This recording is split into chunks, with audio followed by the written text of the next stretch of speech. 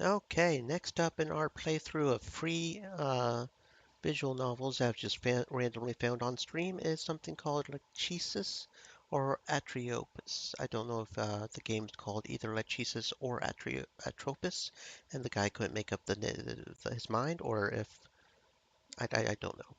I don't know what's going on anymore. I never know what's going on. What is image captions? I'm going to assume I want them on for right now. I don't know. Sound captions. I don't know what that means either, but we're turning everything on. Photos sensitive mode. Well, we're streaming, so that's probably a good idea. That probably means like flashy lights and shit. And so we progress apparently from a feel good about a person transitioning to a zombie and girl to violence, death, cults, monstrous creatures, and alcohol abuse, blood, stabbings, dismemberment, removal of limbs, parasitism, drowning, eye trauma, head trauma, gaslighting, hospitalization, falling, and implied neglect. Buckle your seatbelts, my friends. I don't have a fucking clue what we're doing, but it is a category on Twitch, so I'm assuming it is Twitch okay and Twitch approved, because otherwise it would not be a category, right? Right. Lachesis or Atropos? First things first, where's my full screen mode? Full screen, that bleeds and thickle. Okay. Oh, there's even special typefaces. Open dyslexic. I There's a type of typeface that helps dyslexic people. I genuinely was not aware of such a thing. Okay, and apparently you do not allow that very easily, so we'll just do this real quick. Move you over this way. Boop, ba-doop, ba-doop, ba-doop, ba-doop, ba-doop. Do this right here. Okay, that's about all you can do right there. Okay. Okay, so there's full screen. Get back to full screen over. Okay, and I can't do that, so that's good. Line height regular. Accessibility self-voicing. What's So is it voice and self-voicing means I voice it? Because I prefer if they voice it, honestly. Um, I'm assuming photosensitive mode is so there's not too many flashy lights, which would probably be a good idea. So again, I have no idea what we're doing here, but we're doing something. Okay, so that's what it is. Up there in the corner, you can hear the sounds being sounded. So you know a train's running for those who are deaf and cannot hear. I am properly, yeah, I'm properly, yeah. Okay. I sat on the train, squished between throngs of people in the middle of the day. Shades of thin black lingered between the passengers, walking through the low hum of the engine and the whir of closing doors. I watched. My mismatched blue and golden eyes, wary with bags underneath, followed their every move. People of various forms whose paths might only intersect once with mine here at this moment. I gazed at them and the secrets of their hearts.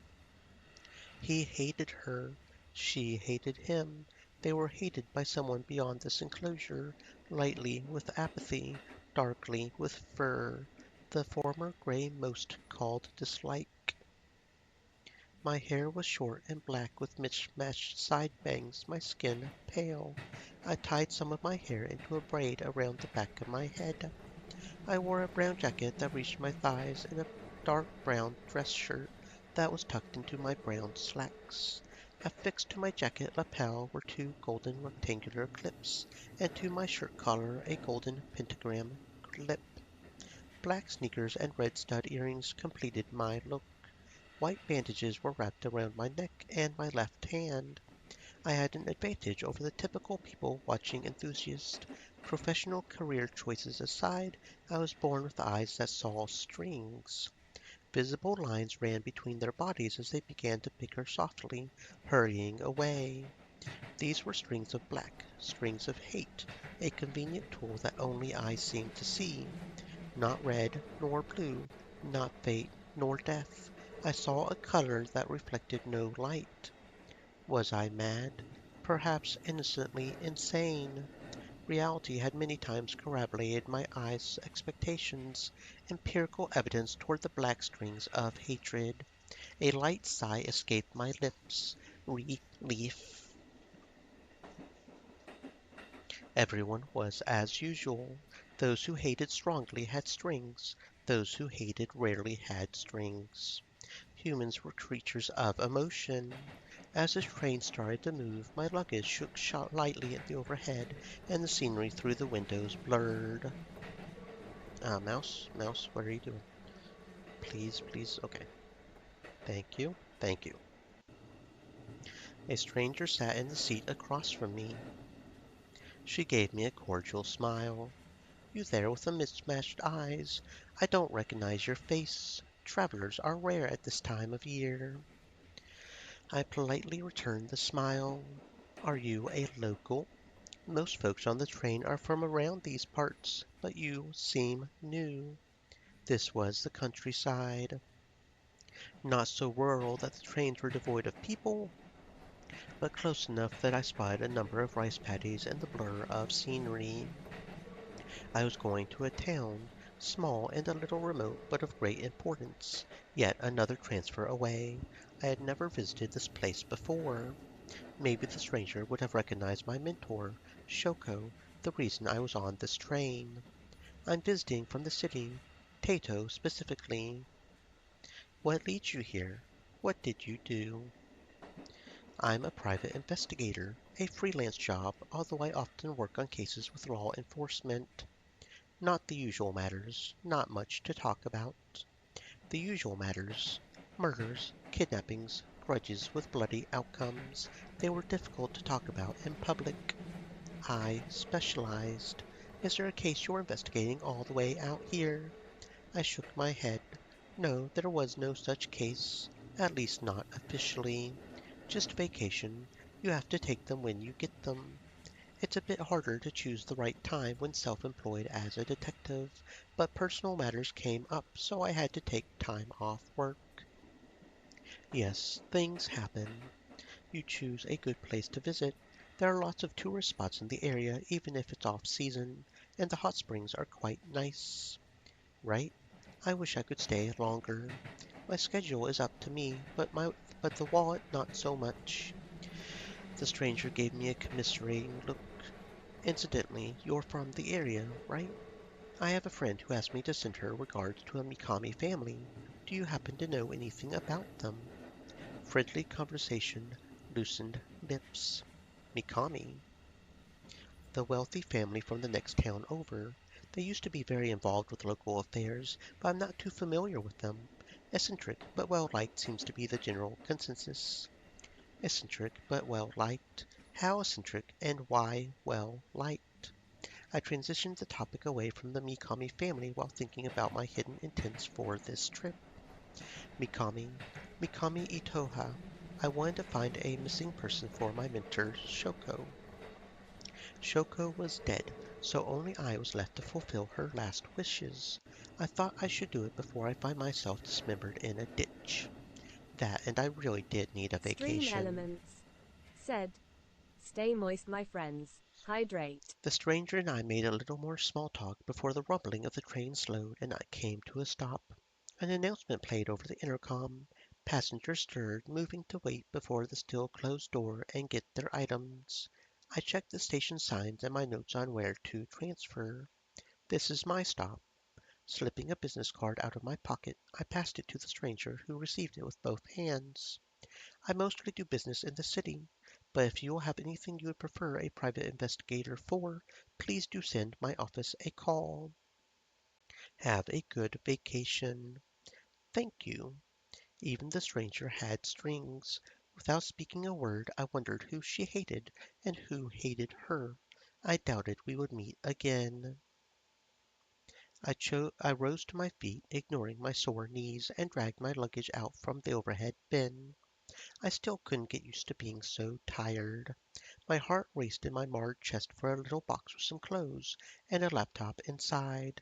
I checked my breathing, keeping it as steady as I could. Seeing the door still open, I alighted the train with no one behind me. I hurried through the station to catch another train, barely passing through the doors on time. I quietly thanked the inventor of luggage with wheels. After a peaceful but rather empty ride, I waited at the station until a local taxi arrived. With another uneventful ride spent looking at the scenery and sky, I reached my inn. It was a typical traditional Japanese inn with gable roofing with light-colored tiles and shoji. A rock path led to the entrance, the front yard surrounding it a beautiful garden. Paying the taxi driver, I stepped out of the car and took in a deep breath of fresh air. I was winded. Due to an unfortunate series of events, I spent much too long in the hospital this past year, some of it not even conscious. I'd like to think that I put back on some muscle with physical therapy, but miracles were called miracles for a reason, and here I was. I had booked a pricey room with its own private hot spring at this Japanese-style inn, knowing soaking in a public one would be difficult regardless of other guests. I entered the building. The entryway was elegant and well kept, a bonsai tree and an earthenware pot decorating an alcove by the ginkan. The daylight softly shined through the washi paper. The innkeeper greeted me. With only one thin gray string, she was surely a well-liked person. She wore a kimono and had her hair up in a bun. I have a booking for Shirasagi Mana. You're right in time. Let me help you check in and get you to your room. We filled out a paper at the front desk, making idle talk about my trip here. Then she led me through the hallways of the inn to a spacious tatami-floored room where I would be staying for the duration of my visit. A short-legged wooden table surrounded by green-blue floor cushions sat in the center of the main section. The shoji opened to reveal the backyard, filled with lovely, well-kept plants. Helping me set my luggage down, the innkeeper showed me around the room and the location of the private hot spring. Shoko recommended this inn to me. She mentioned that she worked here for a few years when she was younger. We were co-workers in Tato. A melancholy look flickered across her face. Of course, the person we were talking about had passed away. I'm happy she remembered this place even after moving to the big city. Did she even ever mention our hot springs' therapeutic properties? Oh, oh ho ho, the water comes natural from the mountains, you see. That's why folks say our hot springs can heal aches. I hope you'll enjoy it, especially as you've booked a private hot spring. There's still ample time before dinner is prepared if you would like to explore the town or have a soak. That's certainly in the plans. Dinner was at 6. I had booked a special meal for my first night. Looking at the analog clock on the wall, I found a bit over 2 hours to kill. Before I forget, Shoko also mentioned. From my jacket's inner pocket, I retrieved an old photo dated to over a decade ago. In it were two young women, one familiar, Shoko another unfamiliar. Mikami Itoha. I showed the innkeeper the photo. The second person was Mikami Itoha, the missing woman. She had disappeared in this town, much to Shoko's despair. Shoko was more than a co-worker, more than a mentor, but a dear friend. She was the one whose little gray cells I trusted to share in the piecing together of gruesome and sometimes not so gruesome puzzles. On her deathbed, she lamented her inability to find Mikami Itoha, and I had consoled her, giving it up as an impossible case to solve just like many other disappearances. Yet, after towing the bank of the Sanzu River, I had a feeling that I should at least try to fulfill that wish of my friend. A visit, a vacation, but in the place where Mikami Itoha had once been. I concluded that I would do an investigation under another guise. At the very least, I would find a few hints, puzzle pieces to lay on her grave so she could put it together if I couldn't. So, regarding this Mikami Itoha, is she still in town? Moria said, "Good afternoon." Good afternoon, Moria. Welcome to the stream. I hope you are having a fantastic existence. Fair warning if you were not here when we started this game up, apparently there are a lot of content warnings. Blood, death, cults, and gaslighting. So, fair warning, friend. Fair warning. I'm afraid she passed away a while back. Mikami Itoha was dead. I inadvertently tilted my head. I thought she was a missing person. Her family members held the funeral privately, but the rain was so heavy that day that I still remember vividly. She's buried in the town cemetery if you'd like to pay respects. Thank you for letting me know. You're welcome. Please call the front desk if you need anything. With a bow, she returned to her other work. I unpacked my essentials. Surveying the room, I decided to go explore the town and enjoy the hot springs in the evening. Was Mikami Itoha dead? I entered the town and found myself at a path with an entrance to a park nearby. Everything was very sparse and simplistic, and the wilderness was very close by. I pulled up a map on my phone to check the locations in town, waiting for the bars of cellular data to show connection. As soon as it loaded, I began to walk in the direction of the cemetery. The air was cool, not too cold yet not too hot. Deep in empty thoughts, I tripped into a human figure and nearly stumbled into her arms as I righted myself clumsily. Sorry. It's okay. The person that stood before me smiled gently. Mikami Itoha, a girl who looked the same as Mikami Itoha, with different clothes and longer hair and a blindfold over her eyes. Before me was a girl who looked otherwise identical to the photo of Mikami Itoha, not one day older. She had pale skin and wore a red dress with a white collar and a black ribbon. Over that, she wore a brown jacket with an off-white lapel and white crisscross string motifs. Her legs were covered with black tights, and her brown lace-up boots reached her knees. Her smile grew. Nice to meet you, detective. You know me? A sickly detective coming to enjoy the hot springs, a tourist in the off-season. You're not that hard to recognize as a visitor, I don't think. News spreads fast in small towns. Perhaps that was true, but I couldn't see her eyes behind the cloth. You might call them rumors. Not completely untrue rumors. I am a private investigator staying at an inn with hot springs. As for the sickly descriptor, I'm not sure about that one. Then that's all the better, isn't it, Miss Healthy Detective? Speaking with a bright lilt in her voice, the girl before me made expressions quite unlike the still face in Shoko's photograph. How surreal. The same face could convey such different emotions. As I observed her, she made a motion to leave. When I stopped her with my words, she turned around in surprise. Can I ask you one question? Mouse? Okay, so here's our first decision. So I'm going to go ahead and let's see, I can right click and I can save. So I'm going to go ahead and make a save here and choose Mikami Itoha. Do you know Mikami Itoha? The girl made a stern face and frowned. Mikami Itoha is dead. She told me the same thing as the innkeeper. Taking a thinking pose, she nimbly twirled around on the even ground and faced me with a shake of her head as if coming to a conclusion. The blindfolded girl grinned. You're very pretty, detective. Don't get caught up in trouble, okay? Thank you. I had to apologize to her as I was sure to get into some trouble. Even I preferred not to, but trouble came naturally when snooping around. Still, warm pink crawled up my ears at this girl. She was pretty. Before I could continue to converse with her, a voice from the distance called out. Priestess. I barely made out that word. Someone was calling for her, so she once more made the motion to leave. See you around, detective. See you around. With a delicate wave of her hand, she turned away and left. I returned to my walk with more questions than before. I realized I hadn't asked for her name, nor did she mine. Well, she seemed to already know you, so...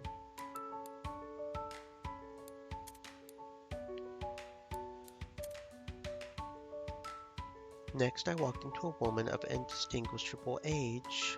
She had pale skin, long white hair tied into a high ponytail, and red eyes that gazed calmly at me.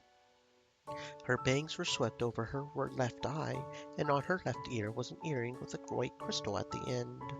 She wore a loose-fitting dark purple haori over a long purple shirt, both bordered with gold, her pants the same color as the shirt. The collar of her black undershirt went up to her neck. Around her left hand was a silver bracelet and a black fingerless glove. Perhaps visitors stood out more than I thought. I apologize for disturbing you on your walk. I wanted to welcome you to town. She smiled faintly. Please, call me Keeper. Nice to meet you. I'll be in the care of the townspeople during my trip, so I should apologize for troubling everyone by visiting outside of tourist season instead. No, no, we merely do as we should. She gazed at me softly. I hope you'll enjoy the visit. We continued bowing back and forth in a polite exchange. Before I knew it, a tension I hadn't yet recognized dissolved in my chest. I'm not aware of the duration of your stay, but our local annual ceremony dance is occurring in 1 week. She smiled with slightly more excitement than usual. I would love it if you got a chance to see the thread-cutting sword dance. An autumn festival dance? She returned to a stiff and cordial expression. The date is divined at the start of the year, so the season varies. We can never know what the gods want to see and when. This year is autumn. Maybe it's fate you came here now. Fate was a strange word. There existed numerous myths and fictions about the red string of fate. What I saw was the black string of hate, so I always questioned what form fate would take. Was it a string as well? I believed in fate. Double-checking my in-booking duration in my head, I found that I would stay long enough to view the dance.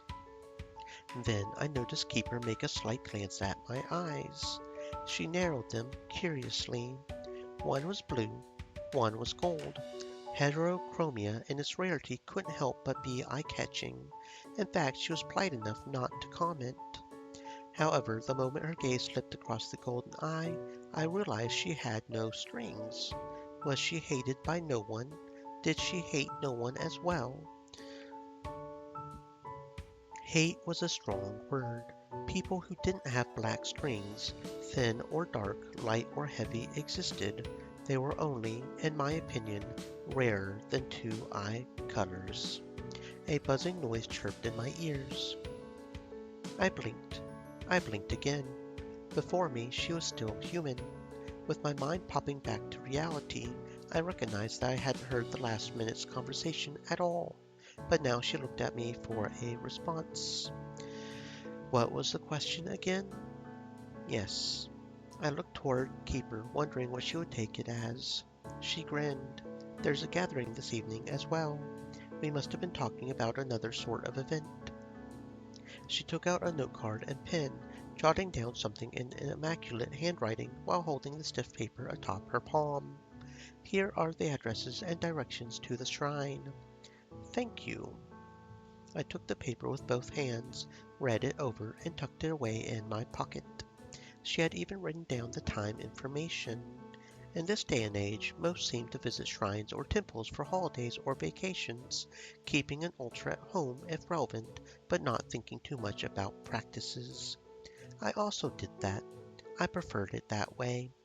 Perhaps this was some sort of pre-ceremony gathering, or perhaps the local religion was one with such popularity amongst the townspeople that frequent gatherings could happen. I completely had not been listening.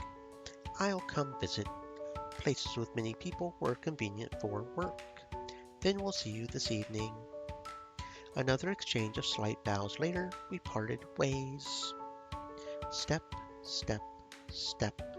Passing through an inconspicuous pair of gates, I reached the cemetery. It was clearly built on a hill, with concrete stairs with metal railing leading up its 3 tiers, along with the now angular slope. An old, large tree hung over the stairs and covered them with shade. Tombstones covered the ground with familiar tall rectangular blocks. Most were family graves, the surnames of lineages etched into stone. Beneath the ground were the deceased cremated ashes. For better or for worse, coffin-style burials were rare in this country. Of course, I wasn't an autopsy doctor, and my particular form of science needed not a whole body. Thread-like gray strings floated in my vision, indicating to me deaths in a particular family in the last century. Grudges to and from the dead faded over time. They faded slower, much slower than a body rotted. I eyed the names on the stones, searching for Mikami. Her Mikami was spelled out with 3 and God, not a particularly difficult pair of characters to read. Before long I reached a slightly more extravagant section, if a cemetery could be called extravagant. There the Mikami family grave stood before me. Around it were an array of individual graves, some with plots large enough to fit a body and coffin under. These too were marked Mikami with the addition of personal names. I didn't know how expensive this was, but I doubted I would ask my estate for such a thing. Even having my ashes buried could be a cost not worth spending. I quickly found Mikami Itoha's grave. Mikami Itoha. It had a stone with her name, a plot large enough for a body, and no strings, thin or thick, even though she purportedly died within the last decade. Pure-hearted humans were rare. Those people who didn't hate and weren't hated, they basically didn't exist. Meeting one was more than enough for a day. Was Mikami Itoha such a person as well? Then again, the grave could be empty. Are you here right now? The grave did not respond. We've never met before, but you should remember Shoko. She remembered you. I was her protege and partner. Shoko cared about you. I'm sure if you're not down there getting reincarnated with her, she's still worrying about you. I placed my hands together, giving a short prayer to pay respects. Shoko could have been wrong. Mikami Itoha could truly be dead. The line between missing and dead was often not a line at all. My mentor was a stubborn woman. That she liked your conspiracy theories didn't give me confidence. Regardless, I'll tell her what I find about you. The grave did not respond. I pulled out my phone to check the time. I could return to the inn or stick around a bit longer. I'll go ahead and linger. Given that I had taken a walk here already, I decided to linger for a few minutes more. I walked past Mikami Itoha's tombstone and took a look at those of others from the Mikami family, taking note of the dates inscribed on the stones. There was only one buried per generation. Perhaps the Mikami family used a criterion to decide who received their own plots. For example, only the eldest could have a special grave. Perhaps they simply had a thin bloodline, their name passed down painstakingly by each singular heir. I passed through the Mikami section and spied a familiar figure from afar. The priestess? Although a townsperson had called her that, the title didn't seem fitting. As she was in the distance, I didn't bother to call out to her, to shout across the cemetery. Now I wouldn't be as gauche to do that. I had enough time with the dead today. I departed from the cemetery. Returning to the inn, I passed through the front and greeted the innkeeper before going to my room. The red glow of the afternoon painted the room in orange hues. Dinner was sumptuous. Beef, probably more expensive than my entire meat budget for 2 months, melted on my tongue. Apparently the cuts came from local cows. I went out for a walk to digest afterward. Checking the card the woman called Keeper gave me, I started toward the gathering. I walked and climbed up a flight of stairs, eventually coming to the stated location. It was a small, humble shrine with somewhat spacious grounds, with the usual Minawa festooned with shide hanging above the entrance. Shide? Shide. Dark forest surrounded it. The lack of light pollution allowed the night stars to blanket the sky above. The grounds were very well kept. Nature was spilling into the cracks between the stone walkway. A small crowd was already present. I had arrived late. I rubbed my eyes. Was I tired from traveling? At the front stood a girl whose face again looked like Mikami Itoha's. She did not wear a blindfold. Like the other girl, she had a pale skin and long black hair that reached her thighs. She wore a blue jacket with white lapels over a light teal V-neck t-shirt, white pants, and white sneakers. Around her neck was a necklace with a green stone, and on her left wrist was a nice watch. Before her sat a townsperson. She moved her hands in a series of motions, as if cutting an invisible something. The townsperson made an expression of gratitude. The girl. She had golden eyes. I couldn't help but notice the shining color that was the same as my left eye. Another term for eyes of this color was fairy eyes. They weren't just fairy eyes. She had pretty eyes striking even from a distance. At the front, she cut and finished.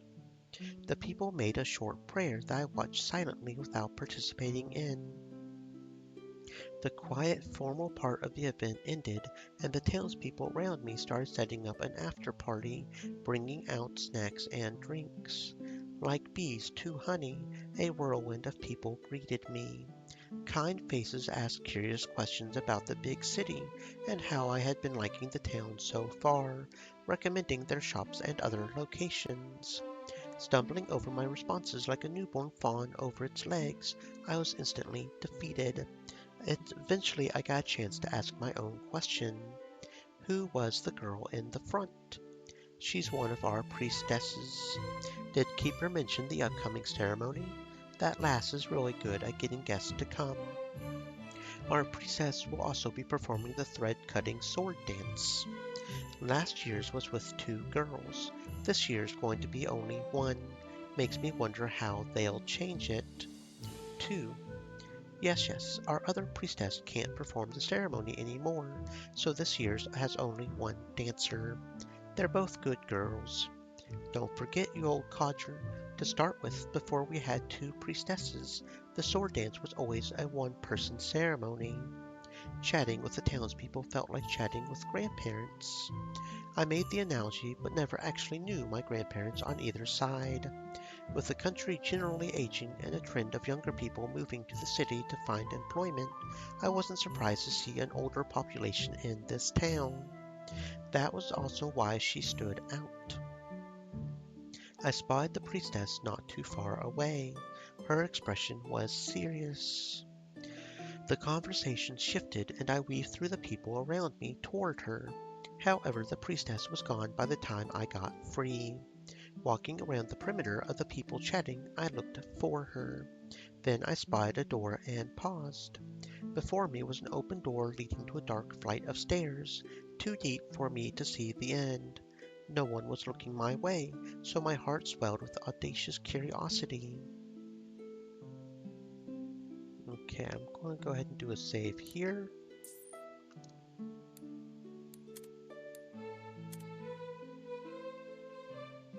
And we're going to sneak in. The door was open. No one was watching. I could just go in, and through the door I went. Hurrying down the first step so as not to be noticed, I squinted in the dim lighting and placed my hands against the cold walls. Lights lining the rough stone wall barely lit up the spiraling staircase. All the stairs, including the banister, were all built from wood. I walked down the stairs 1 step at a time, surveying my narrow surroundings. Down, down, down. No matter how many steps I walked, no end seemed to be in sight. I wondered how many stories deep these stairs sank. My knees began to ache. After the first steps, I had slowed to a normally pleasant pace, but my lungs still burned for the rest, chest throbbing with scar tissue. Okay.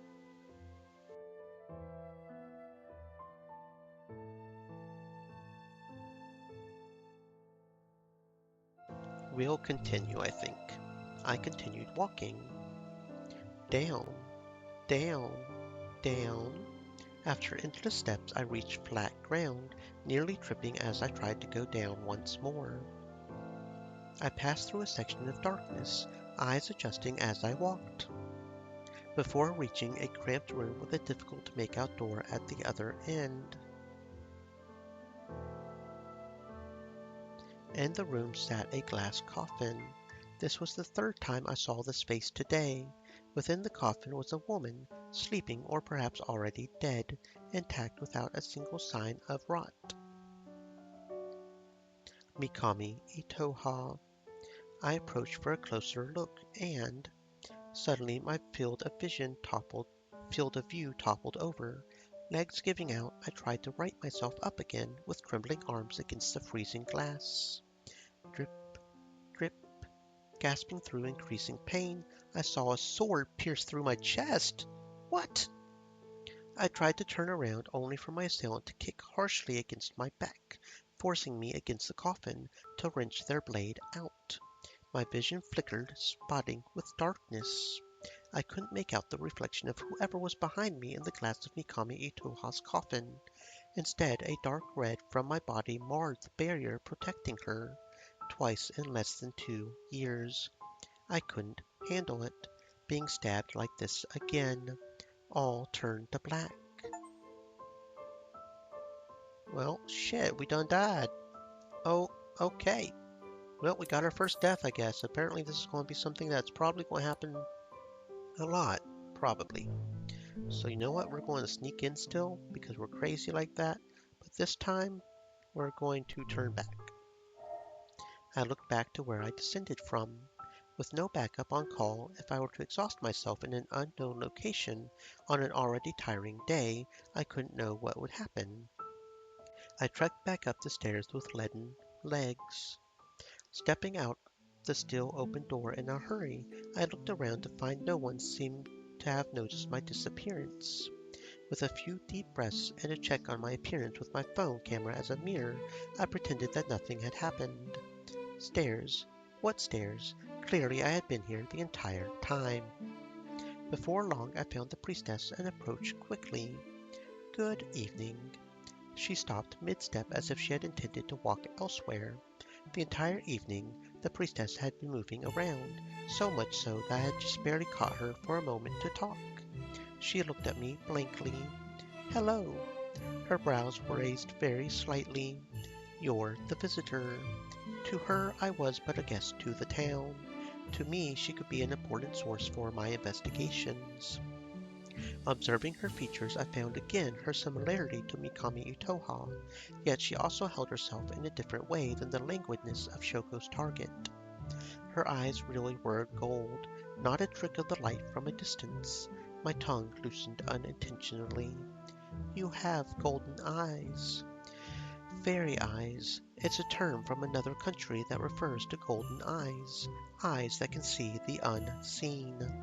I wondered what she saw, if she saw anything different from what I saw, from what normal people saw. I had once been told about fairy eyes, that my left eye gave me my ability. She smiled. In that case, you also have a fairy eye, one blue, one gold eye. You have pretty eyes. You do. The priestess looked a bit surprised by my compliment. Then she smiled again. You have pretty eyes. My heart skipped a beat. What does a priestess for this shrine do? She paused for a moment to put together an answer. We preside over ceremonies and maintain the shrine. Keeper also takes a role in those matters, but priestesses are closest to the power of the stringless god. The stringless god. That was a name I did not recognize. I tried to imagine the god of the local religion as I jotted down a note on it in my mind. Stringless god. She took on a serious expression. Yes, stringless god. She made a distracted swish of her head. Regarding ceremonies, I will also be performing the thread-cutting sword dance next week. She stopped and looked away. Following her gaze, I saw the blindfolded girl from earlier in the day with Keeper. The priestess and the blindfolded girl were twins. Two identical people in the same small town could scarcely be unrelated doppelgangers. Was the blindfolded girl in some sort of trouble that could warrant the priestess's concern? Clearing my eyes, I could not hear the conversation over the low noise of general chatter. The priestess looked at them with a complicated expression. If you have time, I invite you to watch the dance. Then she left. After my chat with the priestess, the gathering came to a close. I returned to the inn, exchanging a few words of small talk with the innkeeper, who also mentioned the ceremonial dance upcoming. It was now well dark outside, and lit by lights. A small circular window was shuttered for the night. Taking a hot shower to clean away the sweat and grime of the day, I prepared to enter the hot spring to wash away my fatigue. A bamboo pipe poured the hot water into the pool. A wooden wash basin was set nearby. Water spilled over the spring's edge. My body was stitched together, covered in scars from the incident that left me comatose for weeks this year. I had no choice but to book a private one. Submerging myself up to below my shoulders, I felt warmth seep into my bones. I also poured myself a small cup of alcohol for a different kind of warmth, sipping the cool drink and feeling its burn. Now then, what did you find today, Mana? I used to talk with Shoko about cases. Right now I could only talk to myself like someone without even a rubber ducky. The local religion worshipped an entity called the Stringless God. The priestess had made motions of cutting and would perform a dance called the thread-cutting sword dance. In other words, a major part of the shrine was the severance of strings. What strings? It wasn't black strings today. Shoko had never mentioned the Stringless God. In fact, Shoko rarely spoke of her hometown, aside from snippets of her youth and her yearn for Mikami Itoha. From the outside, the shrine appeared like any other local religion with its own flavor of Shinto, but it gave me the same gut feeling as a New Age cult. Why? No particular reason. It could have been as simple as the fervor of prayer. At worst, I could apologize to them mentally for calling them suspicious. With priestesses who resembled Mikami Itoha, more likely than not Mikami Itoha was also involved in the Stringless God's shrine. That left me with the question of whether she was dead or alive. Dead was the official statement. If she was alive, she likely didn't up and abandon her identity like many do when overwhelmed with events in her life. After all, there was another factor, the shrine. I poured myself another cup. In conclusion, it's still complicated. I soaked for a while longer before I started feeling lightheaded, which prompted me to get out and return to my room. After drying off my hair with a hairdryer, I rolled into my futon and closed my eyes. Sleep came quickly. Then I started dreaming. I stood in a street in Tato, located 2 blocks away from my office. It was an ordinary street with no defining features aside from the good food truck that came on Wednesdays. The food truck wasn't parked, nor were any people bustling by. The only remnants of humanity were their advertisements plastered on the tall buildings, the trees they planted, the roads they paved. The weather resembled that day. It was like any other day. Unmemorable clouds, unmemorable sky, unmemorable temperature. No one was here. Bam! A sudden impact sent me stumbling to the ground. A figure appeared before me, but he had no strings. A faceless man. No, I just didn't remember what he looked like at the time of this event. I knew his face from the police reports. Was he clean-shaven or disheveled? What sort of expression was he making? I didn't know. He didn't seem human. My memory of that time was covered with a dark veil. It was the expected result from being assaulted, better yet brutalized, on hard asphalt streets that a coma was the only solution. He had a knife. This country had knife laws, but laws clearly didn't matter to madmen. He used a knife to stab me. Although we had no relation, not even tenuously through cases I worked on, he lost it one day and decided to kill the detective. He didn't hate me, he just wanted to kill me. I heard screams, but no one was there. Whose screams? My scream? My dream throat was too busy bubbling up with red to make such coherent sounds. My head slammed against the ground, which jiggled, kindly reminding me that this was a dream, one that didn't hurt. Not really. The real event hurt. He kept slashing, stabbing, I couldn't really tell, carving up mostly my torso. For all the damage I received, I came out mostly intact thanks to the doctor's hard work. I'd like to think I at least looked better than Frankenstein's monster. I had this nightmare before, so I started counting his movements as if counting sheep. 1, 2, 3, 4. I hoped that the food truck wouldn't stop coming to this street. I really liked their shrimp pad thai. 5, 6, 7, 8, 9. I felt like Julius Caesar in the Senate. I had counted to over 23 a time or two on other nights. The doctors had told me they couldn't identify the number of wounds. 10. I woke up. Sitting up, I touched my slightly damp pillow that had been stained by cold sweat. I checked my phone. As the sky conveyed in broad strokes, it was still nighttime, but if one wanted to be pedantic, it was early morning. I had only slept a few hours. I could never fall back asleep immediately, so I decided to take a quick walk. Where shall we go? Let's go to the shrine. That sounds good.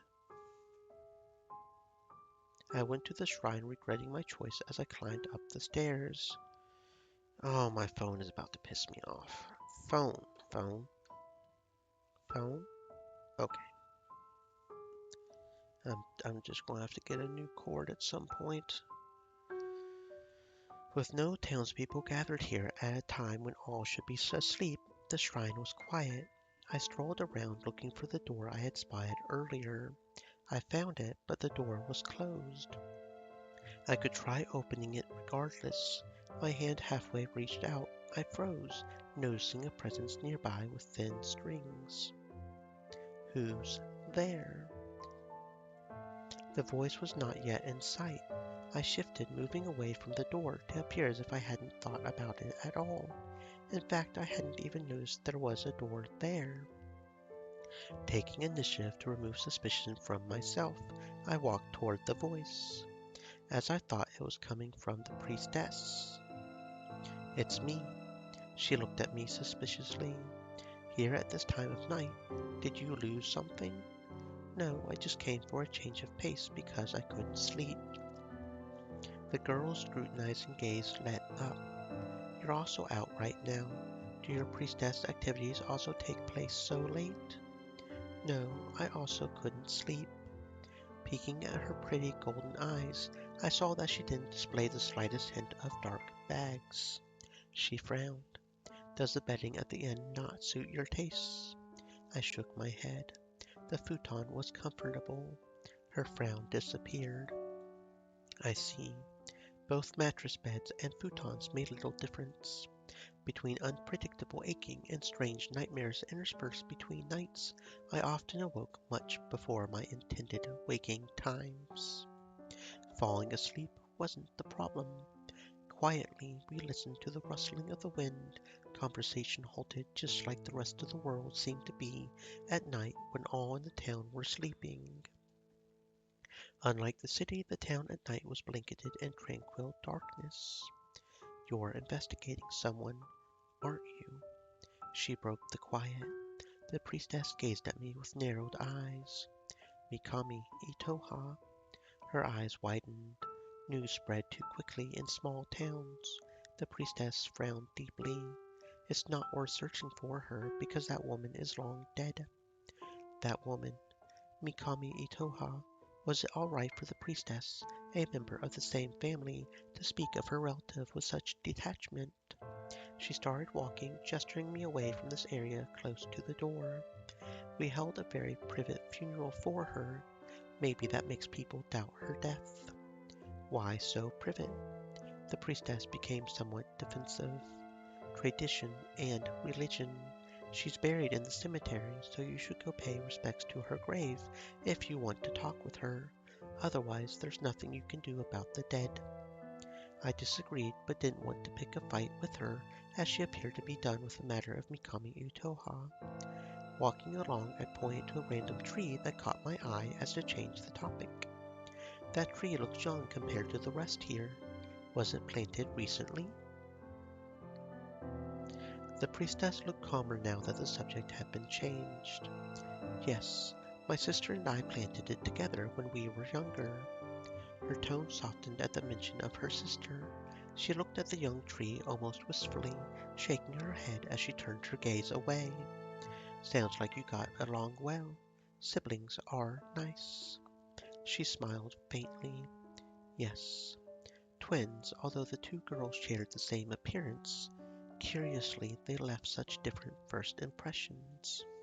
I had met siblings of all sorts, those similar and those vastly different, those who mourned for each other and those who murdered the others. Still, identical twins were rare. That they chose to wear the same hairstyle but different fashion was interesting to me. If they were to swap clothes, I wondered if I could tell them apart. How old are you? 22. You're still young. She looked at me curiously. Is that so? Of course. She had only been old enough to drink for 2 years, a legal adult for 2 years. She was 2 years younger than me. That difference felt strange to calculate as my previous birthday passed without me even knowing it. I supposed I wasn't old either. We walked around the shrine some more, the priestess answering my questions about the various plants and outside structures. I eventually grew sleepy, and even she let out a yawn, but the priestess waited until I left the shrine first.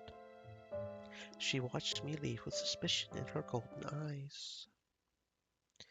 After returning from my late night walk, I changed clothes and slipped into my futon. Sleep came instantly. I did not dream. Morning came with warm sunlight and the chirps of birds. I woke up with a standard routine not worth mentioning and ate breakfast.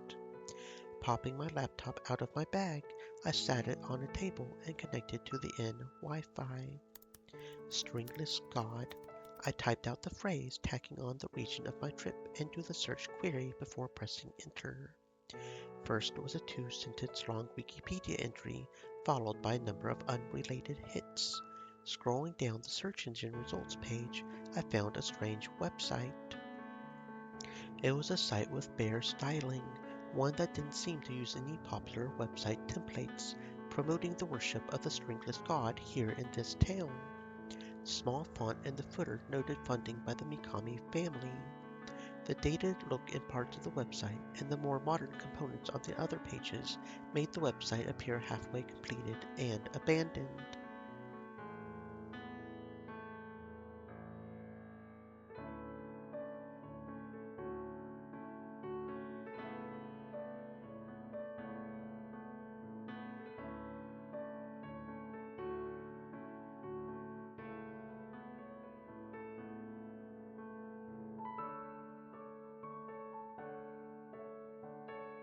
Large in the center of information page sat a countdown timer boldly labeled as the time to salvation.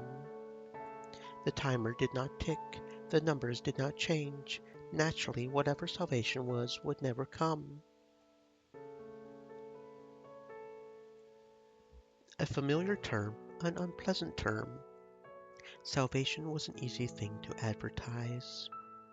I right-clicked to inspect element, finding nothing particularly interesting in the HTML. The countdown was just a placeholder, hard-coded in with numbers. I navigated to the people page. The people were displayed in a 2-column layout. No familiar faces in sight. Scanning through the list, the topmost name caught my eye. Mikami Yasunobu. According to his profile, he was the head of the shrine and a Mikami family. Born in this town, he married a woman whose name was not listed and had 3 daughters. The wife died 25 years ago and he was supposedly single. I opened a new tab and searched for this man's name. I only found a few business articles mentioning his death 5 years ago. Returning to the incomplete website, I clicked around some more to find that the site hadn't been updated in 5 years. All external links led to the town's tourism promotion pages. Despite the apparent desertion of the site, the owners were still paying for hosting and the domain name. What a waste! I jotted down some notes about my findings, scribbling chicken scratch in ink. No one else need to read my handwriting. Wait. Putting down my pen, I flipped through the notebook's earlier pages and checked the front cover. Vacation planning. I heaved out a groan at the notebook label and plopped my cheek against the cool table. Considering that I was paying for a vacation, I could spend more time enjoying myself than thinking about a possibly dead woman for Shoko. I finished clicking around the website before tearing out the offending pages from my notebook, tucking them into the investigation notebook. Lightly smacking my cheeks with both hands, I switched gears to think about my trip. I had put down on my itinerary that I would go to a nearby tourist spot tomorrow. Let's look up info on that instead. The morning passed and I went out for lunch. After enjoying a hot bowl of ramen, I talked to a few townspeople. I spoke to them at the town path. Likely because they knew I was interested, they ended up bringing Mikami Itoha up themselves. Oh, she passed away of heart disease soon after her father. It runs in the family. Her grandfather also had a few heart problems. We were close friends back in the day. Still, it's a shame she died so young. I'm glad our priestesses are healthy. They didn't even seem to have inherited the genes for the heart issues, even though they look so similar to Itoha. The priestesses were despondent for a while after she passed away. Were they close? Close enough. They were among the only people allowed to go to the private funeral. It's tradition, You couldn't go to their grandfather's funeral either. You know I'm still upset about that. Oh, don't let this depressing talk drag your mood down. I heard from the innkeeper that you knew, Shoko. That girl went to the city, didn't she? The conversation shifted. Itoha was always a bit sickly. Did she ever go missing? Missing. No one in her family ever reported her as missing. City folks sure have interesting imaginations. Not much happens when you're sick around here. People don't get spirited away. She was often bedridden, so we didn't see her much, especially when her condition was bad, but she was around. I heard it was heart disease. Yes, heart disease. No one could have predicted that would take her so soon, even though she was often ill. Be sure to stay healthy, young miss. Young people these days often sit around all day for their jobs. It's not so good for you. Of course, I ended up getting fussed over. Walking off the rest of my lunch, I spied the blindfolded girl in the distance and approached. She was in the park on the orange cobblestone path lined with benches and streetlights. Trees and bushes sat along the edge of the path.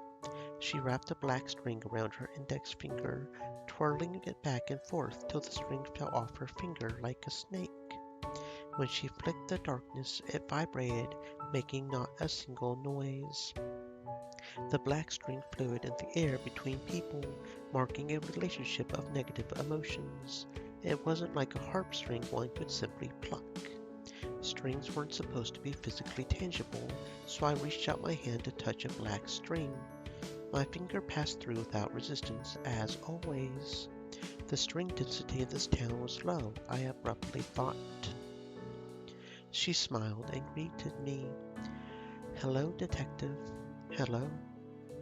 I was wondering, do you know my name? She pointed to herself with one finger and cocked her head to the side. If I could see her eyes, she probably would have winked at me. Mikami. Stating her family name, I watched her reaction for confirmation, but I had no clue about her given name. Did Mikami names have a pattern? I'm afraid I have no idea. She grinned. That's all right. Do your best, detective. She wasn't going to tell me her name. Making a twirl that caused her dress to flare out, she took a few steps around me as if observing from all angles. I don't know if you've noticed, but people are interested in you. You're a sleuth, so everyone thinks you've got some sort of interesting case and wants in on the gossip. They're happy to answer questions, but... She smiled wryly. The more you dig, the more likely you'll upset people, and you won't be able to stay in this town anymore if that happens. Thank you for the warning. I'm also interested in you, you see. She returned to my front, tugging at a black string behind her back. Her motion rippled down the darkness. She made a sad smile. Do you think it would be better if everyone in this world got along? If everyone in this world got along, there wouldn't be these black strings. I closed my eyes for a second, imagining the world without strings. I didn't hate it, the idea of not seeing them, assuming I wasn't working as a detective anymore. I would be out of a job in that case. Her brows raised at my response. Of course, her question wasn't about strings. Everyone in the world getting along is a criteria for utopia. Some religions promise that when you die and go to heaven, or when the special day comes, everyone in this world will get along. People's hearts aren't so simple. She looked at me curiously. Why do you say that? I'm not saying that free will and all getting along are incompatible realities, but it would just be missing something. There's always someone you get along with better than another, unless it's a boring world where everyone is the same. No one is special, so no one is unspecial. The good emotions that people have wouldn't matter anymore either. I don't mind our world right now. I saw, many times, scenes that might make someone wish people could get along all of the time. People fought, yelled, and resorted to violence. Sometimes they were arrested. Sometimes they just died. As someone who followed black lines, I saw these people a lot. However, the incidents that made it to a detective's table were abnormal to start with.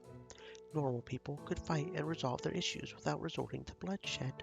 Their relationship might get severed, but they might also grow stronger from the process. The blindfolded girl smiled. A world where no one is special. I agree with you on that.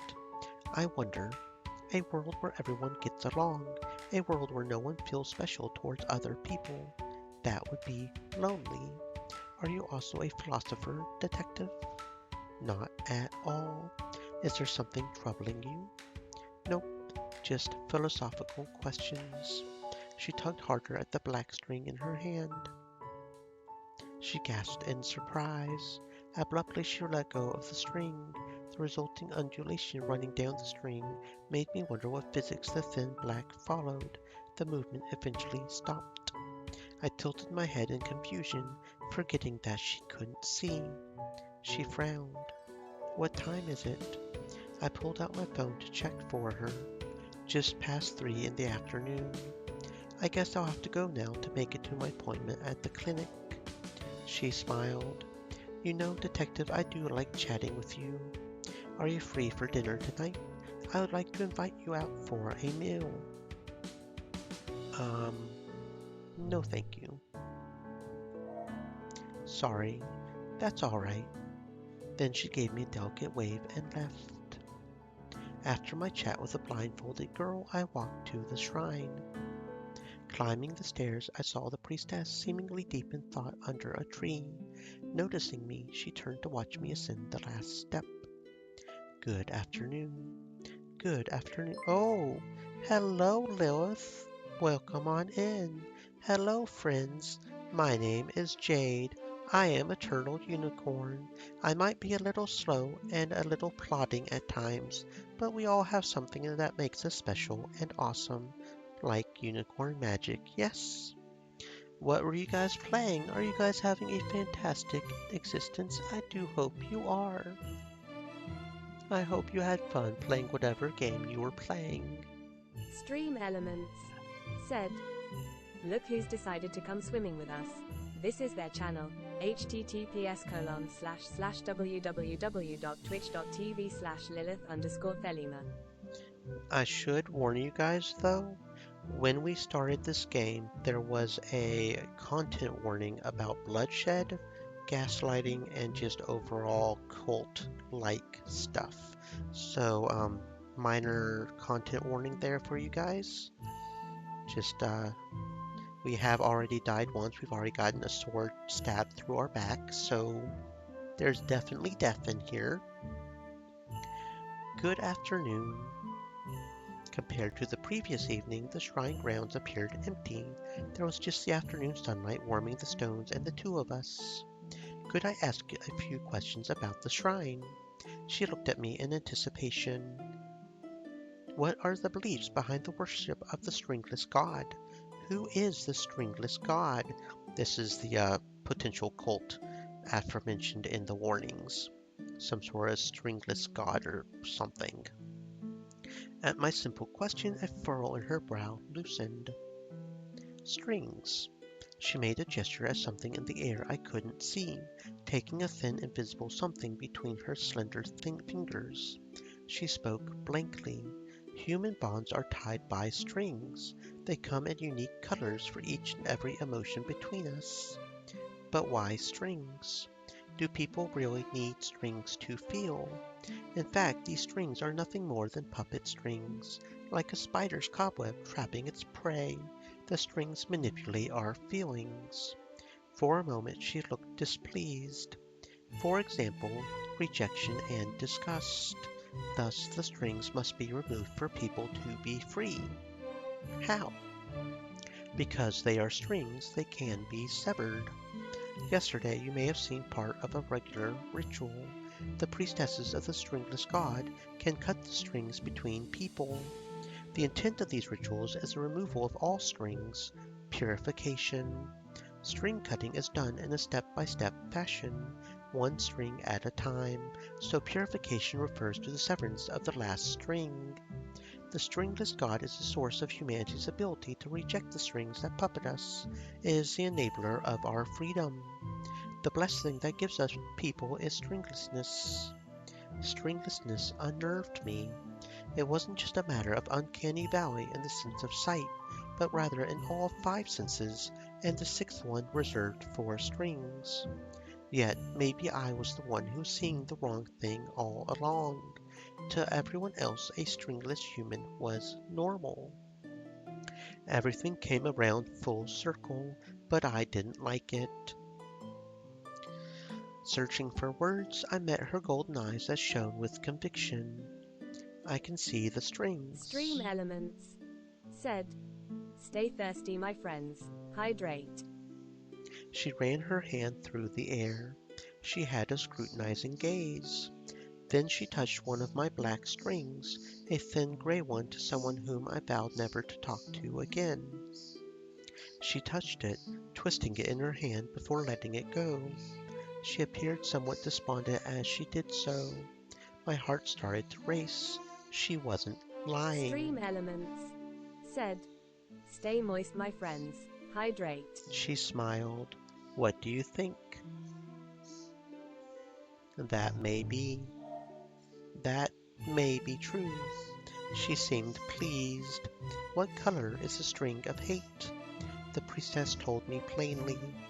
Black. Her response confirmed that we saw at least part of the same reality. What is the breadth of human emotion? Will we lose something or gain something if all strings are cut? She smiled. Nothing will change, but your emotions will become your own.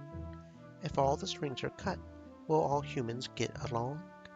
Her brows furrowed. I don't know. Would you like a world where everyone got along? Repeating the blindfolded girl's question to the priestess, I couldn't help but notice how the priestess's expression softened at the topic that made the blindfold girls darken. Yes. Why? She spoke with a hopeful expression. Wouldn't it be nice if there could be less sad things in the world, less reasons for people to be hurt? It would be a happier, kinder world if everyone got along. Warmth overflowed from her eyes. I understood at that moment that she yearned for a dream, the happy, kind world, a shining and beautiful world that most adults stopped believing in. You're a kind person. Her smile disappeared. No, she shook her head. Then she frowned. Not at all. I peeked at her eyes, the ones that could see strings, and wondered what was reflected in her sight. How did she see humans? Were they merely bodies of lines? To think that there was someone else in this world who could see what I thought of as my madness. I needed a moment to digest my findings, my brain slowing down now that our conversation had come to a lull. Glancing at the time the priestess made to move toward the door of the shrine. I have to go inside, but you're welcome to follow if you would like. Without another word, she entered the shrine, allowing me to follow her into the building. After slipping off our shoes at the entrance, we walked to a room with a shrine altar. The daylight cast squares of light onto the light-colored interior through the window's washy paper. A small incline of steps led up to an altar with a candle holder inside. The area of the steps that led up to the altar was flanked by wooden railing and two tall stone lanterns. An opaque fusuma sliding door was at the other end of the room. The priestess went to a box hidden in the corner of the room to retrieve a matchbox and a candle. Striking a match against the rough side of the box, she made a flame to light the candle. Once lit, the candle was placed in the opening of the shrine altar. The flame flickered, producing a haze before my eyes, despite the small size of the candle. I blinked and the haze danced. I breathed in deeply, a sweet scent filling my nose. The priestess kneeled before the altar and prayed, closing her eyes and placing her hands together in concentration. Then the haze disappeared and the light ceased to wobble. The priestess returned to her feet. Given the beliefs around the stringless god, are you good at making new relationships? She frowned. No, I'm not very good at making friends. Would you prefer to have lots of friends?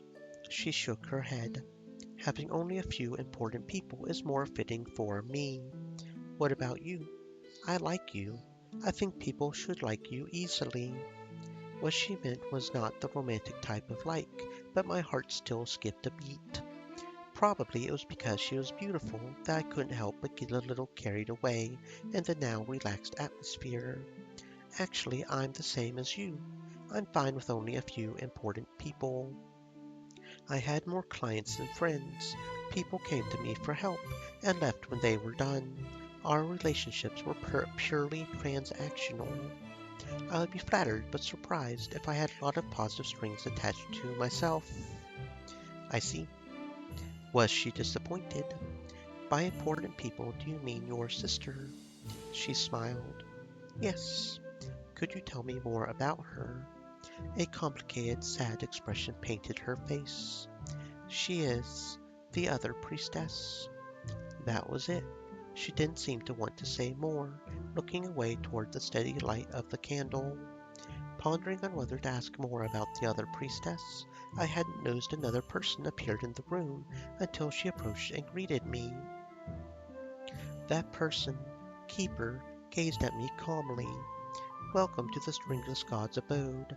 Has our priestess been taking care of you? Yes, she's been very informative. She always has been a very diligent priestess, working hard to maintain the shrine and save those afflicted by strings. Keeper smiled. One day her work will be rewarded. The people who she's helped the stringless god touch are all grateful. I'm glad she's treated you well. Do you have anything you're curious about?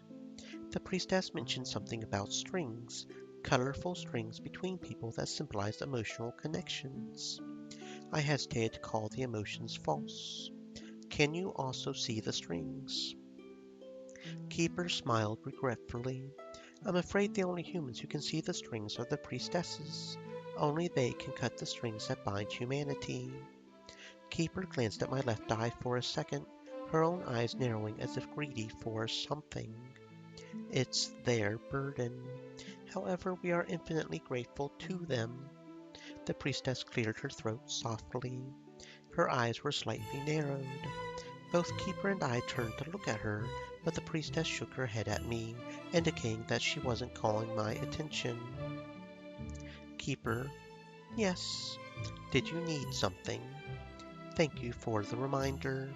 Regarding the upcoming dance. They gestured toward me to say they would have to talk privately for a bit, and walked away to hold a conversation I could not hear. With not much to do, I wandered around the room. I found nothing notable, no torture devices or suspicious body parts. Only, when I looked at the shrine altar, I felt as if someone was gazing at me beyond the candle flame. After some time, I returned to the inn.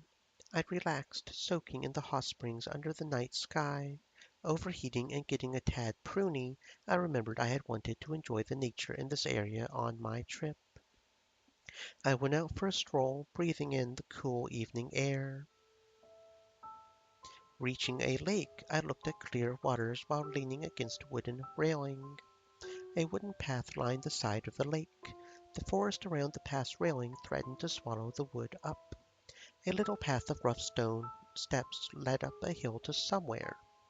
As the sky was overcast, no moonlight, only darkness could be reflected. I walked along the lake and then stepped onto a forest path. It was steep. A rope barrier surrounded it. Nature seemed to threaten to swallow it up here too. The ground soon grew uneven, only dirt devoid of grass informing where to walk.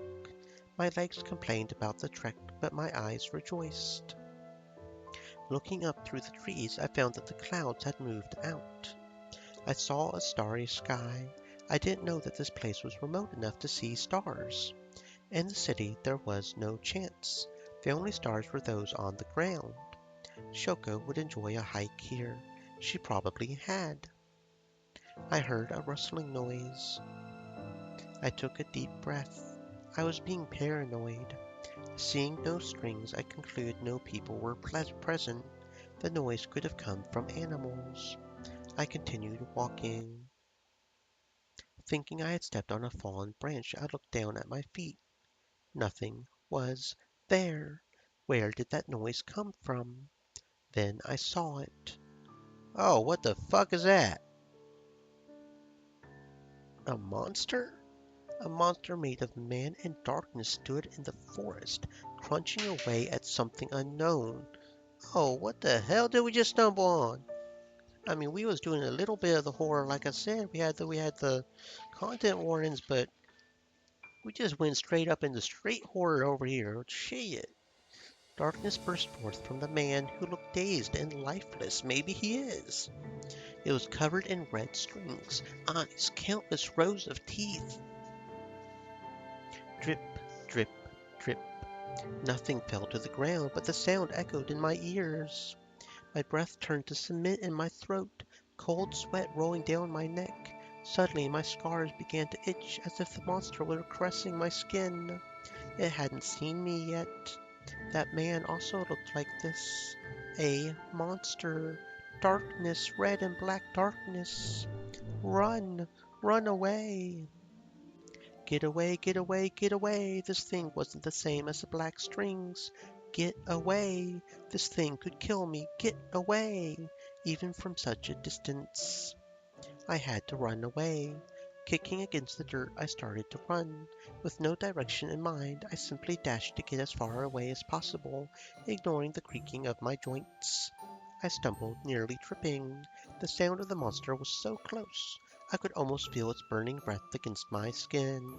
I ran. I gasped for air, my body yelling at me to stop. My eyesight flickered as the oxygen burned cold through my blood. I kept running because I could feel the monster behind me. I crashed headfirst into a familiar figure, grabbing onto her clothes to stop from falling over. It was Keeper. She smiled at me. What's wrong? My nails dug into my palms regardless of the fabric I was gripping, but my legs shook so much that I slipped down to my knees. I could hear the monster approaching from behind. My chest felt as if all my scars had ripped open. Now that I stopped, I couldn't keep going. My tongue wouldn't cooperate to say that there was a monster. Even though she was smiling, she gazed at me coldly. Why were you running? With all too human footsteps, the monster approached. As if taunting, it did not run but walked, one leisurely step at a time toward my position. What's wrong? She narrowed her eyes, smiled, twisting. Why were you running? I couldn't process what she was saying. Did you see something? A shadow grew over me. It stretched over Keeper, blocking out the stars. Why did you think nothing was wrong? Drip, drip, drip. My sweat, my tears. The shadow ceased to move. I had nowhere to run. Taking in a ragged breath, I slowly turned around. A monster. Keeper jeered. What's wrong? What's wrong? Not NG is wrong. What are you seeing? There's nothing here at all. Why are you... Nothing. Okay, what's wrong? Nothing is wrong. What are you seeing? There's nothing here at all. Why are you afraid? You should not be. Her voice distorted behind me before becoming crisp and clear in my ear. Shi Rasagi Mana. Um, oh, okay, okay.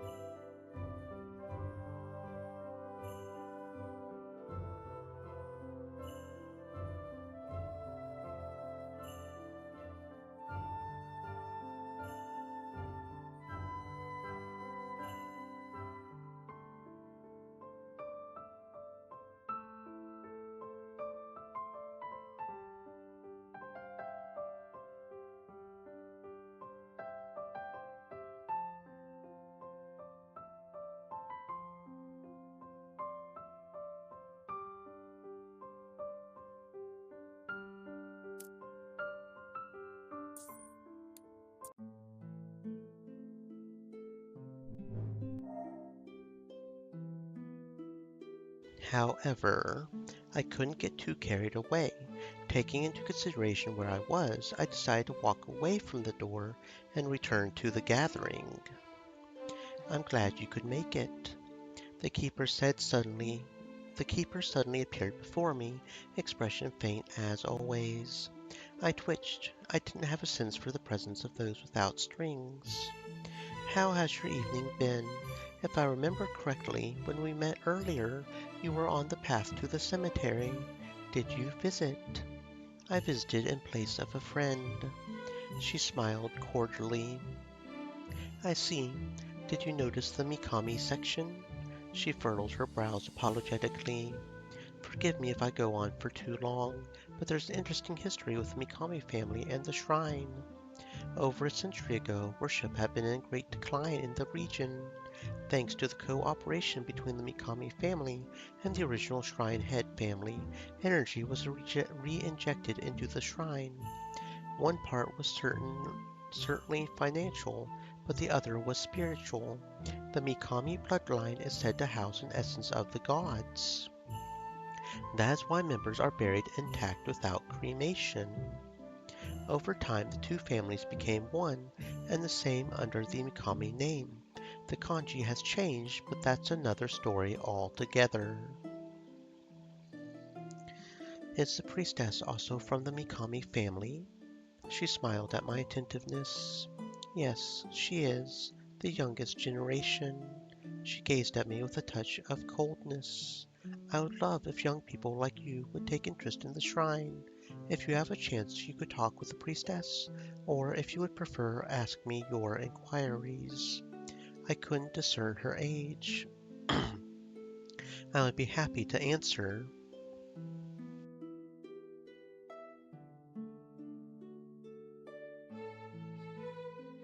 That's generous of you. She smiled humbly. I am but a keeper for the gods. At that moment, a townsperson appeared and whispered into Keeper's ear. I'm afraid I'm needed for something. Please enjoy the rest of the evening. With a polite nod, Keeper walked away. Okay, and then we're back at the part where we've seen before. So we'll just do the auto skip because we've seen that part before. Just now, just a few minutes ago or so. So let's go to the cemetery. I went to the cemetery, walking down an empty path.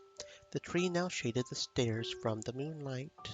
Entering through the gates, I passed the general section to reach the Mikami section and stopped before the family grave. A single girl stood under the moonlight. It was the blindfolded girl. She looked to me calmly. Hello, detective.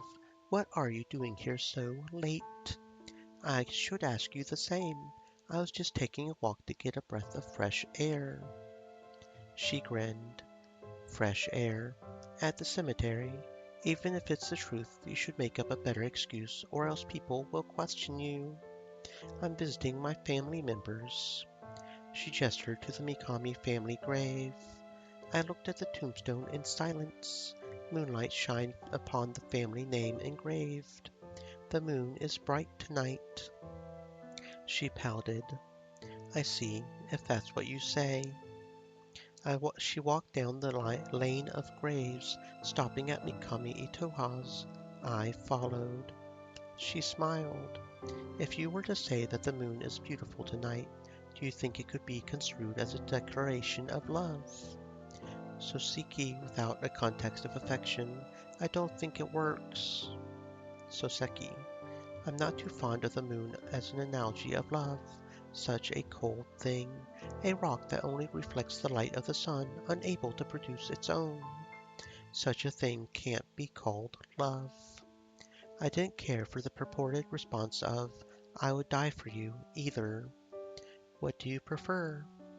When talking about the moon? Madness. Moonstruck. Would you use that to describe people who see things that don't exist? Having always seen black strings, I had long lost track of reality and illusion.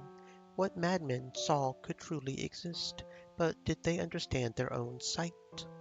I was no psychiatrist. I only knew enough to live my life undisturbed and address the crimes of people who were unfortunately disturbed. I would use a different term, for example, cursed or blessed, at least for myself. Do you have an interpretation of the moon you like? She considered it. I wonder, maybe rebirth? She gave me another smile. The waxing and waning of the moon always repeats. The moon will always become round, whole, and shining. It disappears bit by bit in the darkness to our eyes, turning all to darkness. Yet as the sliver of white reappears and grows, before you know it, the full moon once more hangs in the sky. Isn't it romantic? It's a good motive. Do you write? Not really. Not recently. A small amount of resentment trickled into her smile. Too bad humans only have one life. In the end, we all go to the ground. She kicked Mikami Itoha's plot with a hum. No one berated her for her disrespect toward the dead. She suddenly raised her brows. Moon talk aside, am I in front of the right tombstone? Mikami Itoha's tombstone? I barely asked about the woman. but I got the feeling that the gossip had already circulated around town about my interest in Mikami Itoha.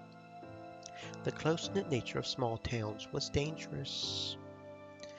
At least I could get away from a blind girl if I needed to.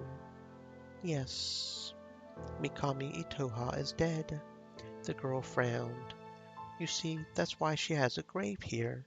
Her body is buried beneath the ground just like everyone else who died in the Mikami family. She smirked. Are you convinced? No. The blindfolded girl looked surprised. Why? I never knew Mikami Itoha, but there's still the chance that she could be alive. I'm searching to find what happened to her. I have no good reason. Not yet. I'm only a little paranoid. The grave's lack of strings could only be considered a small reason. I decided not to mention it to this girl who I had only just met yesterday. I'm only a little paranoid. I'm also just a little paranoid. It's none of my business what you get up to, is it?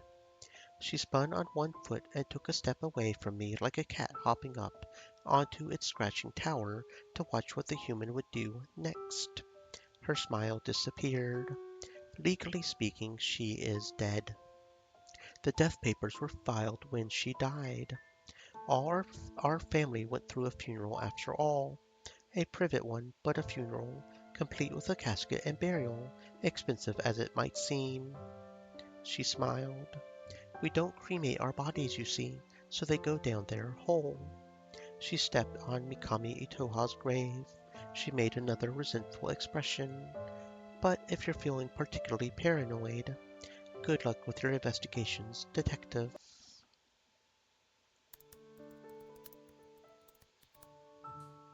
I think this time we will accept the dinner invitation, sure.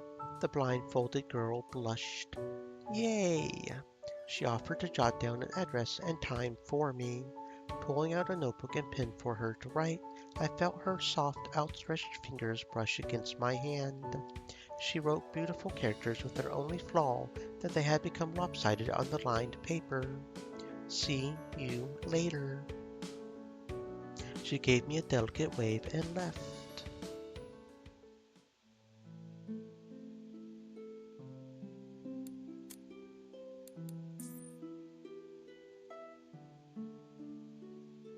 That may be.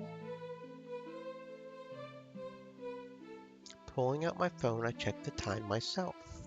Thank you for the offer, but I have an appointment soon. She nodded to me and went inside the shrine. Having been caught up in the priestess's quiet intensity while talking, I found myself broken out of a daze. I looked around, seeing nothing of note, and left. Descending the shrine stairs, I took out my notebook to check the address that the blindfolded girl had written down. If a person's writing could reflect their soul, what did hers reflect? She had beautiful handwriting. Walking slowly, I arrived at a quaint little restaurant with a bell on the door that tinkled as I entered. It was Western style with intricately embossed wooden walls and black and white checkerboard tiling. Pink heart-shaped placemats were set before every seat, and cupcake-shaped glass decorations sat on every table, along with a menu. The kitchen could be seen from the dining room behind a bar. The afternoon sunlight filtered through the white-framed, rounded rectangle-shaped windows. The blindfolded girl sat not too far from the entrance and waved at me as I entered, gesturing for me to sit in the seat across from her. She smiled. Hello, detective. Taking a seat, I opened up the menu before me for a quick glance. How was your doctor's appointment? She responded nonchalantly. It went well. She gestured to her eyes, which were hidden behind cloth. Running my finger along glossy laminate, I could notice there were no textures for her to read off of. I assumed she couldn't see. Do you need help with the menu? She smiled.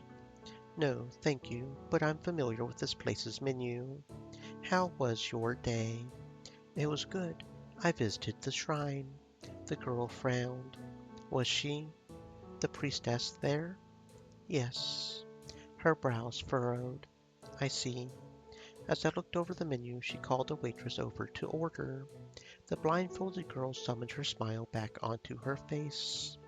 I would like to order one curry katsudon. There she went, ordering without waiting for me. Scanning over the menu, I didn't have a strong preference, so chose at random, my eyes landing on a rare dish. I didn't know they served this out here. Could I get the taco rice dish? Jotting down our orders, the waitress left our table. Do you like taco rice? It's all right. That's too bad. I like ordering it sometimes, but I was in a katsu mood today. Fried food is yummy. She beamed with a blush. You understand me, detective. You see, good things taste bad, but bad things taste good. Food aside, I had been meaning to ask, why Mikami Itoha? Mikami Itoha herself isn't all that relevant to me. I'm doing this for someone important to me. She can't do it herself anymore, so I have to. She cared a lot about Mikami Itoha, and I care about her. Shoko, my mentor, my friend. I could never meet her again, but I wanted to fulfill her wish. The girl's smile had disappeared, replaced with a somber frown. I can understand the sentiment of doing dangerous things for the people important to you. I'm mostly trying to keep out of danger here. She seemed to pause and think, tilting her head to the side. She smiled. I'm sure you'll be all right. I had a talk with your sister who told me about the local religion. You're also a priestess, but I don't see you around the shrine. Could you tell me more about the stringless god? She smiled sadly. I'm not much of a priestess anymore. Then she frowned. I don't participate in the activities. I don't want to be involved with the shrine, and I'm blind. Can you also see strings? The blindfolded girl smiled as if I was being silly. Do you think I can see? Who knows? The waitress arrived with our orders, putting a pause to the conversation topic. We gave thanks for the food and started to eat. Although the blindfolded girl appeared dexterous around people, dancing around me when we chatted, she showed her clumsy side to me when she grasped for utensils to eat. She was a fork type of girl. I picked up my own chopsticks while watching her hands. She frowned as she started to speak.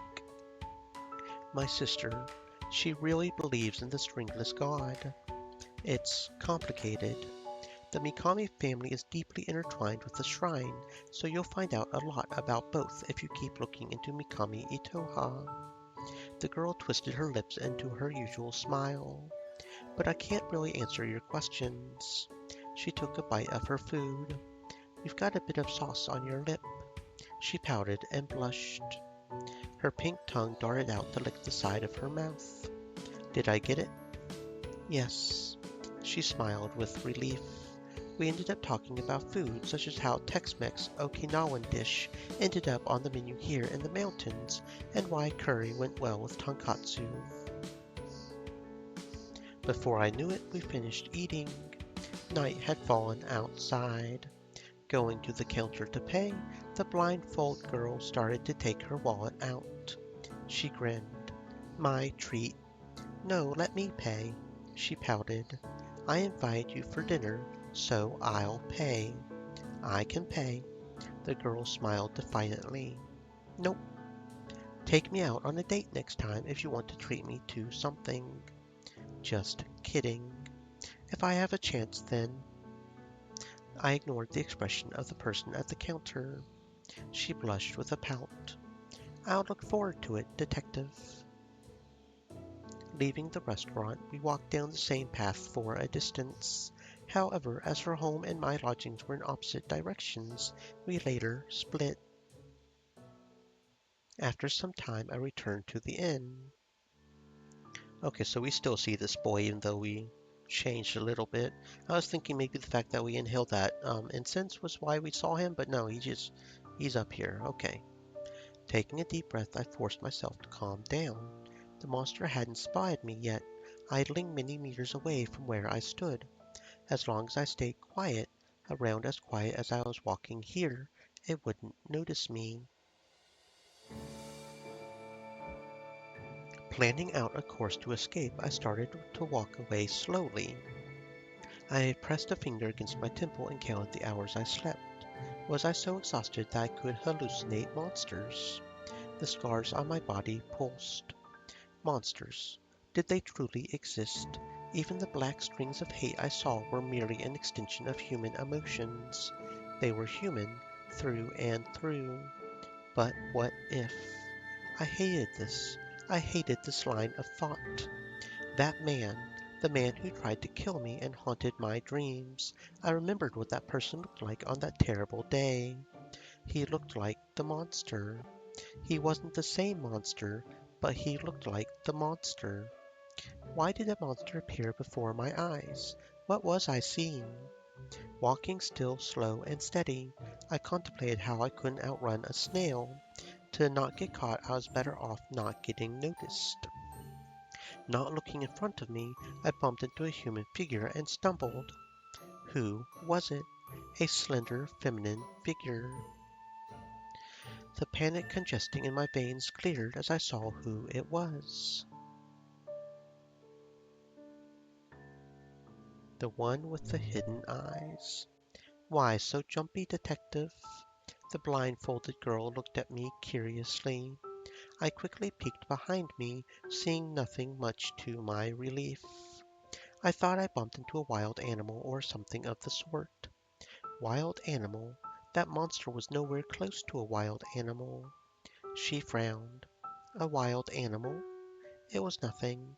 Are you having a nighttime walk? I suppose I am. She smiled. My sister likes taking walks in this forest. You're close to your family. The girl grinned wryly. Nope, not at all. I had an older sister who I didn't care for in the slightest, and my father wasn't much to talk about either. That wry grin faded into a frown. Mikami Utoha is our oldest sister. She was our father's eldest daughter, and we were his younger twin daughters. What's your father's name? The girl spoke with a blank look on her face. Mikami Yasunobu. I returned to the inn. I spent the following day in a nearby town, enjoying a number of tourist activities and not thinking about my personal investigation. The rickshaw puller said that I was the lightest customer he had all day. I didn't know if I was happy about the information, but the tour was entertaining. After eating my fill and exploring a historic site, I returned to the inn in the evening. I soaked in the hot springs, breathing in steam. The water's warmth seeped into my bones and turned me to jelly, washing away my fatigue. I leaned against the stones at the edge of the pool for support. In my right hand I held a cup of cool, white wine. A rosy color had floated to my cheeks from not just the hot springs' warmth, but also the alcohols. I was taking advantage of a private bath to drink. Did I need to drink less? What a relaxing day I had. Shoko, your secret lover got eaten by a monster, you know? I probably was a little drunk as I dragged myself out of the hot spring, sloppily drying myself off with a towel and my hair with a hair dryer. I slept quickly that night as usual. Another day arrived. The sun shined through the open shoji of my room. When I checked the weather, the forecast stayed the same with clear skies for the upcoming days, a good sign for the ceremony dance event. I happened to meet Keeper on the way to the cemetery again. We made some small talk about how I had been enjoying my visit so far, but before long the conversation shifted to a Mikami-related topic. She smiled. I'm glad you've been getting along with our priestesses. They're both very friendly. I heard they had an older sister.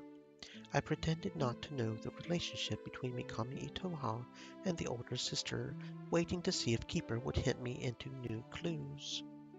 Yes, Mikami Itoha. It seems you are interested in her affairs. It's virtuous of you to ask about her for Shoko, but I'm afraid she passed away many years ago. Keeper made a grief-filled expression. She died of heart failure. She corroborated the information I collected from the townspeople. Up to this point, the conversation was normal, albeit disappointing. The woman who Shoko yearned for was mundanely dead as far as all were concerned. Even if some brought up suspicions on Mikami Itoha's death, no statements had come forward to show signs of her continued life. Then, Keeper reminded me of my suspicions regarding the shrine. She smiled. However, all will be well soon. The day of salvation will soon be among us, and the dead will be revived. At that time, you can speak with her as you wish. I hope we can trouble you to stay with us for long enough to see that day. Salvation. Can the dead come back to life? Yes, she will. Salvation and the return of the dead to the living. Those were concepts that could have many meanings. A chill ran down my spine at the thought of a mass murder incident happening to the sizable crowd of people who gathered for the local religion's events. Poison cocktails could easily be fed to people as salvation drinks, leading them to their unknowing demise. That was one meaning of salvation. At the very least, death hadn't been mentioned in the priestess's explanation of the stringless god, so I calmed myself from the extreme case. Keeper's mention of the revival of the dead reminded me of the popular Christian Messiah said to have returned from the dead. Perhaps Mikami Toha was in hiding for these years so that her return could be a proclamation of a Messiah. People liked those sorts of miracles. That idea was better, but still unnerving. There was, of course, always the minute chance that Keeper's perceived reality was true. Was Mikami Itoha dead? I see. Keeper took out a note card and wrote down a time, passing it to me. She grinned as she handed it over. There's a gathering later today with food and drink like before. Our priestess will be performing a purification.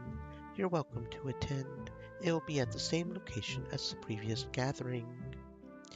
Putting the card away, I took a deep breath as subtly as I could. I'll be there. Parting with Keeper, I arrived at the cemetery. Passing the cemetery gates, I made my way toward the Mikami section. I stopped in front of Mikami Itoha's grave, staring at the inscription on her tombstone. So, are you dead? I started to draw out the timeline for this case. Mikami Itoha was in her 30s at the time of her death. Based on her birth year, she was a few years older than Shoko, making it a friendship between different grade levels. Why did Shoko say she was missing? Mikami Itoha died around the time Shoko last visited her hometown. That was 5 years ago. Shoko wouldn't have been able to attend Mikami Itoha's funeral due to its private nature. However, she should have either known about the death or been informed afterward. Reality was that we lived in an age of technology and easy communication. Next, I wanted to look at Shoko's and my matters. Shoko died around 3 years after Mikami Itoha's death. A few months after Shoko's death, I was attacked on the streets by a man who I perceived as a monster. That sounded like an isolated incident, but the attacker unexpectedly came from this town. The next major category of clues was the relationships between people. Specifically, there was the Mikami family, the wealthy and eccentric family made of persons of interest. At the top of the relevant section of the family tree sat a Mikami Yasunobu. He had 3 daughters, Mikami Itoha, the blindfold girl, and the priestess. None of the daughters resembled him, which was no surprise as they all resembled each other. Did they resemble the mother? If that was the case, then they all had to share the same mother, which didn't seem quite right. A whole bunch of mysteries and no backup. Shoko, I'm starting to understand why you didn't get anywhere with this case, but couldn't you have left me a few more hints? Heaving a sigh, I crouched down at the grave. As before, I saw no black strings from her plot. Squinting, I found nothing. Then again, the priestess could have cut all this purported dead woman's strings. What happened to you, Mikami Itoha? Did you really die from heart problems? The grave did not respond. Of course. Seeing no luck at the cemetery, I decided to visit the shrine early. I cooled my head while walking up the stairs extremely slowly, looking up at the clear blue sky. The weather really was nice. Despite my slow pace, it seemed not many people had arrived. This place was actually rather pretty. Thinking that I should take a few pictures, I pulled out my phone and fiddled with the camera application. With the back camera, I snapped a number of shots of the shrine, the sky, and the plants. With the front camera, I tried for a selfie, feeling particularly like a tourist.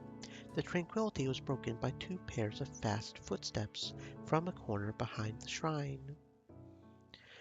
The blindfold girl rushed out from behind that corner, the priestess chasing hastily after. The priestess grabbed the blindfold girl's hand despite the latter trying to shake her off. The blindfold girl seemed angry. The priestess, on the other hand, looked desperate. Neither had noticed me, so they argued loudly. The blindfolded girl shouted, "Let go." The priestess frowned. "Not until you talk to me." The blindfolded girl smiled wryly for a moment. "There's a reason why I didn't want to cut strings anymore, but you know how that turned out. If subtle doesn't get through to you, the answer is badly. You can blame me, but you shouldn't do this. I love you, so why can't you understand?" Thinking I should call out to them, I found my words lost on my tongue, with the realization that I didn't know their names.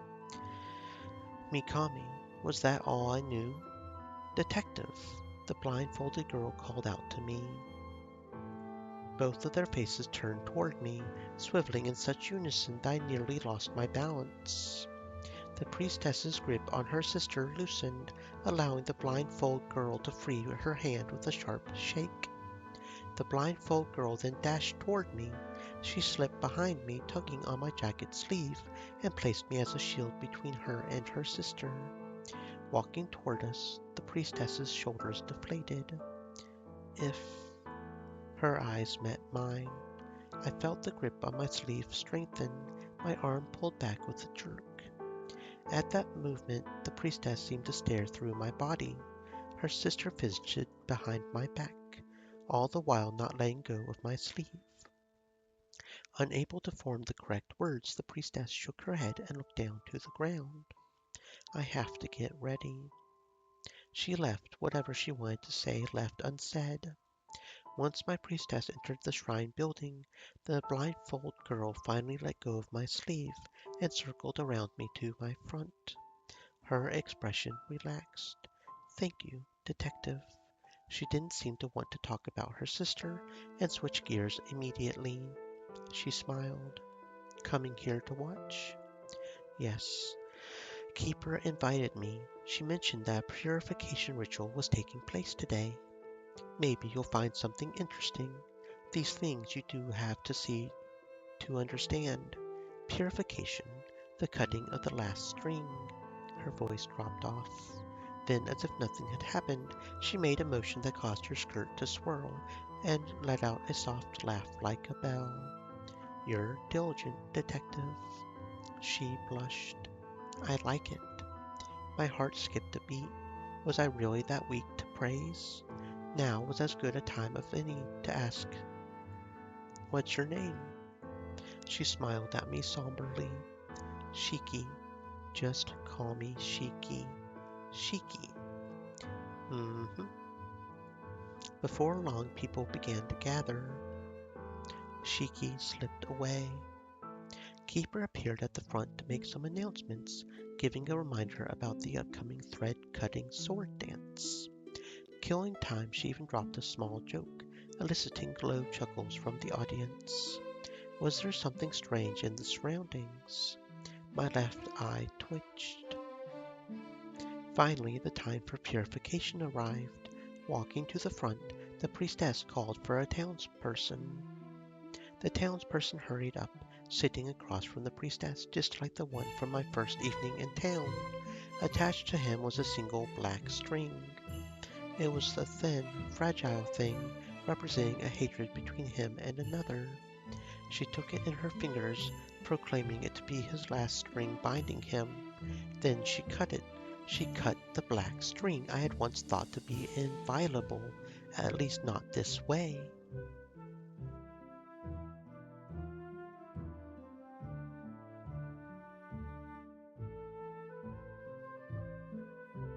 Beautiful.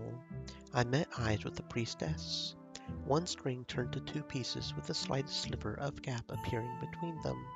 The string began to fall, dissipating into black specks. The string disappeared. The townsperson cried out in gratitude, clasping his hands together as he dropped to his knees. With conviction, the priestess declared the outcome. He is pure. An air of joy swept over the crowd. They began to applaud. I clapped my hand quietly along with them, observing their happy faces. After the clapping concluded, they fell into a prayer.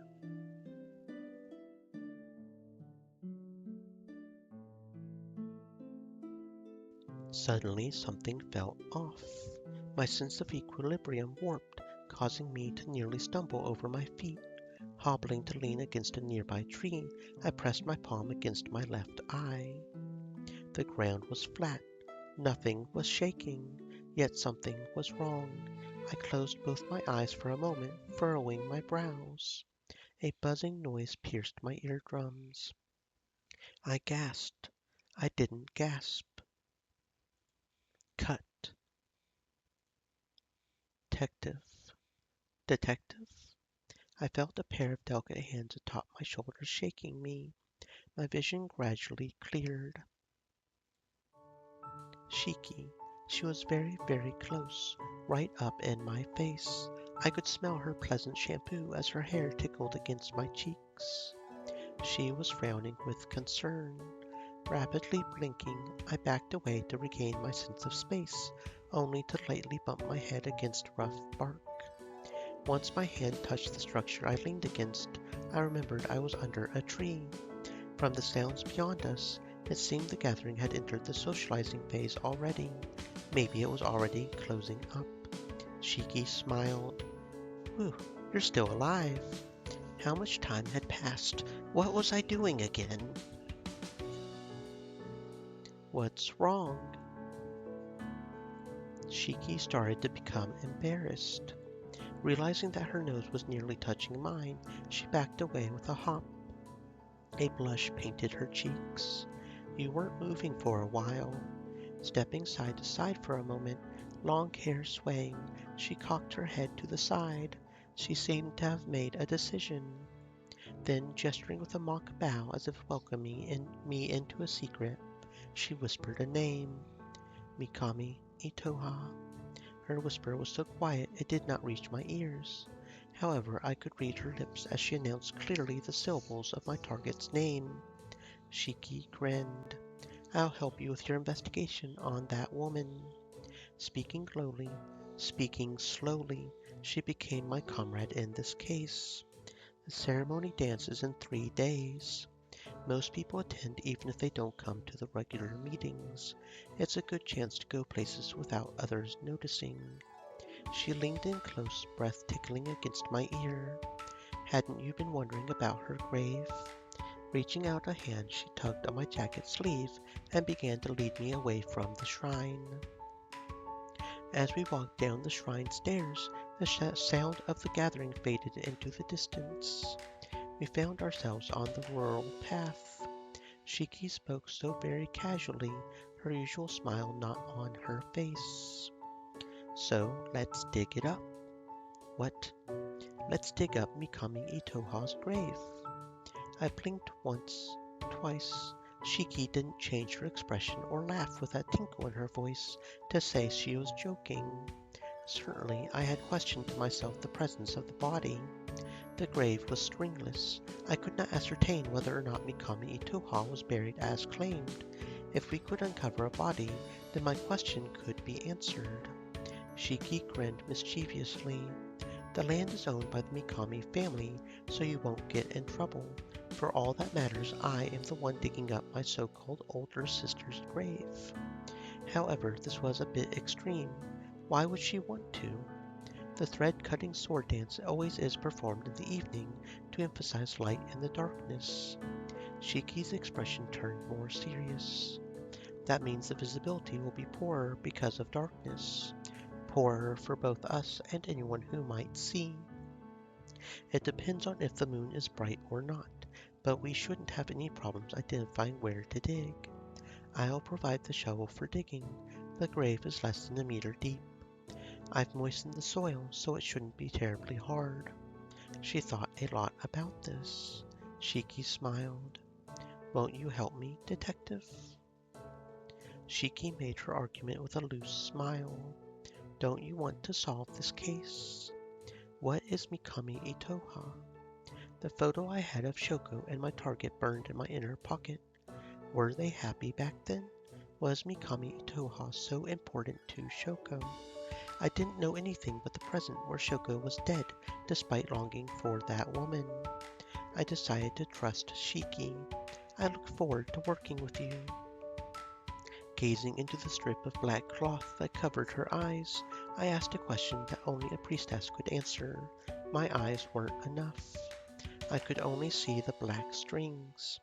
Does Mikami Itoha's grave have strings? She paused. Her smile left. No.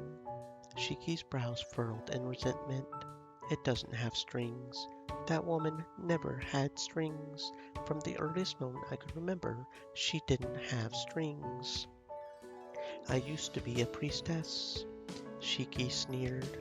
I have absolutely no interest anymore, so don't call me a priestess. It's rotten. The stringless god. Rather than cutting strings, I would rather tie them together. She frowned. I'm sure my sister has explained it. She gave me the general gist. In order for humans to reach true freedom, their strings must be cut, which is the blessing of the stringless god. I didn't buy it. Strings are the relationships between people, hatred and disgust, love and yearning, everything you could ever think of. Shiki smiled sadly for a moment. My sister and I can see the strings of the world. We can see all of them in every color. We were born with eyes like that, and bodies with the power to touch and cut these lines that to most other people don't exist. The Mikami family has always been deeply intertwined with the stringless god's following. We became priestesses and engaged in cutting, purging the false lines. Yet we can only see the strings, and we believed in the stringless god's sayings blindly. Shiki became more upset. Even if it is freedom to have them cut, they're just how the world works, so aren't they simply human relationships? Even if what we see, what we have are only fake emotions. She grinned wryly. I suppose I can't quite see anymore. She gestured over her hidden eyes. What do you see, detective? What do you mean? Her fingers ran through the air until they touched a black string. After running her index finger along it, she grabbed it and yanked, sending vibrations along the thin darkness. Don't play dumb. Without a doubt, she had figured me out. I see them too. My sight is much more limited than yours, but I've also always been able to see strings as well. They're black, and I've never been able to touch them. The black strings of hate. I hadn't told anyone about what I could see since childhood. I hadn't even told Shoko, my mentor, my partner, my friend. Shiki nodded, taking in my words. Her brows furrowed with sadness. Do you think that this world is beautiful? Beautiful. I saw a world crisscrossed with darkness. Realizing that I had lost my only companion with Shoko's departure, I wondered. I think it should be. If this world wasn't beautiful, I would be sad. Do you think that this world is beautiful, Shiki? Her smile disappeared, replaced with a lost look. I don't know. Then she smiled again and blushed. But I'm glad you see the world through such a kind lens. I'm just a private investigator. Anyways, how should I contact you? Would you prefer to exchange phone numbers or Lime? I took out my cell phone, tapping open my contacts and that green messaging app. Shiki pouted. I don't have a phone. Let's keep in touch in person instead. Meet me at the cemetery tomorrow morning, okay? I tucked my phone back into my pocket. What time? She smiled. 10 in the morning. Sure. Nodding at my agreement, she gave me a little wave. See you tomorrow, detective. See you. The rest of the day passed without anything of note. Once I crawled into bed, I fell asleep quickly as usual. Then I began to dream again. I returned to the city of Tato. Unlike usual, strings of all colors ran from edge to edge of my vision, but no people were around. I walked, turning my head back and forth to find the origin of the strings. Then I got stabbed. I recognized the presence. Ow. Stab. It actually hurt even though this was a dream, another version of the same old dream. Stab. My vision flickered. Like a light going out on a thin, thin candle, the dream ended. I bolted up in the futon, throwing the covers to the side, and hurriedly grasped at my chest, the place that still hurt as if it had cracked open. Upon sticking my hand through the gap in my pajamas, I touched my skin and found only the roughness of scars, with none of the wetness of blood. At most it was the sweat from my own palms. Feeling the sunlight filter into my room, I noticed that it was morning. In spite of the tumultuous nature of that sleep cycle, I somehow managed to sleep the whole night. That was rare. I stumbled to my feet, grabbing my phone from where it was charging to check the time. In fact, I had overslept. Groggily ignoring my poor appearance in the mirror, I went through a morning routine not worth mentioning and went to the cemetery. Shiki was there in her usual garb. Good morning, detective. She smiled. Somehow I feel a little sorry that you're spending so much time at the cemetery. I did come here on vacation. Shiki gasped. Really? At least partially. A kind of trip for recuperation. A forced break from my career due to health reasons, which gave me the chance to come here. Where did my vacation go again? Shiki grinned. Had you heard of the healing hot springs? Are they really that famous? I was under the assumption that every place tacked on something like that to their advertisements. Maybe. The sickly detective here to enjoy the healing hot springs, only to find herself entangled in the mystery of a dead woman. Shiki summarized my situation with a serious expression, like the narrator for a movie trailer. Something like that. Close enough. Sickly. I was in the hospital for a long time this year. Shiki's smile disappeared. I was assaulted on the streets by someone, and it didn't end nicely. For me, I mean.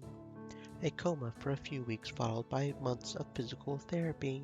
Before you know it, a year's gone by, but the aftermath doesn't just go away. Stream Elements said, "Stay moist, my friends. Hydrate." This is probably what you might call being forced to take a break. Shiki's brows furrowed. Did that have something to do with Mikami Itota? The person who attacked me is from this town, but as far as I can tell, he has nothing to do with Mikami Itoha. At the very least, my reasons for investigating her have nothing to do with him. I mentioned before that I'm doing this all for someone I care about, but I didn't tell you anything about her. I had a partner as a private investigator. She was my mentor and friend, a very important person to me. Her name was Shoko. She passed away. Is it almost 2 years ago? She was the one who cared about Mikami Itoha. I had never met the woman in my life, but for Shoko, Mikami Itoha was the person she loved. Oh, so she was. Someone she couldn't forget even after leaving this town, even though Shoko stayed in the city with me and never returned here. According to her, Mikami Itoha went missing 5 years ago. She told me that her biggest regret was not finding out what happened. I remembered sitting in the chair next to her hospital bed, holding her hand that had become so weak. She had laughed, the low laugh that made her throat vibrate in a funny way, and reassured me that she would be all right. We still had more cases to take on after all. But even she didn't believe her own words. She lamented at that time, in that place filled with sterile white. If only she could have met Itoha again. We never did take on that case. One day I'll die. If I die, then no one can resolve her regret. So I have to at least try a little bit and tell her what happened, even if I can't find out the entire truth. Suddenly, warmth wrapped around my fingers. Shiki took my hand and squeezed reassuringly. She smiled at me. You can do it, detective. Then she loosened her grip and let go of my hand, pausing in silence for a moment. To think that even Mikami Itoha had someone who cared about her. Was she that unlikable? No, there wasn't enough to dislike. She rarely interacted with other people, only talking with our father and Keeper. Even then she seemed to only talk to Keeper. What were we?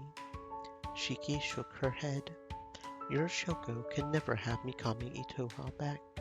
No matter what you find, Mikami Itoha as a human being will already be dead.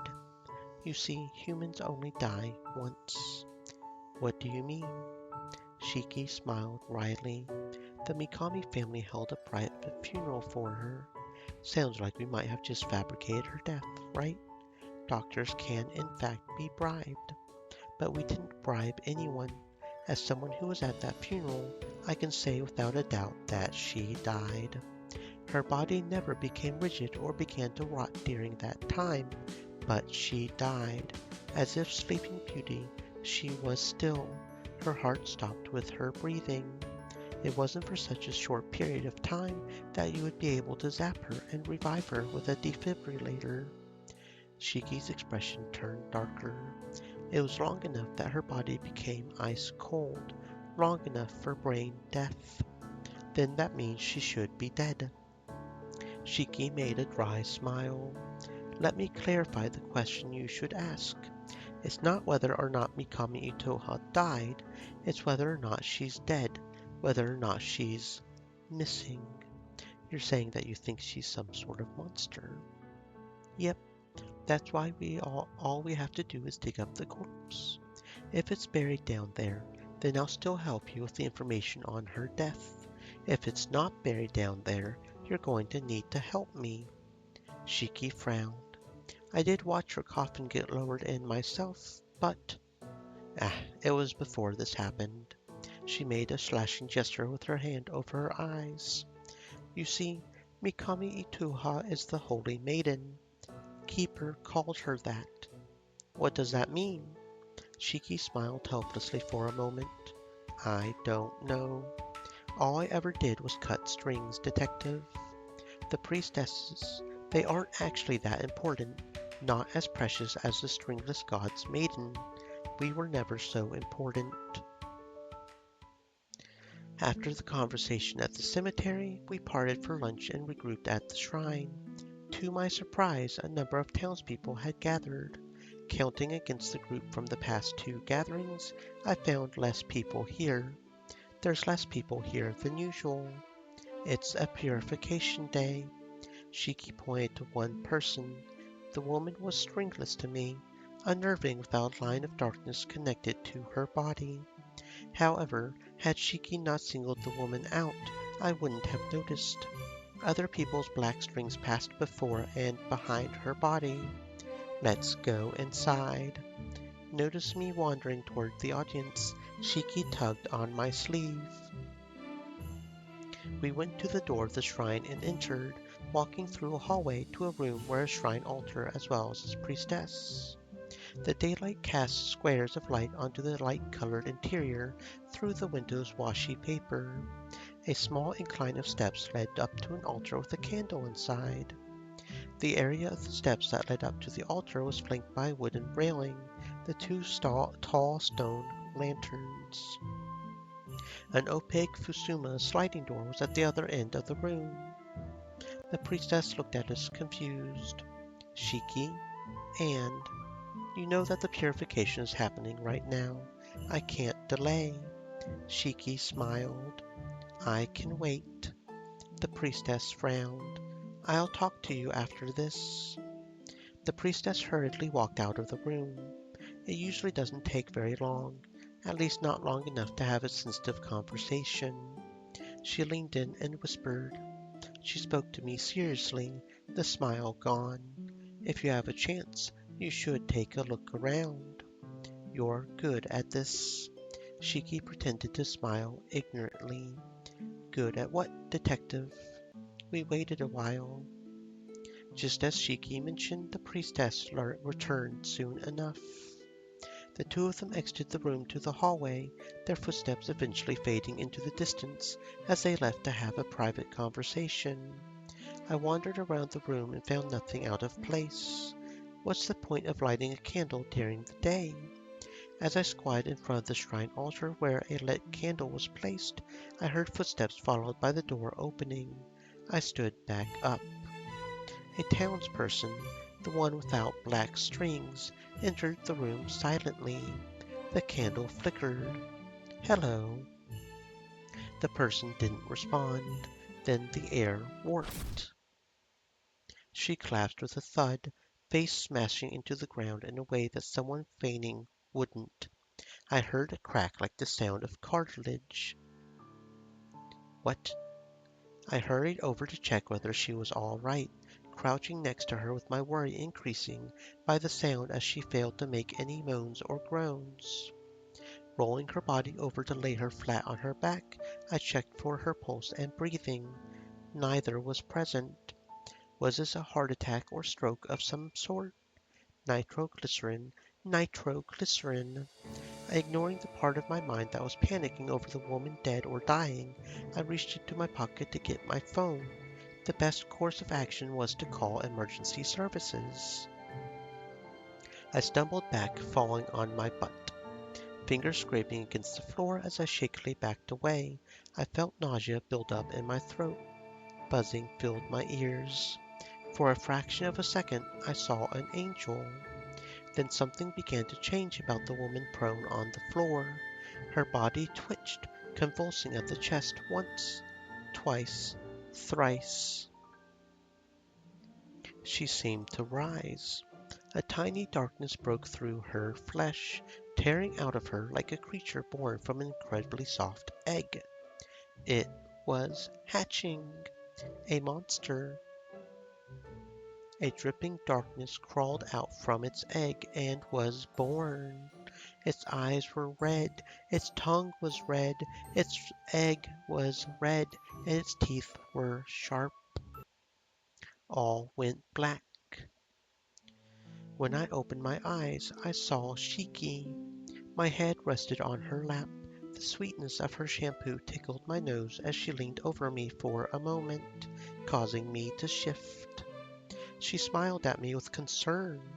Hello, detective. Are you prone to fainting? I rolled off, getting up with wobbly legs. No, it's not normal. What happened?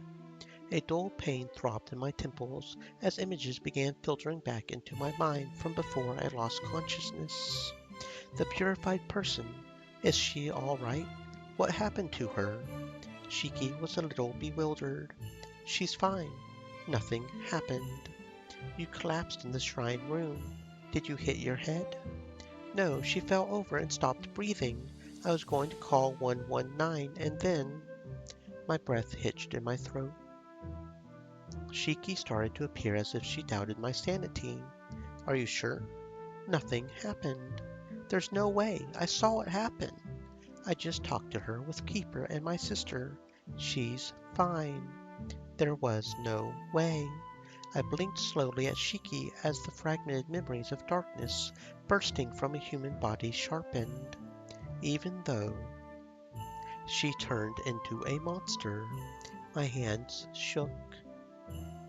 Detective, are you all right?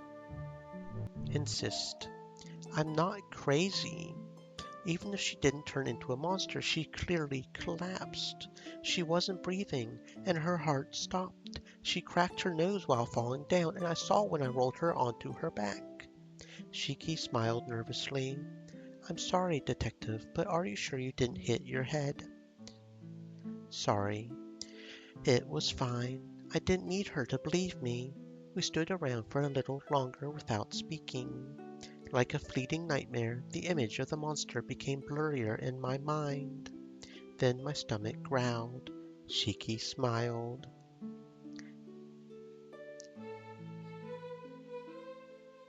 We went out for dinner together and started back home. She accompanied me all the way to the entrance of the inn. Night had fallen, the shoti lit up by the lights inside the inn. As I put my hand on the door, I turned to Shiki, who still hadn't left. You aren't going home?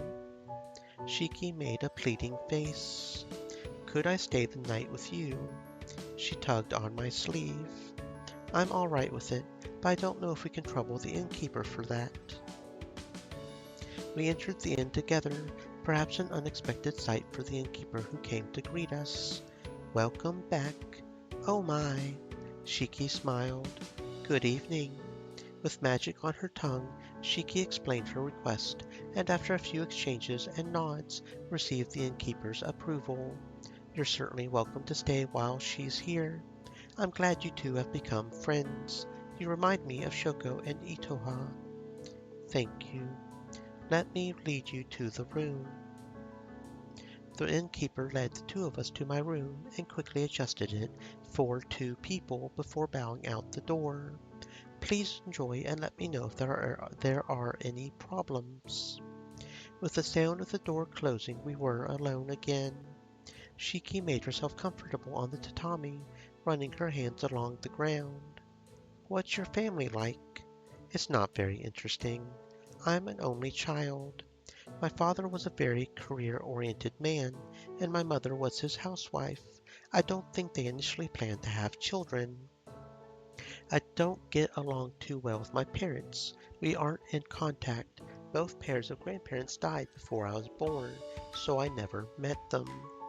There aren't any aunts or uncles involved either, so I would say I mostly live by myself. My family was myself. What are your parents like? Shiki frowned. My father was a businessman and the head of the shrine. She laughed. He was probably old enough to be my grandfather, so it was strange to see other people's parents so much younger than him. My mother. Shiki considered how to put things. I don't know. Shiki frowned deeper.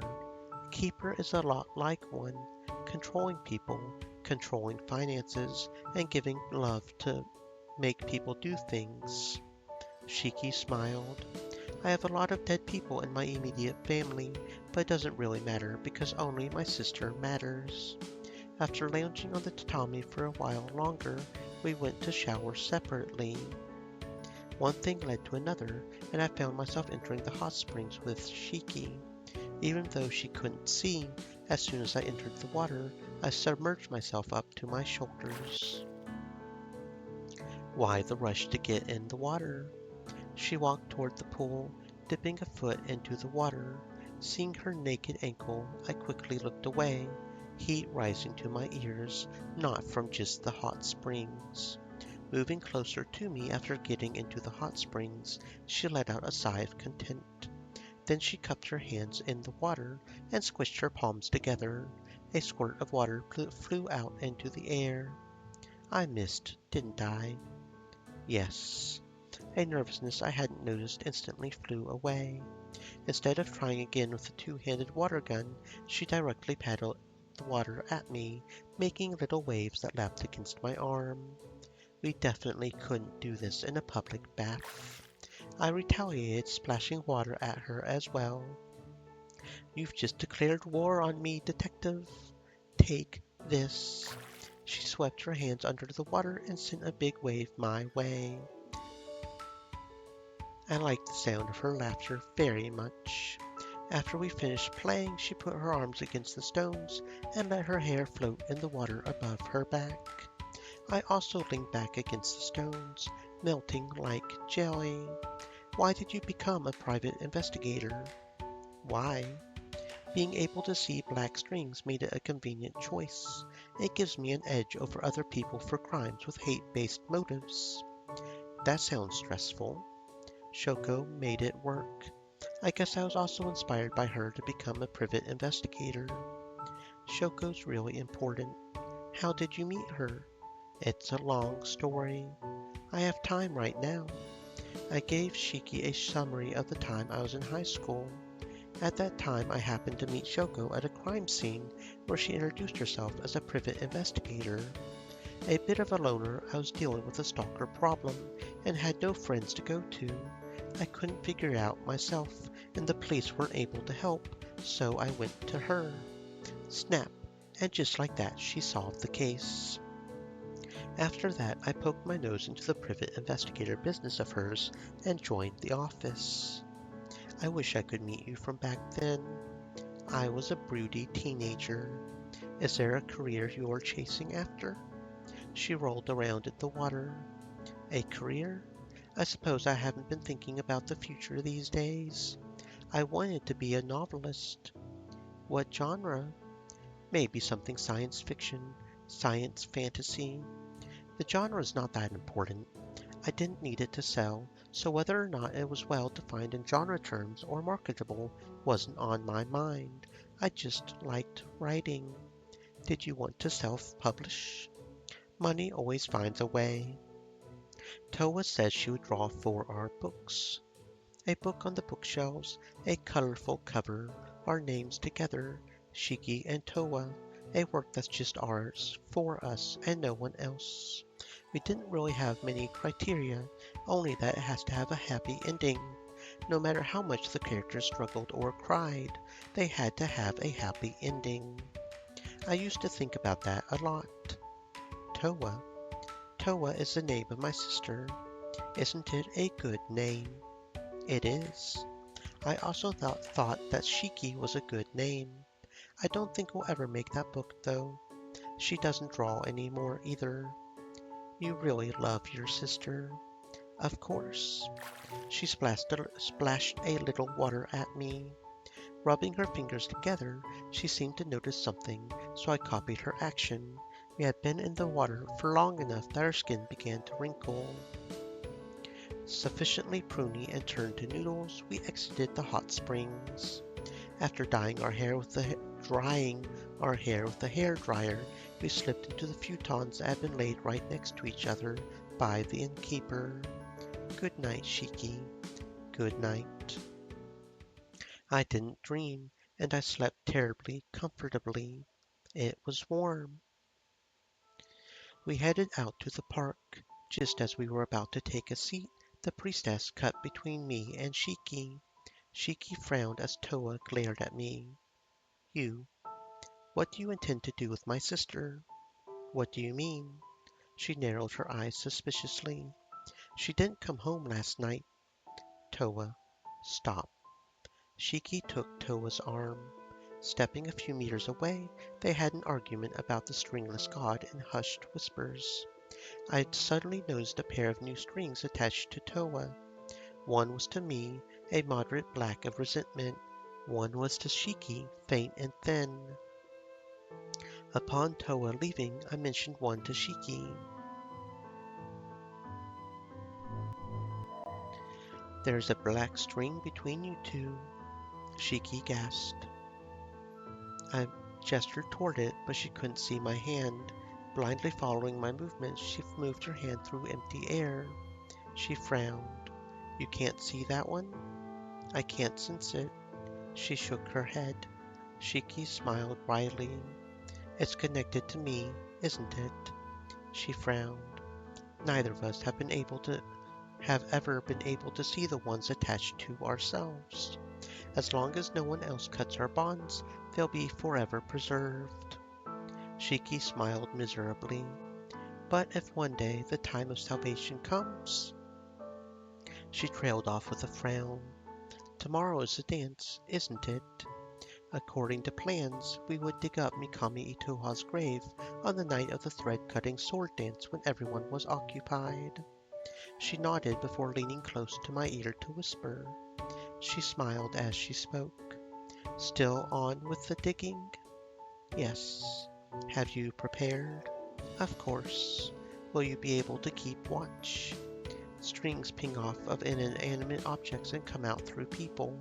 I have somewhat of a sense for my surroundings. Anything else, I'll keep my ears open for. All you need to do is dig. I felt my upper arms. I really wasn't strong at all, and considering my stamina, I wasn't sure how quickly we would be able to reach the coffin. What sort of Mikami Itoha would we find buried? I'll look forward to seeing our results. What a strange thing to say, looking forward to digging a grave. I felt a bit of regret that I would miss out on the ceremony dance. What's the dance like? Shiki frowned. It's a sword dance that makes the strings sing. I'm sorry that you'll miss my sister performing. A playful smile came to her lips. I'll show you, detective. She stepped back and twirled around before starting to dance for me. Holding a sword, she swept her arm to the side and flew around an imaginary stage. Her invisible blade cut through invisible strings. My heartbeat quickened. I seemed to see the air ripple and shine, sparkling with the light of infinite colors. The light favored her. It followed her movements as she cut in not a violent movement, but a smooth and delicate one. She was shining. If a world could be cruel to such a beautiful girl, then this world was wrong. After an ephemeral sequence, Shiki slowed her movements. Lowering the invisible blade, she opened her palm as if handing it off and stopped. She walked closer to me once more. Shiki's smile was a little somber. The choreography that I've always known is for two people. It'll become just one from now on. I applauded her performance just for me. She seemed a bit surprised. You're beautiful. Shiki blushed. She smiled. Thank you. With the sound of another pair of hands clapping also came footsteps. Shiki's beautiful smile ran away. Keeper appeared. Wonderful dance. She smiled. I'm happy to see that you two are getting along so well. Hello, Keeper. Shiki lowered her voice and gripped her hands tightly at her sides.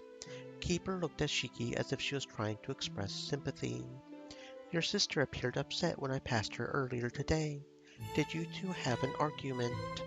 Shiki forced a smile. It's just a normal sibling squabble. You don't need to worry about it. Keeper relaxed. I see. It would be good if you can make up before the ceremony. It wouldn't do to dampen the light of the great prayer to the stringless god, lest we are unable to reach. Shiki responded blankly. Thank you for the advice. Then Keeper turned toward me. She gave me a floaty smile. I'm glad you were able to make it to a few of our gatherings. How did you find them, and do you have anything you would like to ask me? They were very educational. Could I ask about the priestesses? Specifically, why are they priestesses? Is it to do with the Mikami family? Keeper explained plainly. The Mikami family is the family of the shrine. That in and of itself does not define the role of a priestess of the stringless god. A priestess is someone who can see, and Mikami blood is not required. She smiled. A true priestess like our current priestess is capable of more. They can cut with their will because their birth was blessed by the stringless god. The strings that bind humanity are but fragile strings to them. Normal humans, even given the ability to see, need a special apparatus. Like what? A blessed sword. I tried to imagine what such a sword would look like. Before coming to this town, I had truly believed that there could be no such thing sharp enough to cut the strings between people, my untouchable black strings. Shiki made an annoyed smile. Don't you have to prepare, Keeper? I'm lucky to have the support of the many other believers of the Stringless God in this town. We have no worries about preparations at this moment. Keeper smiled politely at me. Again, I would like to invite our guests to the ceremony tomorrow. However, if I'm interrupting your conversation, I'm happy to leave you to talk for now. I'm sure we'll have a chance to speak another time. Her eyes narrowed. For example, at the time of salvation. Shiki frowned. Keeper bowed and left. The rest of the day passed by, as did the night. On the day of the thread-cutting sword dance, we split until evening when we planned to meet up at the location of the ceremony. Bushes and grass surrounded the area. The night hung overhead. The townspeople had constructed a wooden stage, which Toa would perform atop. It was massive, with strings of various colors tied around wooden poles and decorating the edge. The pale yellow backdrop had a large red ribbon pinned up with red spider lily bouquets. Long strings hung down from the bouquets and nearly touched the floor. White flowers snaked around the wooden columns in front. At the foot of the stage was a line of decoration that alternated between yellow lanterns and more red spider lilies. Shiki stood in the clearing with me. Let's wait until more people arrive. Townspeople arrived in groups. The viewing area quickly became crowded, covered with strings, less than I would have expected from this many people. The entire town seemed to have come to watch. Soon Toa appeared on the stage. Shiki watched her sister with concern. Toa. Toa began to dance, holding a sword in her hand. The way the blade glinted in the stage lighting made me think that must have been real. Time to go, detective. Moving away from the light, we entered darkness as we arrived at the cemetery. As usual, we ignored the general tombstones and entered the Mikami section, stopping before the grave that we were soon to desecrate. Shiki passed me a shovel and a pair of work gloves. She grinned. Time to dig, detective. The grin disappeared and she became determined. Mikami Itoha is waiting. I put on the gloves, propping up the shovel with my foot. After flexing my hands thrice under the rough cloth, I grabbed the shovel handle. Dead, I hope. Shiki stood by patiently. With a thrust, I stabbed the shovel head into the grave plot. Not an expert at digging, I used my foot to push against the shovel and fling a sizable chunk of dirt to the side. I dug and dug and dug. Bit by bit, a pile of dirt began to accumulate next to Mikami Itoha's grave, spilling over to the next person's plot. My arms grew sore, as did my back. What was the correct way to dig? I really had no clue, but I didn't let go of the shovel. Finally, I hit the coffin. In fact, the grave was relatively shallow, but I still had to uncover the rest of its length. I kept digging. How long had I dug? I felt as if I had shoveled for hours. Even the moon had seemingly moved. How much was left? The metal of the shovel made a squeal as it scraped against the coffin. At this point, I had stepped into the hole I created in the ground, the majority of the narrow coffin's length revealed beneath the dirt. If I took a particularly long stride, I could step out directly back to Shiki. As my chest throbbed and my arms wobbled simply holding the shovel, I doubted I could manage such a stride at the moment. Shiki passed me a bottle of water, and I took a sip, the cool liquid bringing relief to my throat. Wiping away my rapidly cooling sweat, I shoveled away the last of the dirt. I dropped the shovel outside of the pit and grabbed the lid of the coffin. With my hands unsteady, numb from holding the shovel for so long, I grasped at the lid a number of times before getting a decent hold on it. Then I pulled. With so much force that I flung myself backward into the dirt. I removed the lid that soon fell from my hands. Shiki was curious. What's inside? Nothing. There's nothing inside. Shiki frowned. All I could see was an empty coffin. Vertigo overcame me as I told myself to take deep breaths. Deep breaths. Deep breaths. The photo in my pocket burned. Shiki seemed upset. I tried to get out of the pit, but my body felt like my limbs were lead. As I put my hands on the slightly higher ground, I couldn't lift myself up enough to climb. Help me out. Shiki took my hands and slowly dragged me out. My body was going to rip apart. So she's not inside. Shiki looked mad. Mikami Itoha is missing. Shiki was insistent. We definitely buried her. I just wanted to dig up her corpse and verify.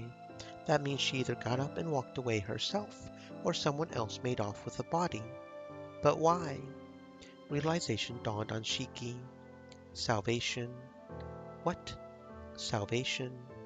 Mikami Itoha died, but she doesn't need to be dead. She's the Holy Maiden. Was that fear in her voice? What might you be doing here? Shiki's brows raised at the voice. Keeper's clear voice cut through our conversation. We turned in unison to find her behind us, the woman surrounded by monsters. Monsters, monsters, monsters, monsters, monsters, monsters, monsters, monsters, monsters. They were so close that I could see the broken flesh where the darkness burst out from the limp human bodies. Drip, drip, drip. Monsters. Keeper was surrounded by monsters, but her expression was the same as usual. I grabbed my chest, feeling the racing of my heart, trying to breathe and calm myself. I dug my fingers into my scars. Priestess. A distorted voice shrieked, sending me rushing to cover my ears. Shiki looked on defiantly. I, I have nothing to say. Did Shiki not see that those were monsters either? Even if her eyes were unable to perceive, shouldn't the noise of these creatures have alerted her? We had to run away. Grabbing her hand, I tried to lead Shiki away, only to find the ground disappear beneath my feet as a force rammed me from the back. Shiki gasped. What? I fell into the ditch I dug, crashing against the coffin, causing dirt to fall atop my shoulders. The moon hung over me in the night sky. You're kind of slow, aren't you? Drip, drip, drip, drip, drip, drip, drip, drip. The distortion of its voice hurt my ears. I couldn't hear what the monster was saying, if it was saying human words. Drip, drip, drip, drip, drip, drip, drip, drip. Bang! My head slammed against the ground. The monster had picked up the shovel and swung it at me. The impact gave me clarity for just a second. Stumbling to get up, I frantically moved my hands to regain balance. The shovel did not wait. Stab. Seeing the metal of the shovel embedded into my torso, I could help but feel that it was rather mundane for a monster to do. Kya! I was going to die, wasn't I? Watching as the shovel tore out of my body, sending a spray of red mixing with the dark of dirt. I met eyes with the monster, if that thing could be considered an eye. Everything hurt. It was looking at my left eye. Drip, drip, drip. Was that the sound of darkness, or my life escaping from the seams of my ragdoll body? Stab. I couldn't feel my legs. I couldn't bear to look down at myself. Had I been rent apart? I was scared, scared, scared, scared. Strings weren't meant to be read like this. They weren't meant to come out of human bodies. Sticky, sticky, sticky. Not my body. Not again. Why? Stab. Ah, I was dead. Splat. Well, that happened. Yep, we got another death. Dead 3. Yep, that happened, friends. We died. We done died. We done deaded.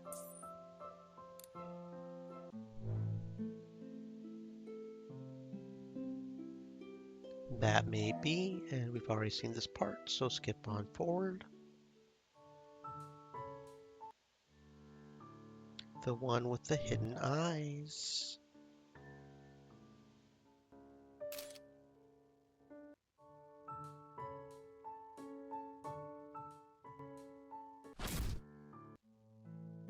Calm down. She took my hands into hers and squeezed. She was warm. Sorry. My shaking began to subside with her touch. I shouldn't start freaking out at you. Shiki gave me a reassuring smile. She frowned. If you're right, then the monster is very, very good at hiding. But I really do hope that there aren't monsters hiding inside of people. Me too. Left unsaid was the question of how this related to Mikami Itoha. We stood around for a little longer without speaking. Resentment against me. Your sister seems to hate me a little. Shiki raised her brows in surprise. She touched the string as if feeling out the thickness, letting it go once down. This extent is harmless. My sister doesn't hurt people. Contemplating an uncomfortable question, she paused. Shiki frowned. Do you want me to cut it? No, thanks. Tomorrow is the dance, isn't it?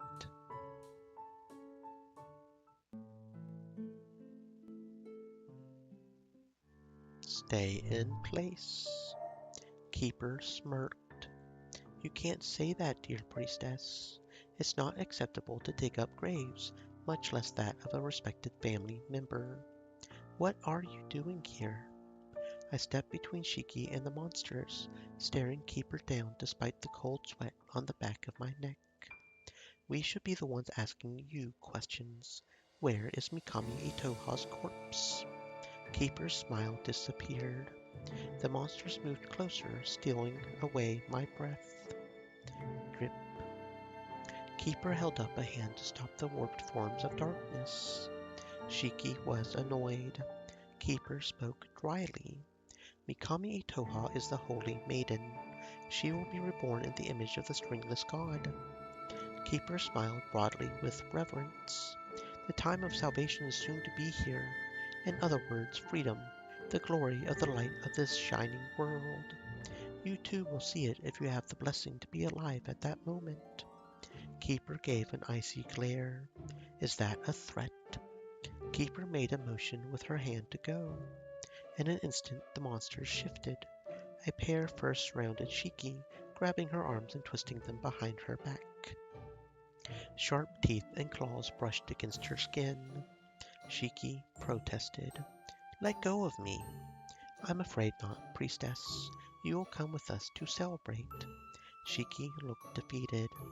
Drip, drip, drip. Throwing off my fear for a moment, I rushed forward to help her, only to stumble as a force tugged me back. Keeper looked like she was about to laugh. I felt red and darkness grip my arm, a distorted tongue lapping along my skin with cold, warm liquid, tasting and preparing me to eat. The monster was so close that I could see the details of its moving teeth. I froze. My words wouldn't come out. Shaking, I tried to remove the monster's grip, but it instead squeezed my arm harder, digging imaginary claws into my arm to make imaginary gouges. I bled. I didn't bleed. A soft whine of pain escaped from my throat. My vision shook as my legs lost strength, but the monster held me up, not letting me fall. My shoulder creaked, carrying my weight, my arm like a handle.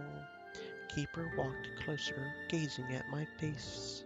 She traced along my cheek with a cold finger, touching on my right eyelid before pressing under my left eye. Her brows furrowed with excitement. Golden, a miraculous color. What does your eye see? Taking her hand off of my skin, she pointed at my left eye. The finger was so close that my vision wobbled trying to focus. I shook, yet I couldn't move away. If she came even a tiny millimeter closer, she could puncture it. Keeper touched my golden eye. All went black. I woke up to a dark room and a throbbing head. I could feel masonry underneath me. A single tiny light hanging overhead was the only source of illumination. Everything from the metal door to the stone walls was weathered and damp. Plumbing stuck out haphazardly from the walls and ceiling. I pressed my palm against my temple, wincing as I tried to remember what occurred after the cemetery confrontation. Nothing. Where am I? The place echoed my voice, emptier than a jail cell. Looking upward, I saw no windows. The stone floor and walls were cold, leaving a chill clinging to my body as I stood up. I was alone. Only the sparse black strings connected to my own body accompanied me. Hello? No one responded. Drip. I seemed to hear something in my ear. Monster. I swiveled my head to look behind me, feeling my heartbeat turn erratic as I remembered the monsters at the cemetery. I saw nothing. No black and red atop a human body. I saw no strings but my own. However, that was where monsters were. Monsters came with not a single string. They were darkness, dripping darkness that made the world undulate around them. Turning my head back and forth, I jumped at shadows that seemed to stare at me and red. I was scared. I couldn't stop shivering. Hugging my jacket closer to my body, I tried to erase the image of those monsters that had burned into my retinas. I couldn't, not even when I squeezed my eyelids shut. Shoko's photo was still inside my pocket. As always, she was silent. Shoko had already left. Drip. There was no water. I curled up. Darkness embraced me, and I tried to ignore its tongue and claws. There was nothing here. The muffled sound of footsteps entered my ears. I couldn't hear well beyond the stone walls and metal door. I think I'm going to puke. The door hinges squeaked as dim hallway light filtered in through the largening crack. Shiki? A familiar figure entered. It was Shiki. She spoke to me with a blank face. You're here. Where is this? We should be underground beneath the shrine right now. The pressure in my shoulders relaxed as we began to talk. Her brows furrowed. Do you remember what happened? No. After we dug up Mikami Itoha's grave, we found her body was missing. Then Keeper and those monsters showed up. After that, I can't remember anything. She raised her brows in surprise. Monsters. Shiki gave me a disarming smile. What's wrong, Mana?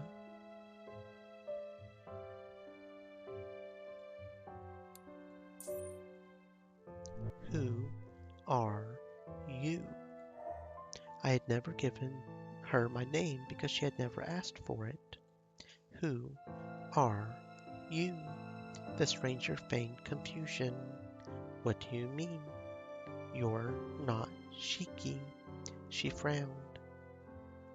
She pulled down the blindfold, revealing a pair of golden eyes. She stared at me blankly. Her face was the same as Shiki's. However, she wasn't Shiki. She couldn't be that girl who roped me in as an accomplice to grave digging, the girl who charmed me. Tearing the cloth off her face, she flung it to the side. Toa smiled a little. You can tell us apart. I can respect that. What can I say? She's special. Toa frowned somberly. Yes, she's special, my precious little sister. I don't know if you understand how special she is to me. Toa's brows furrowed in anger.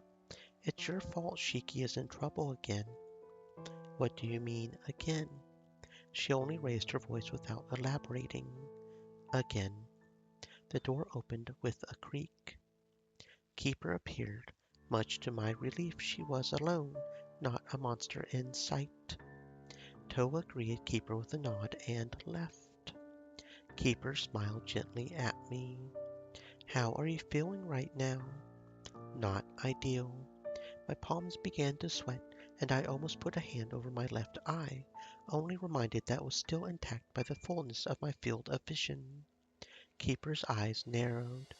I lament that you had to be treated so roughly as a consequence of your actions at the cemetery. It is not our intent to blindly hurt you, but grave digging cannot be allowed. She made a grave expression. Come, please follow me.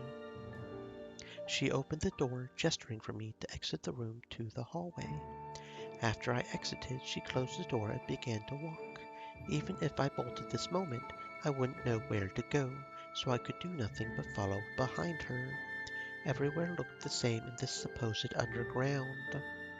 It was made up of rough and old bricks and flooring.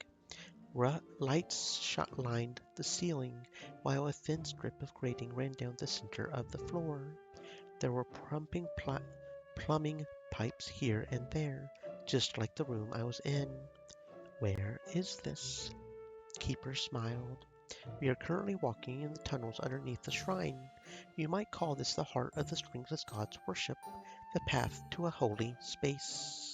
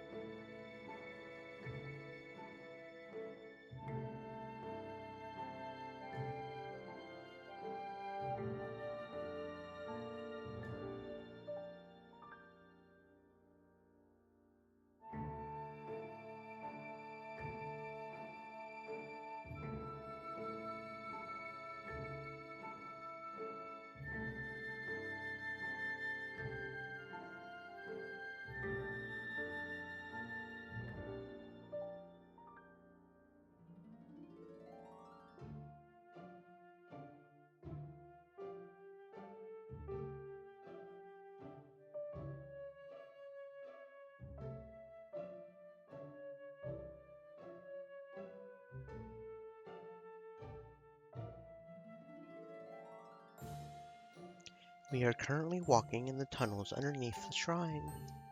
You might call this the heart of the stringless god's worship, the path to a holy space. Just as Toa had said, we were underground. Walking behind Keeper. I couldn't get a sense for the map of this place. How deep were we beneath the surface? Where was the exit? We reached a corner, but I wouldn't have known where it led to. What do you intend to do with me? Keeper smirked. Mistakes are merely a matter of fact for the young and ignorant, but we must teach you why what you did was incorrect. First, let us show you the blessings of the stringless god. Blessings. Yes, blessings. After taking a turn, we entered another room. A familiar blindfolded girl with a red dress was there. Shiki. Spotting Shiki, I hurried over to her. Her usual bright smile was gone. She raised her brows in surprise at the sound of my voice. Detective? Relief flooded into my system as I saw that she was all right. Keeper came up to us. I glanced at her in distrust, but kept my focus on Shiki, only to suddenly have cold metal touch against my wrist. Click. Keeper had handcuffed me to a pole across from Shiki. Tugging my arm, I heard the metal clang, but I could not pull myself free. The pole did not move, and it was structured with a wide top that prevented me from slipping the handcuff upward to escape. Keeper smiled sadistically. Cut her strings. Shiki's face fell. Shiki shook her head. Keeper's smile went away. She glared, commanding. This isn't a request. Cut her strings. Shiki, I'm sorry. This is all because I sinned. Her shaking hands ran along a black string, hesitating to touch it as if a single disturbance would destroy the thin line. Tears ran down her cheeks. It's okay. I trust you, Shiki. Is this how city people flirt? Maybe. I'm sorry, detective. Taking the string between her fingers, she pinched and cut the string. A flash of colors burst through my head like a bullet. It bloomed into flowers shown from shining strings, petals floating down to the ground with my sense of balance. Euphoria? An intensely comfortable sensation ran down my spine, jostling about in my brain as if all the tinkling puzzles in this world pieced together. Glass shattered, light erupted, everything and nothing. I gasped. My heart was racing, blood roaring in my ears like angels singing. Thrown back into reality, I felt as if I had lost a wonderful sensation. Before I knew it, Shiki's hands were holding me up as I had fallen over onto her. I'm sorry. She apologized with a voice that sounded like she was about to cry. Shiki was warm but trembling. Cut more of her strings. We only ever did one per person per event. That doesn't matter now. I can't. You will unless you would prefer us to cut something else from her. No one will know what happens here. Cut her strings. Shiki responded with silence, her fear congealing in the air. I was too disoriented to really tell what else Keeper would cut. My eyes, my limbs, my neck. Shiki held me down to my knees so I wouldn't fall over again. Pressing her face into my shoulder for just a second, she let her tears wet my jacket. I'm sorry. I'm sorry. My heart hurt. Why did she have to cry? Her hands unsteadily reached out to nothing in the air and ripped. Splash. Colors and light blew out my brains. I twitched. I don't know whose bonds these are to you. I'm sorry. Regretting her choice in string, she grasped at the invisible somethings to tie them back together, failing as her hands would not stay steady. I'm sorry. Cut her strings. Cut her strings. Cut her strings. Cut her strings. Cut her strings. Cut her strings. Cut her strings. Cut her strings.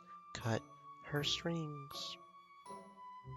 Cut, cut, cut, cut, cut, cut, cut, cut. My head turned to shining wet pudding mix. My teeth tasted sweet, gnashing against the pink fish in my mouth, and I drowned before breathing, before drowning, before breathing. I couldn't breathe because I needed to feel, but I didn't feel anything toward those people whose faces I couldn't remember. I'm sorry. I didn't want her to apologize. She was crying. Don't cry, said the spasming fish. Cut her strings. The cycle continued. I lost track of how many strings were cut, staring blankly at the distorted colors in the air as I slumped over Shiki's body. I felt blood drip from my nose, tasting the iron on my tongue. My ears were also a little wet. Something sticky was flowing down my neck. Despite my flickering vision, I could feel her warmth and her shoulders move as she hiccuped, crying still for me. I'm sorry, Detective. Grasping blindly into the air, I found her hand and held it tightly. Could call me by my name instead. Manna. She was still so warm. Manna. I closed my eyes. What if I never woke up again? It would probably make her cry more. I didn't want that. Thinking that I hadn't yet set my alarm for the morning, I fell into darkness. Now then, what was darkness? Some considered it the absence of light. Others considered it the abundance of black. For me, it was nothing but a constant. Cold water splashed onto my face, jolting my eyes open and sending me coughing for air. Good morning. I awoke in a puddle of blood, sweat, and liquids dripping from my head, including the water Keeper had just splashed at me. She stared down at me blankly. With a click, she removed the handcuffs from my wrists. Shiki was nowhere to be seen. Keeper dragged me along the ground and threw me out against a wall. Despite her thin appearance, she held deceiving strength in her arms. Keeper beamed like she was about to laugh, overjoyed. Rejoice, for the day of salvation has come. The dead holy woman has been revived. She smirked at me. Do you still wish to know about Mikami Itoha? Mikami Itoha? Of course. May you receive the blessings of the stringless god. Then the woman appeared. Soft footsteps down the corridor caught my attention. Mikami Itoha, wearing that face so similar to Shiki's, appeared as if not aged a day since the photo in my pocket. She wore a white dress and had black hair and pale skin, just like the twins. A single crystal earring hung on her right ear. Her eyes were red and looked slightly off. There she was, a dead woman walking. Just like her grave itself, her body had no strings. This was the person Shoko yearned for. My left eye twitched. Her presence made the air chill, sending shivers down my spine. Keeper bowed deeply to Mikami Itoha and took her leave. Mikami Itoha. Your younger sister was also wondering about your whereabouts. Itoha frowned. Mikami Itoha doesn't have any siblings. I thought about the twins who claimed to be her younger siblings. Was that a lie? And why? Mikami Itoha closed the distance between us, her very presence freezing my nerves. Looking into her eyes, I saw all the colors of the world as well as none of the colors of the world. She wasn't human. She was cold, stringless darkness. My shoulder crashed against the stone wall as I tried to back away. Her eyes narrowed in disappointment. Pitiful human, is that the extent of what you can understand with your golden eye? Her hand reached out toward my left eye. Her fingertips felt like ice. She touched my eye and gouged it out. Well, shit. Okay.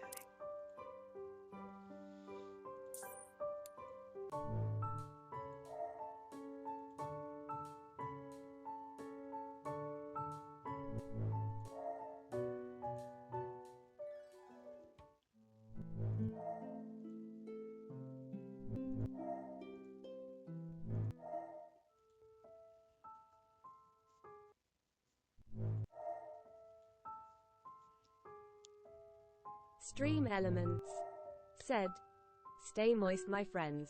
Hydrate. Regardless of my own flimsy clues to Mikami Itoha's whereabouts, I had a particular feeling about the girl in front of me. You also think so. She also had some sort of grievance with the matter of Mikami Itoha. Perhaps the woman truly was dead. However, her death was possibly suspicious. If she wasn't dead, then that in itself was suspicious. Is Mikami Itoha dead? She frowned. Mikami Itoha is dead. My sight wasn't a lie detector, so I just stared at her without speaking.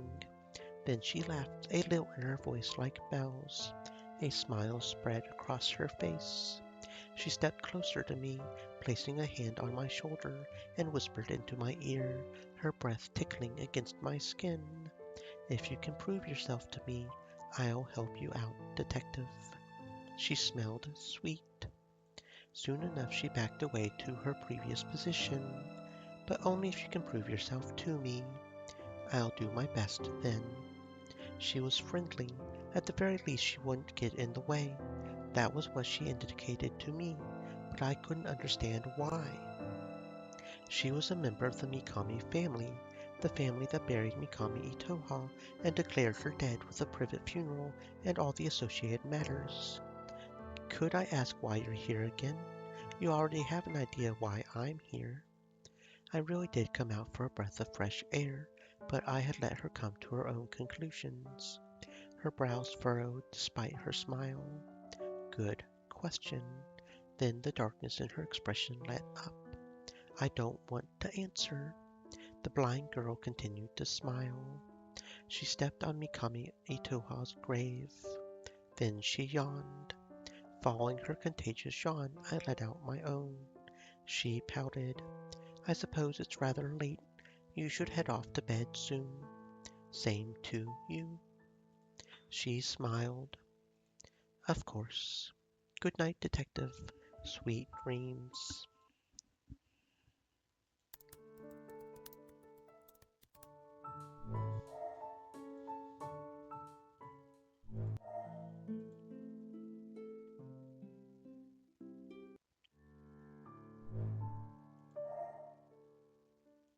The priestess looked at me with a serious expression.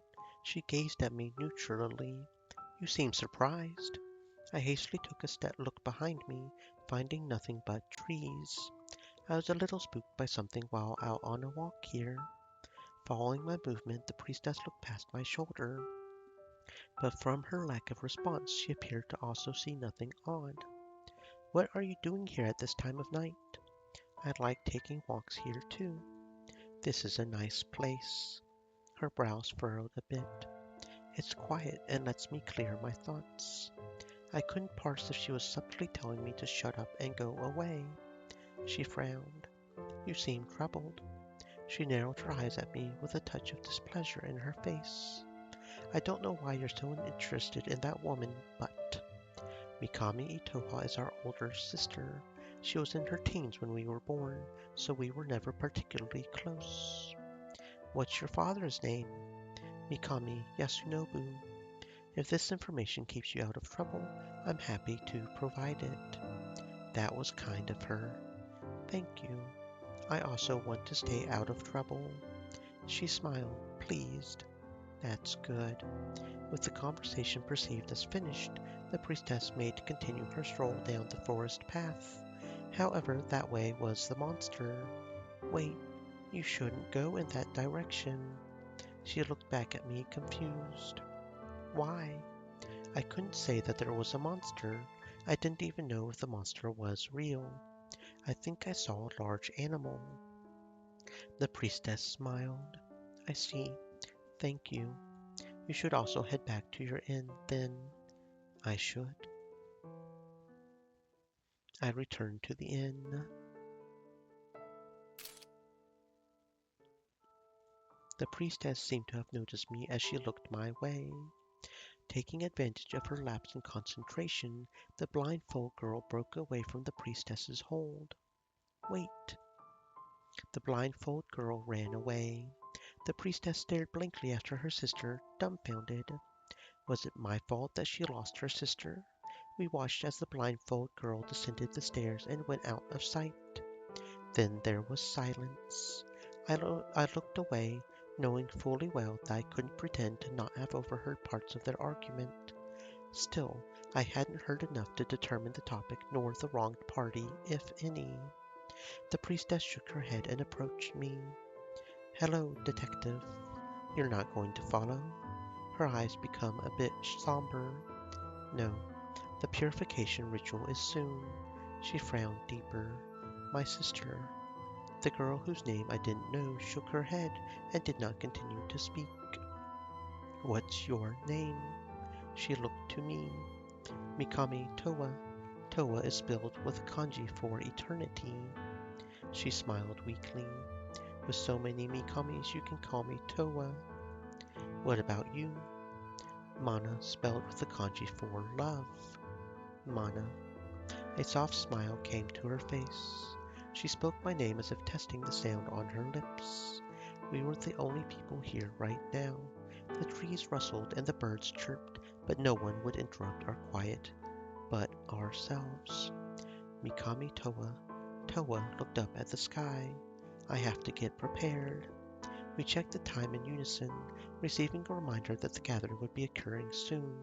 Someone's last string would be cut, and what the shrine called purification. Good luck. She smiled at me. She nodded and walked away, entering the shrine building. Before long, people began to gather. Keeper appeared at the front to make some announcements, giving a reminder about the upcoming thread-cutting sword dance. What did you think about the string cutting?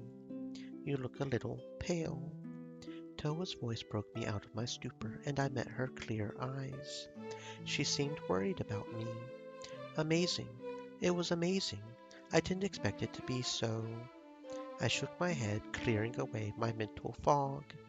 Towa relaxed. Glancing around, I found that the townspeople had already gotten out refreshments and were mingling, happily chatting about various topics. The person whose string was cut was nowhere to be seen. Where did the purified person go? They usually go talk to Keeper after purification. Towa gestured toward the shrine building. There's another purification happening tomorrow. She frowned. Today's was a black string. Hatred. We saw the same thing. Black. Hatred. These lines, these thin lines that linked people, she saw and cut, and the color in her eyes was the same as in mine. Actually, I can also see them. Towa's brows raised at my sudden confession. I didn't know what overcame me. I hadn't told anyone of my sight since childhood, having long grown past the age where speaking of imaginations was still considered the norm. I hadn't even told Shoko. It was because this girl also had the same madness as me. She looked at me fondly and smiled. I had a feeling. She interrogated me curiously. What do you see? How do you see it? I just see the black strings. They're of varying thicknesses and transparencies, but in the end, they're all just strings of hatred. It's convenient for my job as a detective. There are plenty of people who commit crimes who hold strong negative emotions toward the victims of their crimes. I reached out toward a black string in the air, and my fingers passed right through. However, I can't touch them, not like you can. I had never even thought about it before. After all, I had always thought that strings weren't meant to be cut. They're untouchable as human bonds should be, only affected by people's own thoughts. To me, it's really rather strange that you cut them. They're false, you said. You see more than just black strings, right? Not just hatred, but other emotions. She smiled. Yes. Then why'd you cut the kinder feelings too? Towa hesitated with a frown. It's freedom. She smiled slightly, a bit painfully. Everyone is happy when I cut their strings. Turning her head, she seemed to look around for someone. Amidst the crowd of townspeople, her target was not here. Her sister was not here. Then she refocused on me. What does getting your string cut feel like? Towa fiddled with her watch while thinking. She smiled. Good. Would you like me to cut a string? I paused for a moment to contemplate. One intimate thing, allowing someone else to touch and cut your emotions. I slowly nodded. I have to finish up first. She started to walk away. You can follow. Towa led me inside the shrine building. Slipping off our shoes at the entrance, we made our way to a room with an altar. The daylight cast squares of light onto the light-colored interior through the window's washy paper. A small incline of steps led up to an altar with a candle holder inside. The area of the steps that led up to the altar was flanked by wooden railing and two tall stone lanterns. An opaque Fusuma sliding door was at the other end of the room. She retrieved a matchbox, striking it twice to create a flame, and relit the candles in the altar. The flame wobbled, a haze drifting out from the altar. The air danced with colors lit by a tiny, minuscule fire atop an austere candle. I breathed in a sweet scent. Kneeling before the altar, she prayed. Her eyes were closed and her hands together. She silently communicated to her God. As she did, the candlelight seemed to grow brighter and stabilize. The haze disappeared. She stood up, returning to my side. What's the candle's scent? Tasting the remnants of the smell, I tried to think of what flavor the candle was. Fruity? Not quite. It resembled more so caramel. Toa gave me a confused look.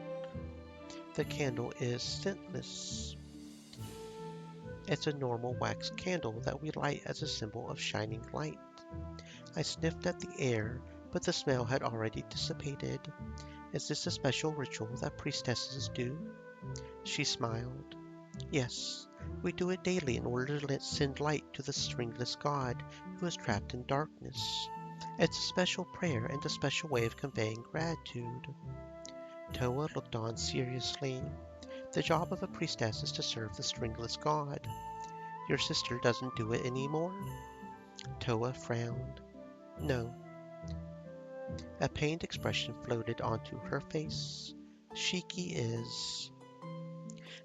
doesn't perform anymore, but she's still a priestess of the stringless god, as long as she's willing to. Is Shiki her name? Toa smiled. Yes. Warmth crept into Toa's voice as she spoke her sister's name, making me a little sour in my heart. How is it written? With the character for string and the character for hope. She gestured at the air, tracing out the kanji with her right index finger. I nodded along to her movements, remembering the photo in my pocket.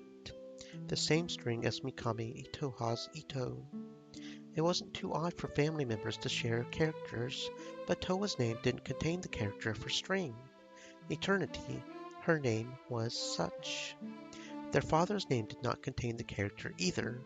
Given the small sample size, I wondered if it meant anything, not remembering clearly the names in the cemetery. Yes.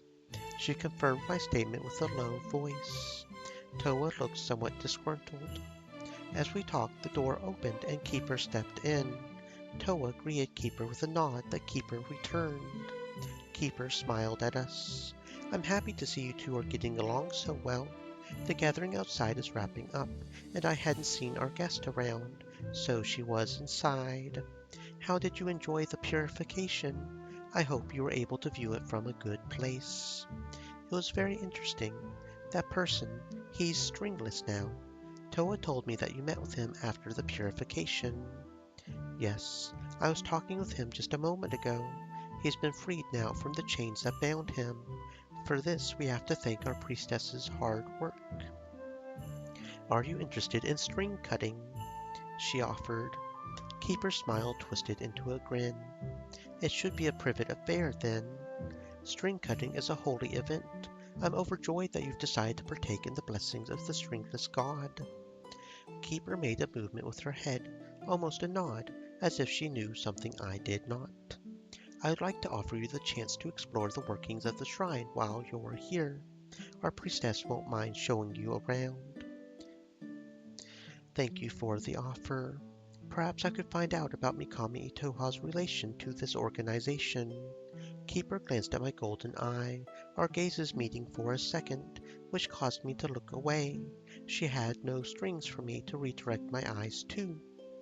She looked at it fondly. Toa seemed a bit off-put herself. You have a golden eye like our priestesses. It suits you. Thank you. No, thank you for coming here. I'll take my leave now to give you two privacy, but please do take your time. The first cutting is very special, and I hope you will enjoy it. No one will come in until you finish. Giving both of us a bow, Keeper left, closing the door quietly behind her. Shall we cut a string now? Toa nodded, looking at me, through me with her golden eyes. She ran her hands through the air. The strings I could see swayed, dancing to her slender fingers. Could you cut a black one? I would like to see what happens. Which one would you like?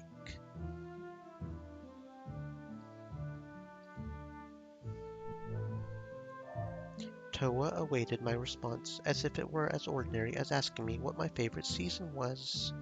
The thin one over here. I gestured to a thread before me. In the end, I didn't want to risk something important being snipped away. After all, these strings were my feelings towards someone. Toa nodded, tracing her finger along the black line. How does cutting the string affect the relationships between people? She smiled.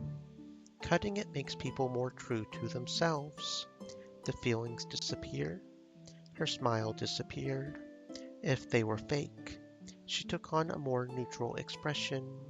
You have few strings, Mana. I liked her voice, and I wanted to hear her call my name more. Was this the second time? I felt a little heat rise to my ears.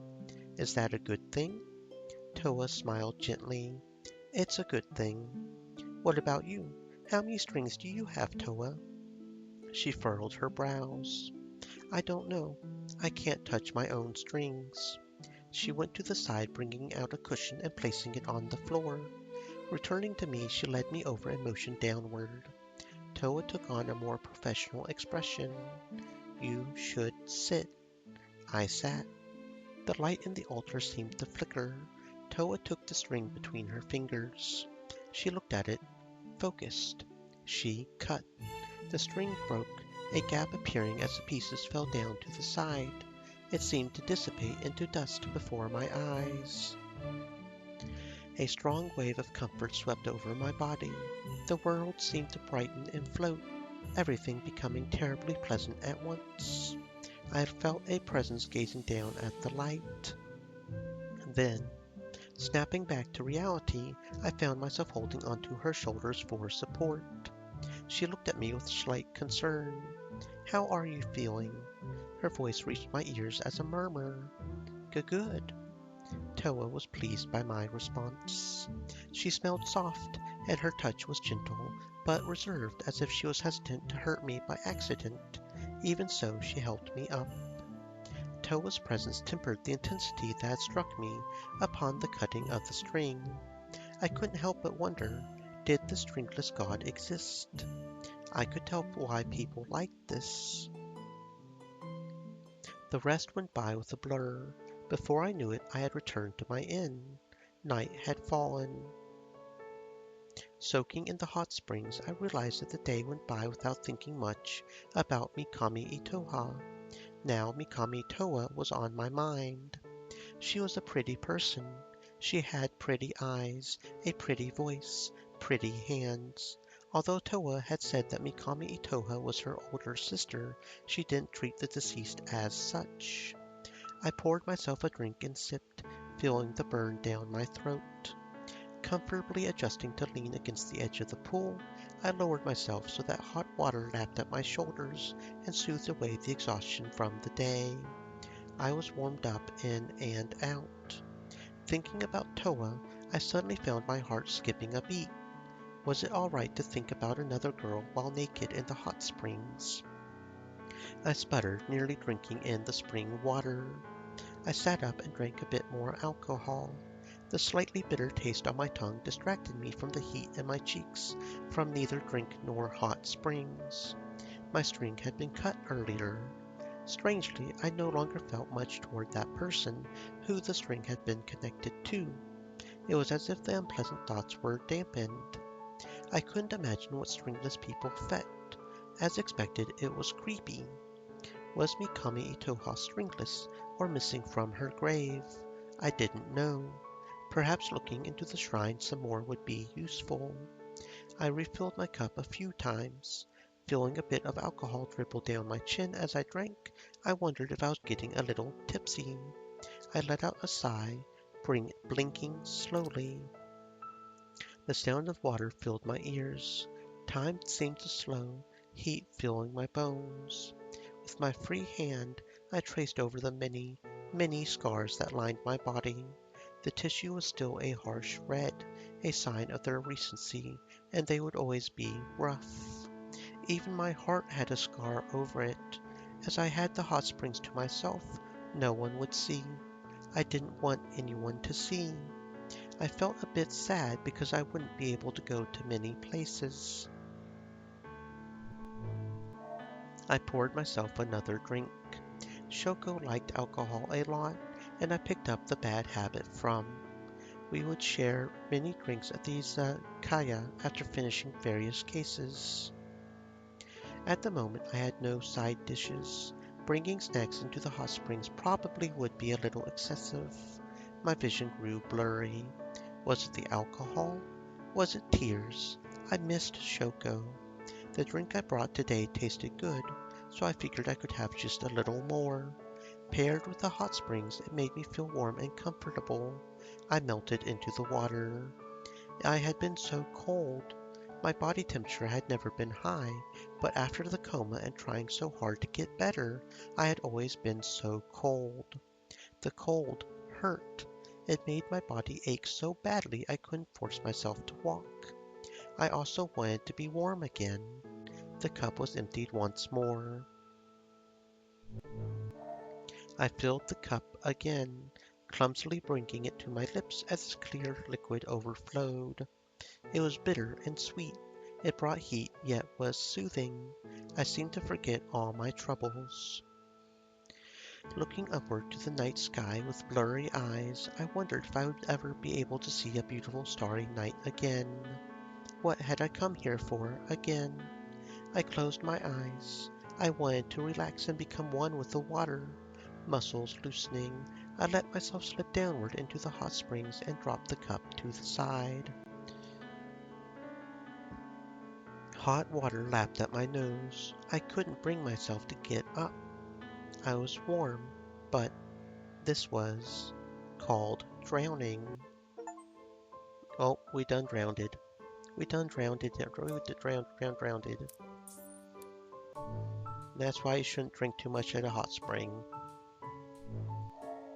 Do you happen to have a relative who looks extremely similar to you? She smiled.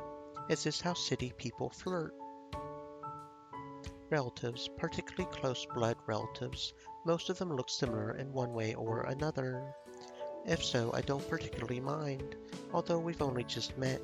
I'm flattered. The next word she murmured quietly. She appeared deep in thought. I wonder if you've met my sister. Unlikely. She made a smile of certainty. Taking a thinking pose, she nimbly twirled around on the even ground and faced me with a shake of her head as if coming to a conclusion. Feeling a chill settle on my shoulders, I decided to go now. After taking one step, I turned back toward Mikami Itoha's tombstone. Nothing had changed. Was she yet another person with that same face? When I looked closer, she had golden eyes too. Mikami Itoha, Mikami Itoha, Mikami Itoha. I couldn't say if there was one, two, or three of this woman whom Shoko yearned for. Considering age and the relative youth of the girl at the front, I conjectured the number should be a question of two or three.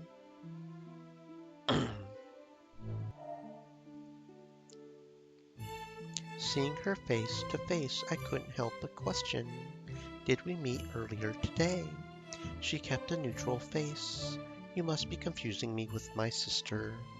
We're twins. I see. Are you both priestesses? The priestess frowned. Yes, but she's taking a break from the role. At the moment, I am fulfilling most of the necessary activities.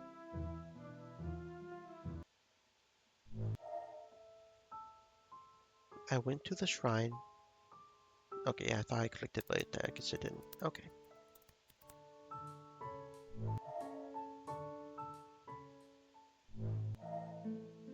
I'm not sure. She looked a bit disappointed. You've uncovered many mysteries as a detective. What do you see in this world? I paused.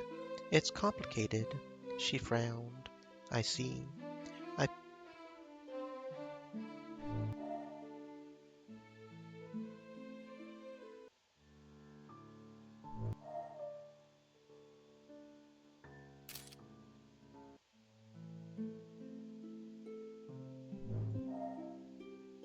Toa awaited my response as if it were as ordinary as asking me what my favorite season was. The thick one over here. I gestured toward a black string. I didn't need this relationship, not to the chromosome donor it was connected to. I was drunk, definitely drunk. What am I doing? My expression reflected in the rippling water seemed to question myself. Who was this person supposed to be?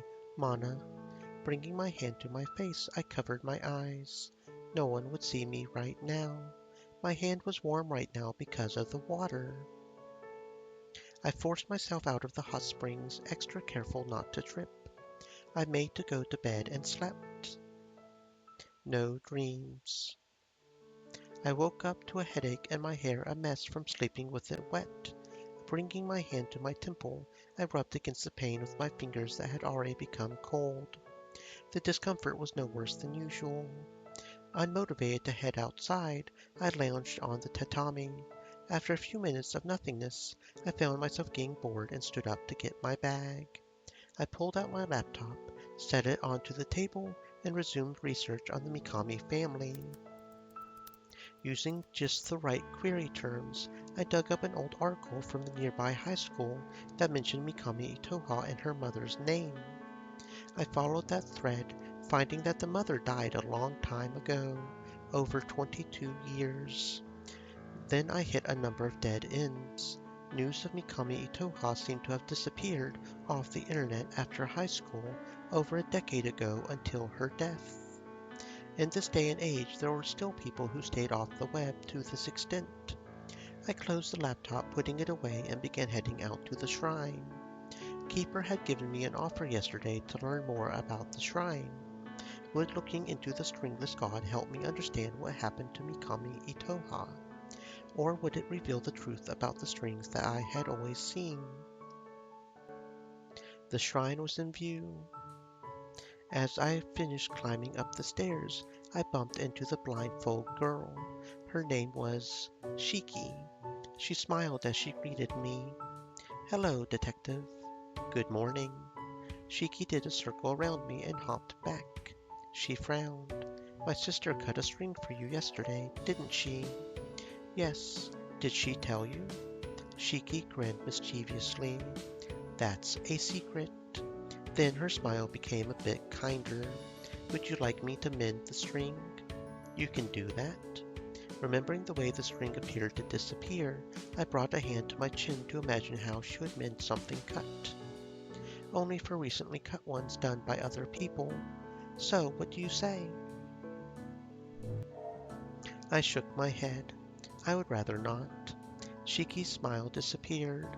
She frowned, brows raised. You don't care about that relationship? If I don't feel it, then it's fake, isn't it? That's what your sister said. Fake. That emotion was fake. Cutting away such fake feelings would lead to freedom. I wasn't totally convinced of that rhetoric. Shiki seemed hesitant. I see. I just didn't care for that string. Then Toa walked over, coming out of the shrine building. Her brows raised in surprise. Mana? Shiki. Good morning. Shiki seemed a bit listless. She smiled sadly. I came here because I wanted to talk with you, but I suddenly don't know what to say. Toa frowned. Is it about what we were talking about yesterday? Shiki too frowned. Mm-hmm. She became very displeased. I know I can't change your mind. You won't be able to change mine either. Just don't go getting into trouble, all right? Toa smiled painfully. That's my line. Maybe. Shiki's smile was filled with anguish. Cutting strings, that's what you choose to do. Shiki frowned as she addressed me.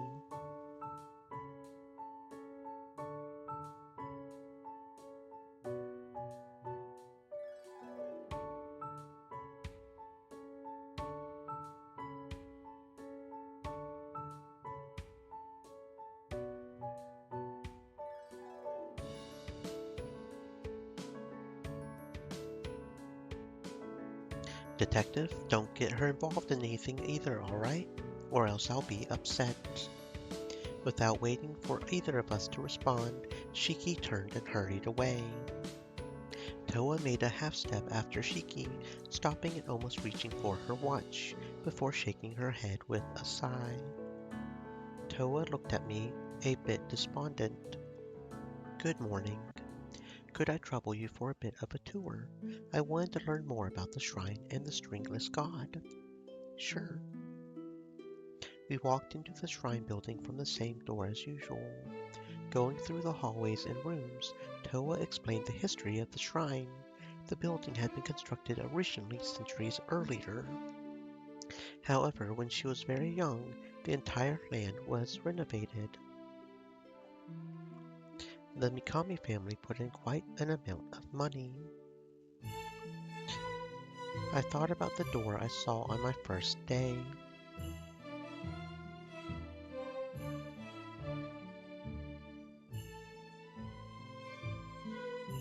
The Mikami family was the family of the shrine. Although they weren't the original keepers of this land, they had been in charge for generations now. Apparently this was a holy land. As for what was holy, Toa only mentioned the presence of the stringless god. Why do you believe in the stringless god? Toa replied as if I were asking a silly question. Because I can see the strings. Could Mikami Toa also see them? She frowned. I don't know. That woman is a holy woman, but I don't know. Toa relit the candle in the altar. Could I talk with the person who's being purified today after the purification? I would have to ask Keeper. Then my stomach growled. Sheepishly looking down, I pulled out my phone to check the time. We split for lunch. I returned to the shrine, finding a few townspeople already present. Before long, the event started. A woman without strings made her way to the front, sitting down in the chair for cutting. How unnerving. I pinched the bridge of my nose and wondered what color her final string was. A hush fell over the crowd as Toa appeared. Toa took an invisible string between her fingers. No matter how hard I squinted, I could not see. She looked resolute as she spoke. This is the last string binding you. May the blessings of the stringless god be with you on your path to freedom. She spoke with a clear voice, holding onto the string that must have been reflected in her eyes. My gaze was drawn to her slender fingers that held such power. With a sharp movement, she cut the string. She watched her movements with great focus. The townsperson shook with joy, crying out as she fell to her knees, hands clasped together in grateful prayer. She is pure. After applauding at her words, the crowd soon fell silent into prayer. A tap on my shoulder jolted me out of my daze. In my surprise, I nearly tripped over, only saved by the cool hands of the tapper. It was Keeper. Toa mentioned that you wanted to meet with the purified party after the purification. As such, I would like to invite you inside for a talk. She smiled. What were your thoughts on the ritual? Amazing, again. And about our priestess? I like her. The keeper seemed pleased. I'm glad to hear. I followed Keeper inside the shrine building, entering again the familiar altar room. Bowing at the entrance, Keeper left. I took out my phone to fiddle with as I waited. Soon I heard footsteps outside the room. followed by the door opening. Lowering my phone, I looked toward the townsperson who silently entered the room. The candle in the altar flickered. Something warped in my vision. She collapsed face first, head smashing to the ground, limbs limp as they hit the floor with a bounce. I heard a crack like the sound of cartilage. The air thickened, becoming like syrup, as I tried to process the sight before me. What? I dropped my phone in a panic, hearing the impact of the case on the ground, yet not hearing it. Hurriedly shaking my head, I rushed over to check if she was all right. The woman made no sounds. I rolled her over, forcing my hands under her, and searched for breathing or a pulse. I found neither. She was dead. I had to do something. I had to do something. Was this a stroke, a heart attack, or some other issue that could cause a person to drop dead? No, I wasn't a doctor. I couldn't do anything. I stumbled backward, tripping as I grabbed my phone from the floor. I tried to unlock the device to call emergency services with shaky hands. Vertigo overtook my body, causing my phone to drop again. I reached for it only for a sharp wave of nausea to pierce through my gut. Buzzing filled my ears and forced my twitching hands over them to block the noise. I heaved, but nothing came out. For a fraction of a second I heard an angel. Then something began to change about the woman prone on the floor. Her body twitched, convulsing at the chest once, twice, thrice. She seemed to rise to her feet. A tiny darkness broke through her flesh, tearing out of her like a creature born from an incredibly soft egg. It was hatching, a monster. A dripping darkness crawled out from its egg and was born. Its eyes were red, its tongue was red, its egg was red, and its teeth were sharp. You're very special, Shirasagi Mana. All went black. When I opened my eyes, I was outside. It was still day at the shrine. Standing amidst the townspeople mingling, I was halfway through eating a cookie as I recoiled from what I remembered seeing. As such, the cookie went down my throat the wrong way, sending me into a mild coughing fit. Toa, who was standing beside me, gently patted my back and handed me some water. Beside her was a familiar townsperson and the woman from earlier, with the monster bursting forth from her back, her ribs jutting out like a blooming ivory flower.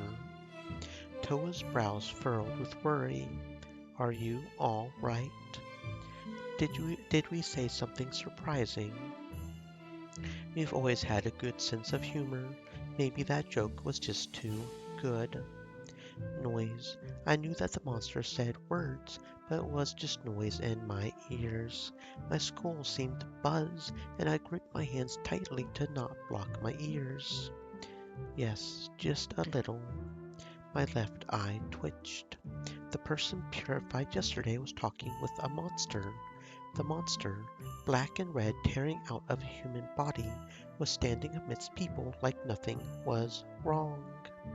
It had claws and teeth and terrible eyes, but no one seemed to see. Drip, drip, drip. Monster, human, monster, human. There were monsters and humans standing together in this circle. Was I going mad? Toa didn't seem to be bothered. She looked at the monster straight in its face, her pretty features reflected in its ugly red. My chest ached and my heartbeat became irregular. I took a deep breath and, seeing the conversation come to a lull, posed a question. Do you believe in monsters? No, there's no such thing as monsters. Buzzing. The terrible buzzing assaulted my ears with dripping. My brain was going to leak out of the holes with skin and cartilage. I couldn't think clearly any more. Luckily, the gathering soon came to a close. The afternoon sun bathed the shrine grounds. I hurriedly made to leave, surprising even myself with the pace of my legs. Just walking away made it easier to breathe. Fresh, cool air touching my lungs made me realize how dense with wrongness the atmosphere had been for me. I heard footsteps behind me and turned around. It was Toa. What is it? She smiled shyly. I want to invite you for dinner. Dinner? My mumble was simply my brain being slow to react. Toa blushed. We haven't had guests in a long time, and I like you, so I wanted to see if you would be interested in coming over. I knew that her like was much more innocent than mine. Feeling my lips curl up unintentionally, I paused for a few seconds just to tease her. Then I flashed her a smile and nodded. Of course, I would love to come visit. I also like you, Toa. Mmm. Her ears were a little pink. We descended the stairs together. Walking under the night sky, we headed in the opposite direction of the inn, me following after her, and eventually reached a Western-style mansion. This is my house, the Mikami family home. I entered the mansion, which appeared even larger inside than outside. Chandeliers lined the ceiling, massive white columns and walls with decorative embossments holding it up. A red carpet with a luxurious pattern covered the whole floor, equally as expensive-looking furniture sitting on top of it. The night could be seen through the huge red curtained windows on the far side of the entrance. Excuse my intrusion. Toa passed me a pair of guest slippers. Her personal ones held a cuter design than expected, a cartoonish cat with triangles for ears sticking out from the upper vamp. This was likely the house that Mikami Itoha lived in. Do you cook? No, we hired a cook who comes by 3 times a day. What about you? I cook now and then, although I'm not great at it. I mostly make fast meals. If I'm particularly busy with work, I end up going with convenience store bentos and onigiri and the like. There's not much skill involved in putting rice in a rice cooker, but I'm pretty decent at washing rice. Do you prefer rice, bread, or noodles? Toa smiled. Rice. I'm also in the rice faction. Toa blushed, frowning with regret. It's not rice for dinner tonight. That's all right. I don't eat rice for every meal either. Toa loosened up. I heard the sound of footsteps, almost sliding down the steps, grabbing the railing so as not to trip. Shiki descended the stairs behind us. Toa smiled when she appeared. Shiki smiled herself. Toa. Then she appeared a bit confused. And the detective, what are you doing here? I invited her over for the evening. Good evening. Shiki smiled cordially in response. I see. Welcome to the Mikami family home, then. Shiki hopped down from the last step and took Toa's hand, dragging her to the dining room. Toa gestured for me to follow. It was elegant and made up almost entirely of white furniture and decor, with spots of gold and red and green. Fine art paintings and golden frames lined the walls. A fireplace was behind the white clothed dining table. Golden candlesticks and pots filled with white flowers were set on the table and over the fireplace. The chairs around the dining table were cushioned and looked cozy. We took a seat at the dining table. Soon the cook arrived to serve dinner. After giving thanks for the food, we started eating. Their family didn't seem to follow the rule of not talking at the dinner table. They had no stern father or cold mother to command them in this room. The sisters appeared to live alone. Toa looked at me curiously. What's being a private investigator like? A spoonful of meat still in my mouth, I quickly chewed and swallowed before answering her question. The details aren't great to talk about over food. I'm a private eye, so I'm not under the jurisdiction of police departments. I'm typically hired by private individuals to look into cases. There are plenty of folks who work with attorneys in cases, or even just help investors look into ventures to keep their clients out of fraudulent deals. But I mostly deal with violent crimes and kidnappings. I winked my left eye. Toa smiled softly. Due to that, I often do work with the police, but some of them, especially the police detectives, aren't a big fan of us since we get nosy in places that they're afraid to be. Toa raised her brows. Us. I'm in charge of my own office now, but I used to work with a partner. Rather, the whole thing used to be led and owned by her. I stirred my plate with a spoon. Are you interested in detectiving? It's always good to have another set of eyes on the team if I could steal you from here. Toa smiled apologetically. Thank you, but I'll just take over the family business and continue serving the stringless god. Her eyes lowered a bit somberly. Not much else, I suppose. Shiki? Mm-hmm. Shiki became attentive when called. Toa smiled a bit painfully. Do you still want to be a novelist?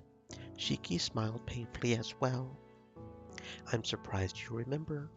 It's just an old dream now. Standing up suddenly, Shiki pushed in her chair and made a little wave. I'm going to the bathroom. Want me to go with you? Shiki pouted. No, we're too old to go to the bathroom together. Toa smiled. The toilet paper's the wrong way around again, and the pump on the right is hand cream, not soap. It's clearly the right way. I'm moving soap back to the right place, okay? I did say to moisturize to take care of your skin, but don't put it there. Sorry, I forgot.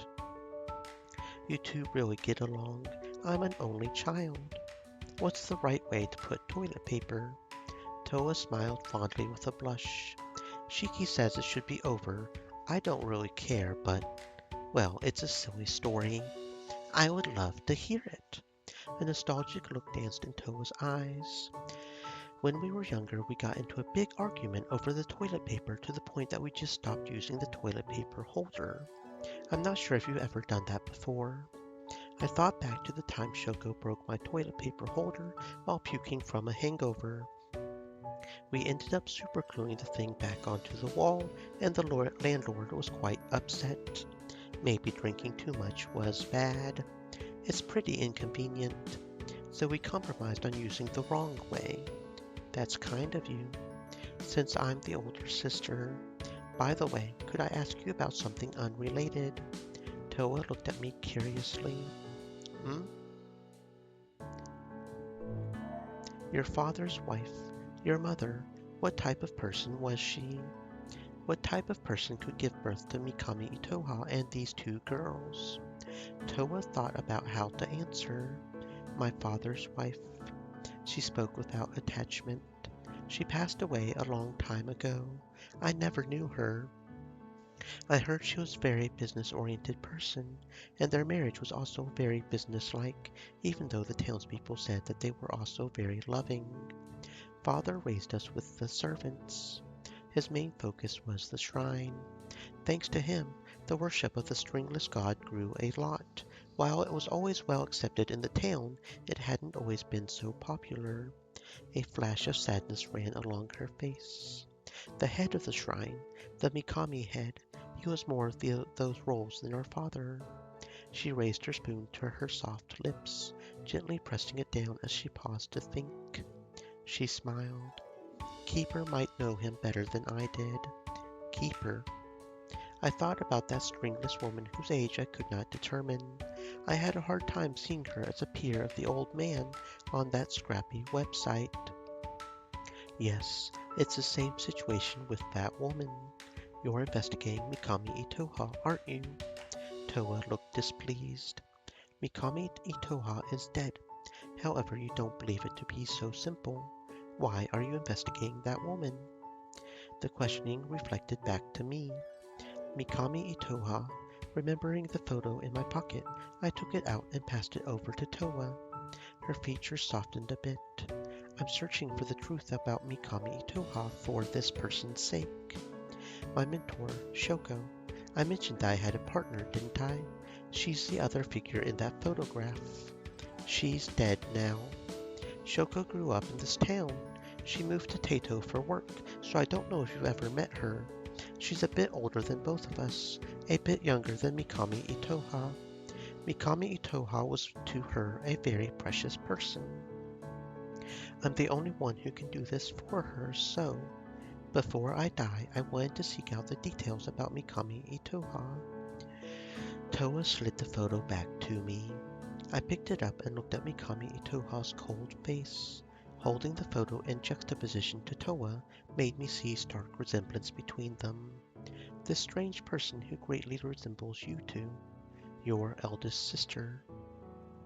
Shoko. I wonder if I knew her. Mikami Itoha had once had a close friend, but Shiki and I didn't know her well.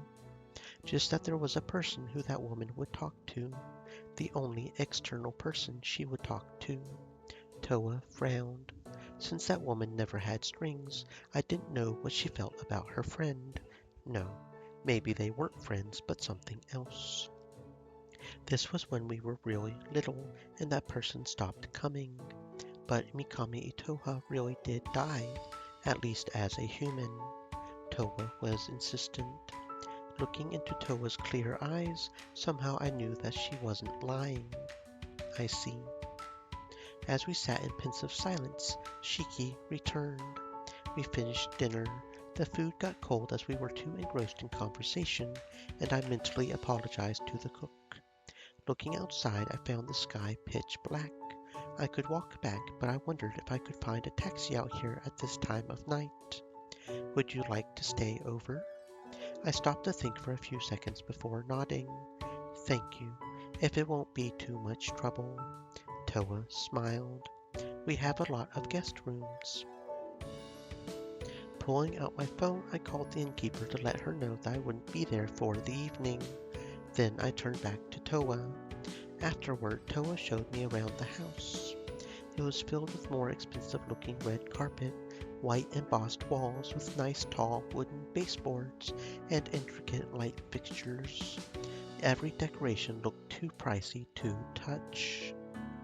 Walking through the long hallways and up the many stairs, I realized how much I appreciated the simplicity of a 1LDK. For one, my apartment had elevators. After a quick tour, Toa led me to a guest room. This room was a stark blue in contrast, with a bed with soft white sheets, a bookcase, a dresser. It was as well furnished as a residence room would be. A chandelier hung from above. Actually, I thought that the Mikami family would have more of a Japanese-style compound, since the shrine is Japanese style. This is a little like a sleepover. I haven't really stayed over at someone else's place my age before. I supposed I was already too old for sleepovers. While Shoko and I had pulled plenty of all-nighters and stayed over at each other's place, I hadn't been much of a social animal as a child. Toa smiled shyly. I haven't either. Then I have to return the favor one day and invite you over. I'll look forward to it. Then she also let out a yawn. Toa's cheeks turned red with embarrassment. I suddenly had the thought it would be nice for her to smile and be happy.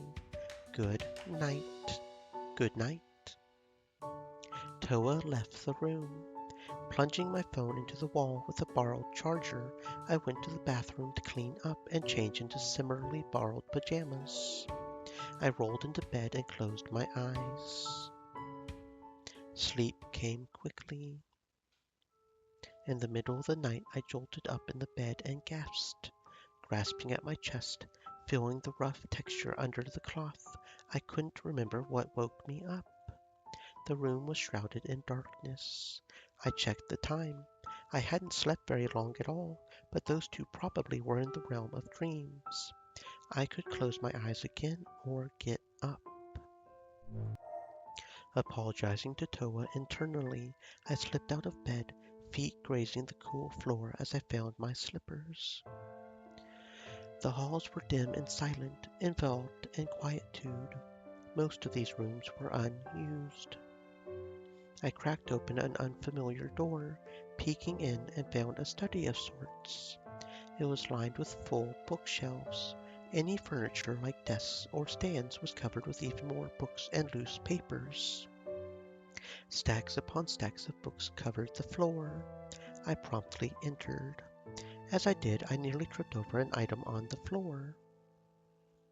I stumbled for balance, only to step on and slip again on a book sloppily thrown on the ground. Groaning, I waited for my eyes to adjust a little before continuing. The study was dark, so even as my pupils dilated, I couldn't make out much. I felt around the bookshelves, squinting. Amidst theological books for all the religions of the world, a few biology books, and foreign language books, I found an inconspicuous journal squeezed in the cracks. On the cover was the owner's name, Mikami Yasunobu. As I started opening the journal, a photograph dropped out from between the pages. It fell to the ground with nary a whisper. I crouched down to pick it up, finding a picture of a woman. Even in the lack of light, I could tell she was a beauty. On the back of the photo was a love note with her name. This was Mikami Yasunobu's wife, Mikami Itoha's mother. She didn't look like the girls at all. Hoping that the white of the paper would help me read the dark text inside, I opened the journal again. The dead man wrote of daily affairs, nothing much, a lamentation on Itoha's poor health and how special she was. Detective? I didn't read very far before a voice interrupted. Only one person called me that here. Fumbling with my hand to the wall for the light switch, I hit something that filled the study with brightness. I instantly regretted it, my eyes tearing up from the sting of light. Shiki stood there, frowning with irritation. I saw an ice pick in her hand. No, that looked more like an awl. Considering the situation, the difference likely had no bearing. She smiled acidly. I don't mind you investigating, but don't do things that might get Toa mixed up with it. Is that a threat? Maybe. Shiki frowned. You see, my sister is a kind girl, but there are terrible things in this town. Her brows furrowed with anger. Shiki lifted her hand to throw the awl. I squeezed my eyes shut, raising my arms before my face. How in the world was she going to aim that thing when she couldn't see? Thunk. Hearing the sharp sound beside my ear, I turned to see the tool embedded in the spine of a book. You shouldn't throw that type of thing at people. Shiki smiled. I know. I suppose I missed. Let's go back to bed, Detective. Girls need their beauty sleep. Shiki tugged on my jacket and led me out of the study. Returning to bed, I had trouble falling asleep, but eventually morning came. I had breakfast together with the Mikami twins and headed out with Toa. Toa informed me that some members of the shrine were finishing the last-minute preparations for the thread-cutting sword dance tomorrow. She would go meet them, and I tagged along. We went to the shrine early. Toa looked to me. Would you like me to cut another string for you, Mana? Sure. Even I was surprised at my easy response. I wanted to know more about the stringless god. I was willing to experiment with myself to see that feeling again. I don't really understand if it's freedom, but let's do it. Toa seemed hesitant for a moment. Then, shall we? She retrieved a chair from storage and let me sit down, repeating similar actions to the first string cutting. Taking an invisible thread between her fingers, she met my eyes with gold as if asking for confirmation. I nodded. Then she cut. Blank. It felt nice. I hugged Toa for a while without either of us saying a word. Before long, a handful of people gathered at the shrine. While working on final touches to some event details, they chatted about this dance and many miscellaneous topics, such as people who moved to the city. An older townsperson called out to group off to the side. They approached a squad of monsters, dripping red and black, bursting out of human bodies in broad daylight. My shoulders stiffened and my body froze, but no one else was reacting. Drip. Was this? I didn't know. Keeper, with her light-colored hair, stood out among this crowd as the only human. Yet she, like the others, had no strings. She Stream looked to me with Elements her floaty said, gaze. Stay moist, my friends. Hydrate. I'm glad to see you're so interested in the shrine. Sorry for intruding. She smiled. No, no, no. We're very happy to have you here. Please visit and spend as much time as you would like to at the shrine. Have you ever thought about becoming a priestess? Perhaps exploring the unknowns of not just the human world, but also beyond. She gazed hungrily at my eyes. Your eyes are also special. They're wonderful.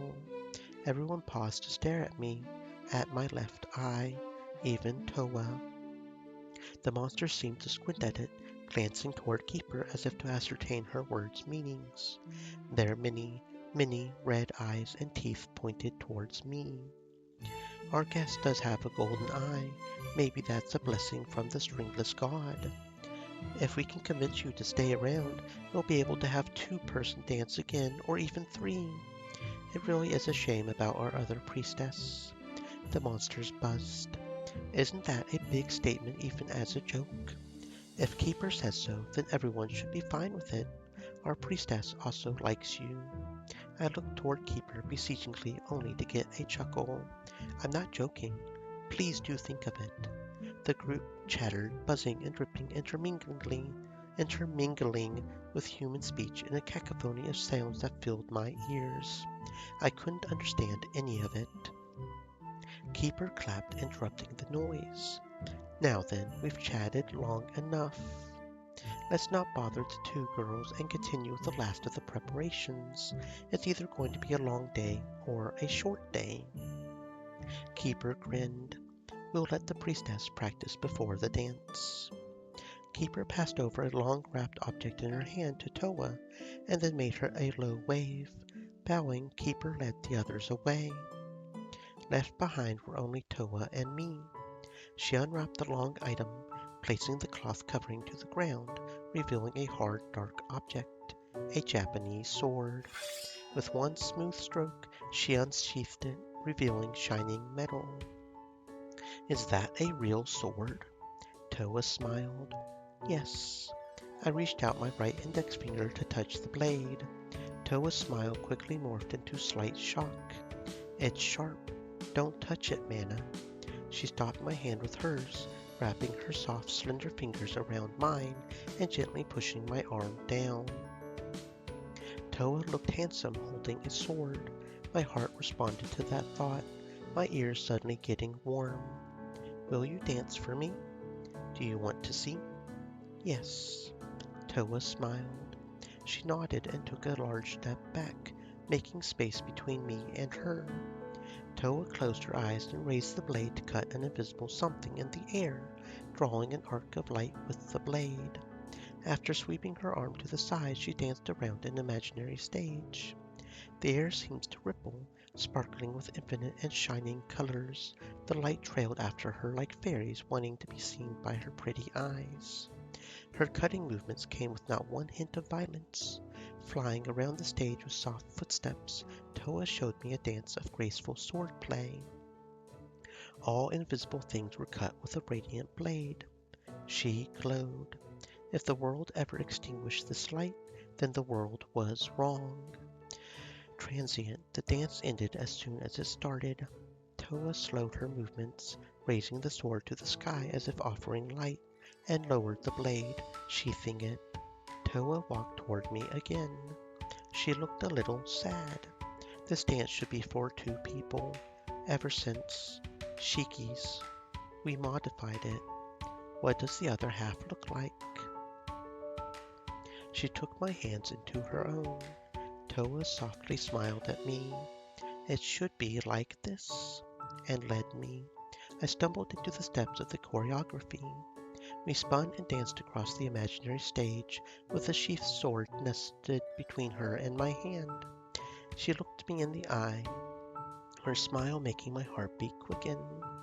She and I cut invisible things with a sword that could not cut, a sheath that was not sharp, yet our movements still glittered like droplets under the sunlight.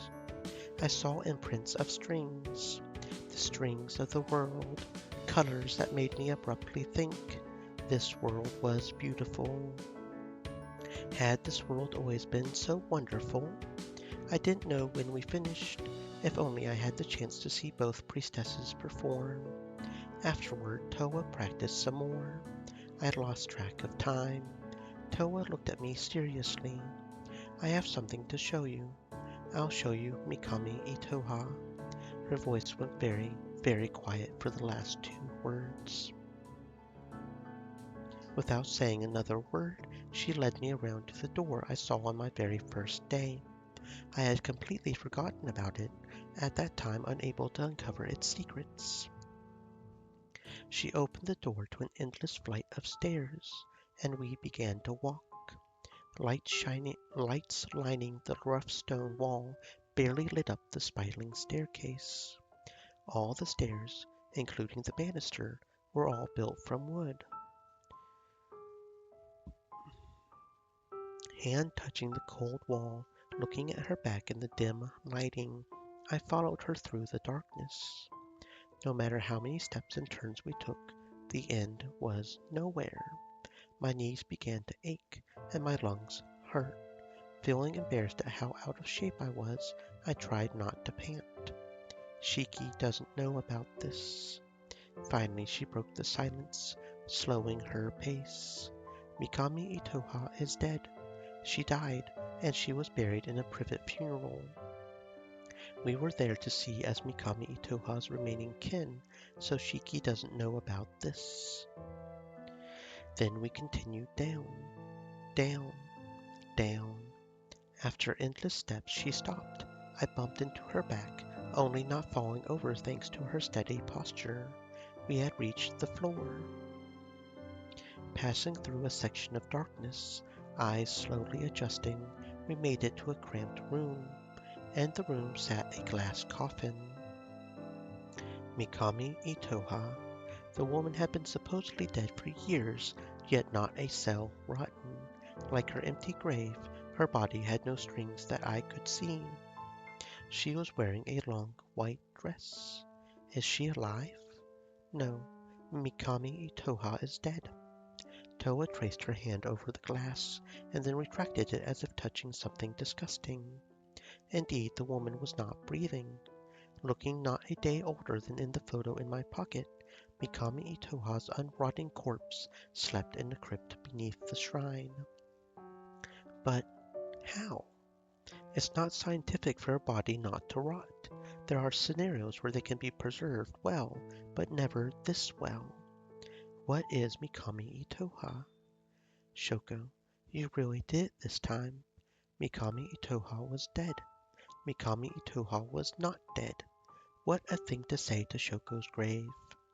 I found the person Shoko had been searching for, but this wasn't a satisfying conclusion. Deflated, I lowered my shoulders and sighed. Case closed? No, but I didn't know if I could find anything more. Thank you, Toa, for showing me this. I'm not sure what to say. No. She paused, also staring at Mikami Itoha. That's all right. Mikami Itoha is my mother. The woman who gave birth to us, incubating ourselves with her cold body and forcing us into the world, if that can be considered a mother.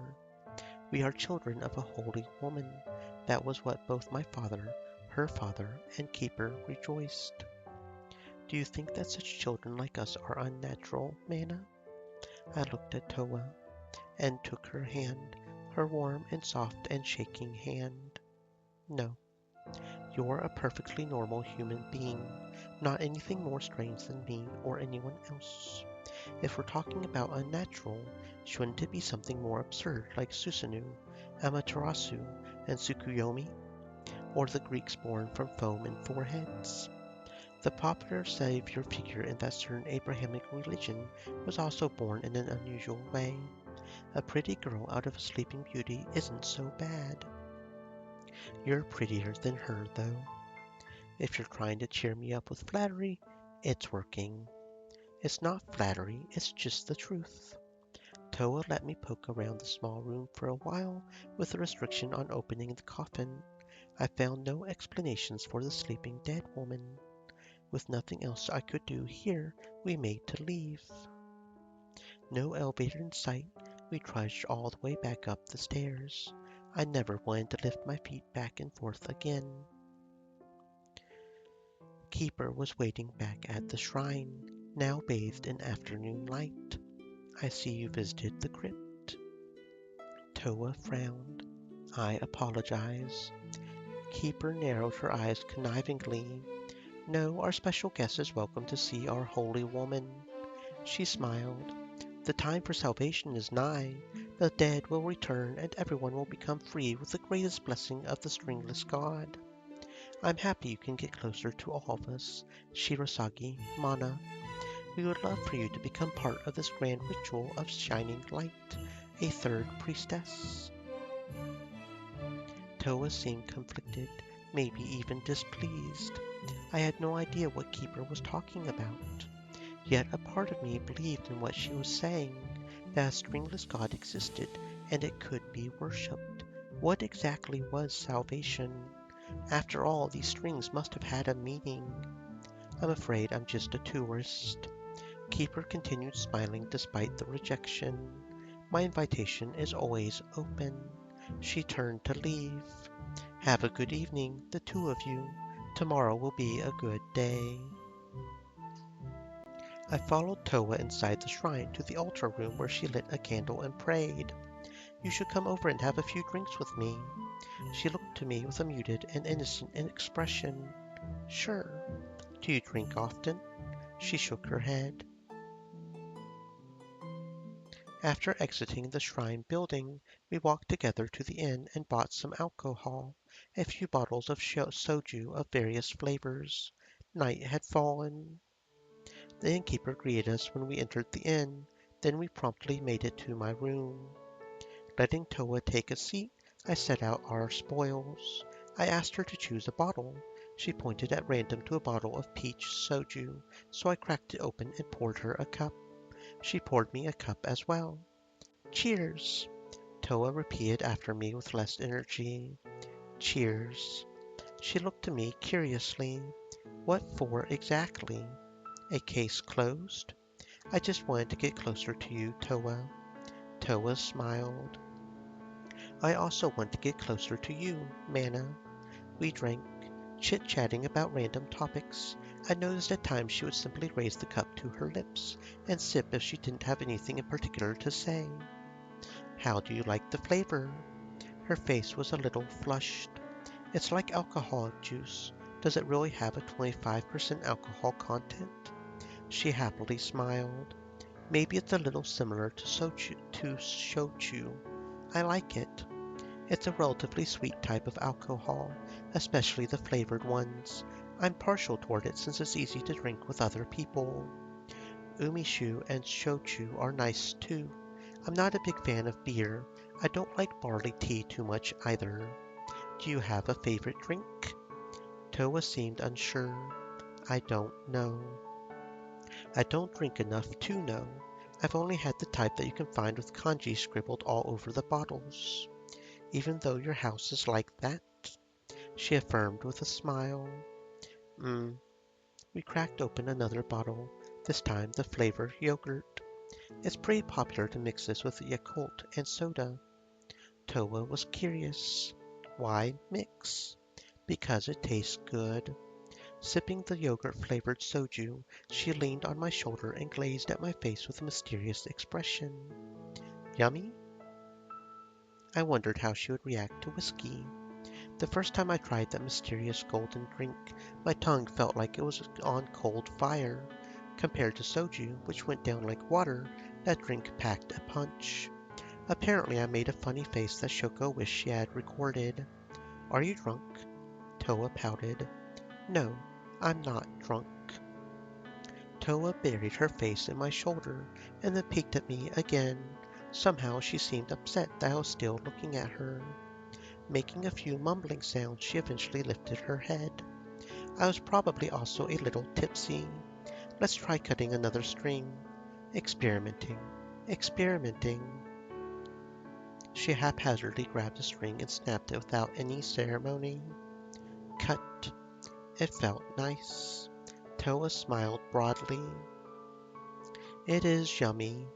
She licked her lips, the tip of her cute pink tongue sticking out. Toa frowned, deeply upset. Do I seem like an older sister? Why? Toa pouted. I'm a few minutes older, so I'm the older sister. But I can't protect Shiki ever. I'm so bad at it. I just keep messing things up. I want to give up. Her eyes became misty, clouded with tears. I just want her to be happy. I don't want to be left alone. Our mother's not human, and our father was just a name only. I don't think she wants to be protected by you. Toa became insistent. But I want to protect her. Anguish filled her intoxicated features. It's my fault that she got hurt, that she can't see anymore. She's my precious little sister. I don't want her to be held down by fake strings. I want her to also be saved. But what if she's right? What if it doesn't matter and I'm choosing the wrong choice? Because even if we're not free, we can still be sisters. Is Shiki happy? Do you think she hates me?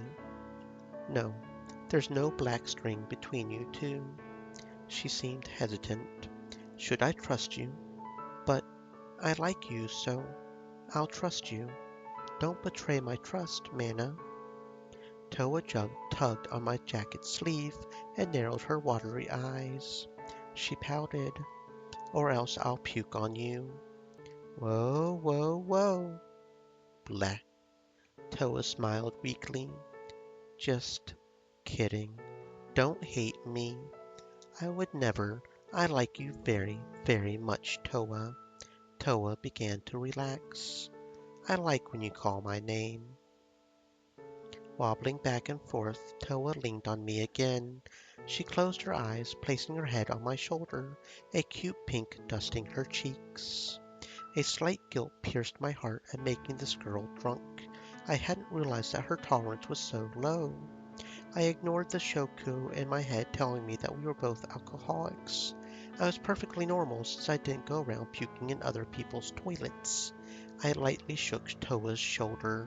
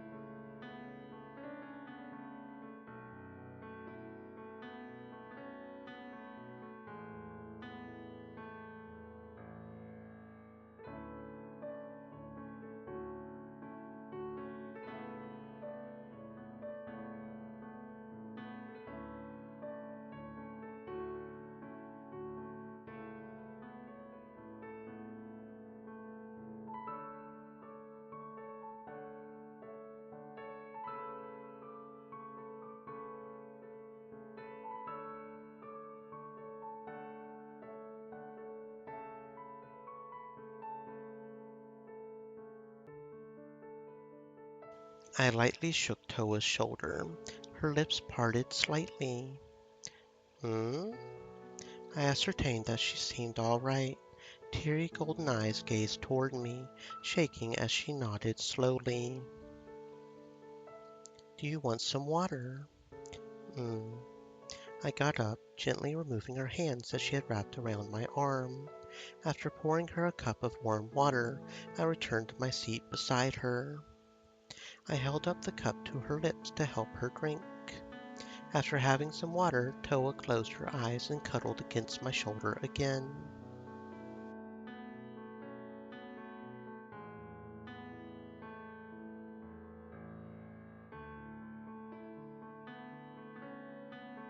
Somehow I managed to get her into a futon. She would catch a cold if she fell asleep on me. I was such a cold person that I would seep away her warmth. Brushing her hair out of my face, I pulled the covers over her body. Good night. She was really cute. I noticed that her expression must appeared much more relaxed as she slept, breathing softly. She must have been thinking a lot. Was Toa happy? I decided to go to bed as well. More comfortable than usual, I closed my eyes. Sleep came quickly. In the end, I woke up in the middle of the night. I headed to the bathroom and took a quick shower. Feeling hot water run past the rough marks across my skin, I saw a Frankenstein's monster reflected in the shower glass. I wiped myself off and started putting on a change of clothes. Underwear first, then shirt. I preferred that order of dressing. With my shirt partway on my shoulders, hands wriggling through the sleeves, I heard a sound. The door cracked open, letting the bathroom light filter out to the room. Toa groggily peered inside. I clutched my shirt over myself, knowing that wouldn't hide anything. All these scars were in plain view, ugly and red. Get out. My voice escaped my mouth more harshly than intended. Jolting in surprise, she quickly closed the door. I didn't know what sort of me was reflected in those clear golden eyes of hers at that moment. I promptly got dressed and exited the bathroom to find Toa. She frowned, apologetic. Mana, I'm sorry you had to see that. I should apologize for forgetting to knock. No, it's all right. I traced over the various scars hidden underneath my clothes, fingers trembling as they felt texture not like shirt over smooth skin. It's dirty, so you should just forget it. You probably didn't expect to see something so ugly underneath here. It's probably disappointing. She shook her head and stared me in the eyes. She spoke resolutely. Mana, you're beautiful. You have beautiful, shining eyes.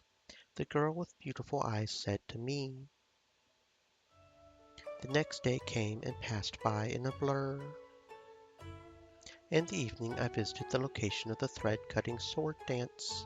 Groups of townspeople had already arrived and were still coming. Bushes and grass surrounded the area. The night hung overhead. I stood somewhere in the middle of the crowd, everyone looking with anticipation toward a finely constructed wooden stage. It was massive, with strings of various colors tied around wooden poles and decorating the edge. The pale yellow backdrop had a large red ribbon pinned up with red spider lily bouquets.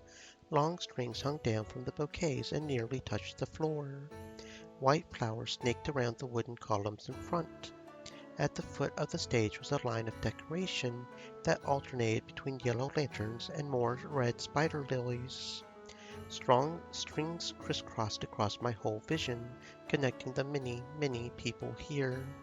The entire town seemed to have come to watch. Soon Toa appeared on the stage. She wore a long red kimono, the sleeves tied up with white tasuki. Her simple white obi trailed behind her with many ribbons. A white bandage was tied around her left ankle, and she wore black zori sandals. Toa began to dance, holding a sword in her hand. She swept the sword through the air. not too fast, not too slow, as if offering light to a god. The air crackled with infinite colors, leaving everyone enraptured. All chatter disappeared. I could take out my phone to record, but I didn't want to gaze at the scene through a camera. My eyes, mismatched and strange, were fixed on her figure. She danced across the stage, graceful steps making not a sound even in the silence of the crowd's bated breath. With that sharp blade she cut invisible strings. She was like a fairy and sparkled. To think that such a beautiful person with such beautiful movements existed in this world. I liked her very, very much. Not just her outside, but also her heart. Then I saw them. Although strings hung taut in the air, a nearby section of the crowd had nothing but monsters, whose many, many eyes gazed at Towa. Hey, you who are looking at the scene right now, the dripping black and red, the empty space with no emotion, this unknown that made my heart scream in fear. Did monsters really exist in this world? This had to be an illusion. This had to be an illusion. I backed out of the crowd, mumbling apologies to those I bumped into. My left eye hurt, twitching as if it was about to burst. No matter how many times I blinked, the irritation did not subside. I hadn't gotten dust in my eye after all. I clutched at it and hissed, feeling its throbbing against my palm. My eye hurt. My eye really hurt. It hurt. It hurt. It hurt. It hurt. Wetness stained my palm, creating a strange warm sensation. An unknown liquid ran down my left cheek. I didn't know what it was. It wasn't tears. I didn't want to know what it was. I didn't want to take my hand off of my face. For some reason, I looked into the crowd. Through the gaps in my fingers, I saw a person who had been purified recently. He died. He didn't die. His body fell. His body didn't fall. Overlapping images pounded through my head. Gritting my teeth, I saw his body not only fall in that transparent displacement, but also be crushed to pieces like meat under a presser. Invisible red seemed to splatter over the crowd around him. His flesh no longer resembled human, but rather ground meat. But a sole finger that had been missed bounced on the grass. He was gone. He was there. His human body intersected with the mixed red goop. When I blinked, the slop reformed and rose. From his body a monster hatched. I felt myself going mad and dug my nails into my brow. No one else seemed to see. That person just died. He just died, and no one else saw anything as the body stood, puppeted by something terribly inhuman. An angel crushed him, and he became a monster. That was right. I had a fleeting glance of an angel. An angel. I gasped, holding my left eye. I begged myself to believe that I wasn't holding it literally in my palm. I found myself struggling to breathe, hyperventilating as all equilibrium left me. This couldn't be real. This couldn't be real. I rejected everything that the golden eyes saw. I rejected. Keeper looked at me with disappointment. What a shame. I rejected. She narrowed her eyes. You won't see it. Then I didn't see.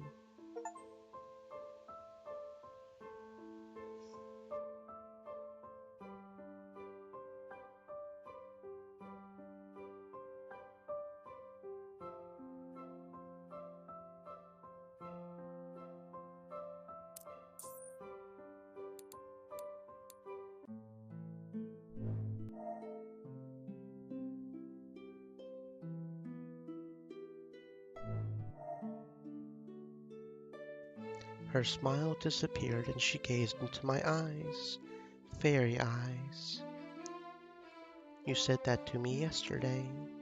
The priestess gestured toward my left eye, my golden eye. She smiled knowingly. I'm sure you also have something you believe in.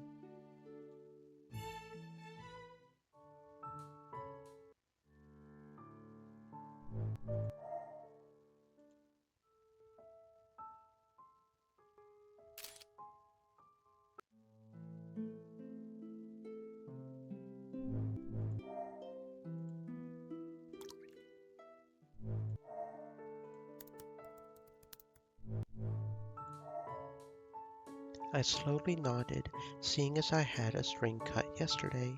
I found little harm in having it mended. Sure. Will your sister be upset if you do? That's thoughtful of you, Detective. It's okay. She'll know it was me. She danced around my question. I didn't want to add to their sister's conflict.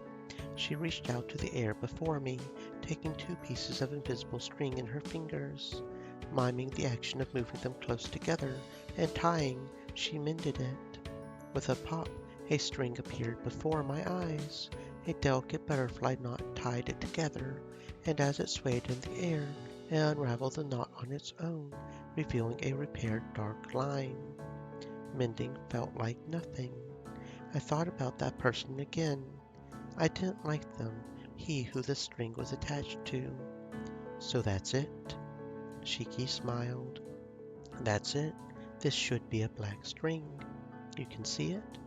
I can't see it, but I just know. She waved her hands before her blindfold and made a shh gesture with one finger in front of her lips. Then Toa walked over, coming out of the shrine building.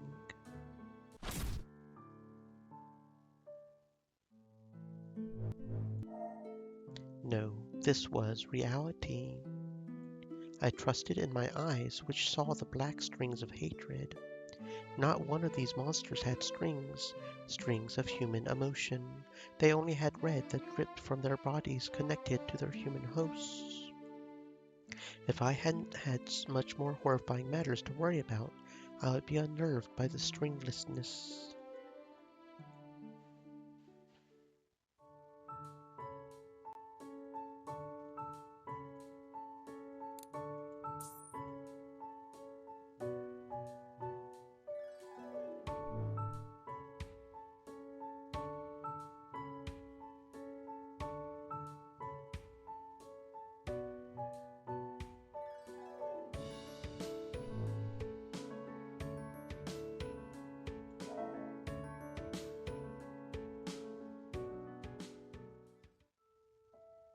Hmm, hmm, hmm.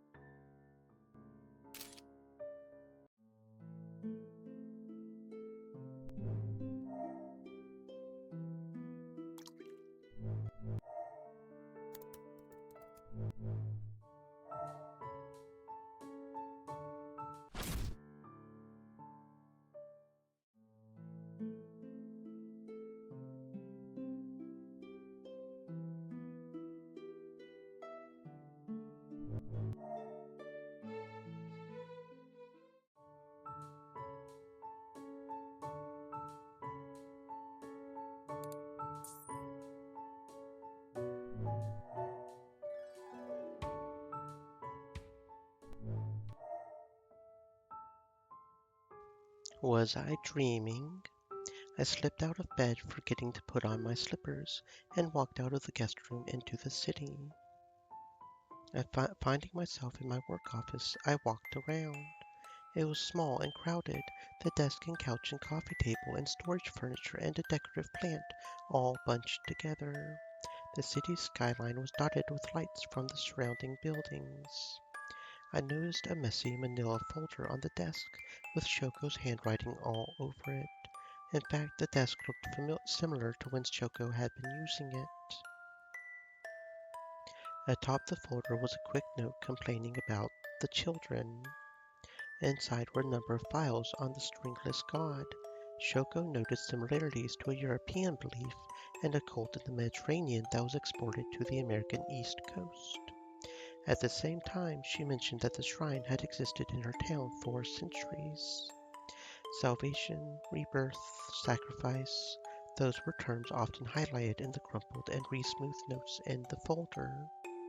Sifting through the papers, I found a cutout of Mikami Itoha's obituary from the local paper, as well as a medical document that I had no clue how Shoko had gotten her hands on. Mikami Itoha was sickly, born with a degenerative heart disease that started worsening after her teens. Hereditary from this chromosome on that section, the document stated. That was the story, and because of that, Mikami Itoha died. Was that so? How creative my nighttime hallucinations were. I saw a figure in the shadows and approached. Shoko?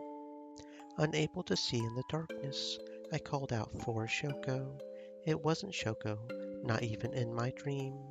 It was an indistinguishable person, male. That person with no strings. His shape started to become more monster than human, growing more and more familiar by the second. I backed away, waist quickly hitting the desk. He stabbed me, flinging my body over the desk into the city streets as if I had smashed through the windows of the office. The setting switched to daytime, my head cracking on the asphalt. The dream returned to the same old. I started preparing to count the number of stabs. Do you see me? Then he spoke, even though I had never remembered him speaking. With your golden eye. Stab. When morning came, I had fallen out of bed, neck covered in cold sweat. I had breakfast together with the Mikami twins. Thinking about the strange feelings that rushed through my body as my string was cut, I shook my head. I would become strange. No, thank you. There's a correct order for events, and I think now's not the right time. Toa nodded. Before long, a handful of townspeople gathered at the shrine. At that digression, I couldn't help but think of the man who put me in the hospital for such a long time. Although he did not resemble a human in my memories, the profile I was shown was indeed a human. I asked if they knew him. A youth who had once fancied Mikami Itoha, a moderately pious person. They described him as such. The townspeople mentioned the man's move to the city and lamented his involvement in some sort of violent crime. They had no idea that the victim was before them. I didn't bother continuing the thread, so the conversation drifted once more. An older townsperson called out to a group off to the side. This had to be real. I wasn't such an insecure person that I would doubt the eyes that I built my livelihood up upon. What a terrible thought. How was I supposed to deal with monsters that only I could see?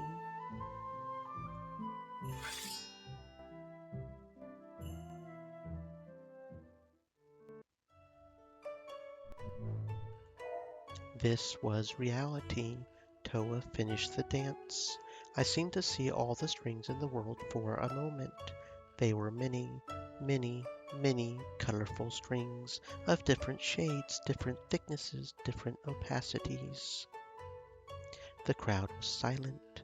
Then they all began to applaud, cheering for the perfect performance and beginning a celebration by breaking out food and drinks. Even now no one noticed the monsters, so I looked away. It seemed only I could see the monsters.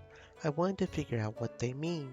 Having always seen black lines that no one else could, I wasn't surprised that there would exist yet another oddity only I could see. These monsters were real. I thought about my schedule. I had planned my trip to end as soon as, financially speaking, I couldn't stay here any forever. I finished my initial goal as well. My scars pulsed, reminding me of my poor physical state. Imagining if I had to confront the monsters, I shuddered. Here I had no backup because I wasn't on an official case, privet, or in contract with law enforcement. If I claimed to see monsters, they would instantly send me to an insane asylum. I would soon be back in Tato. Why did a pang of loneliness hit? Walking away from the rambunctious crowd, I spied Toa coming off the back of the stage. I followed after her, not bothering to call out. Keeper appeared and began to speak with Toa. I couldn't hear their conversation from my distance. Keeper was frowning. Toa then dropped to her knees. Her expression was filled with grief and pain. Seeing her shoulders tremble, I dashed over. I placed my hand steadily around her and hugged her. Her eyes were filled with tears. Mana? Her voice cracked. I looked toward Keeper, furrowing my brow in question. I didn't know what Keeper could say to make Toa look as if she were about to cry. Keeper's expression contained no grief or reluctance. Our other priestess has passed away. Toa sharply breathed in. What? Mikami Shiki is dead. A whimper. She passed away due to an undetected heart disease. Heart failure, so to say. It is an illness that runs in the Mikami family and has taken her away as well.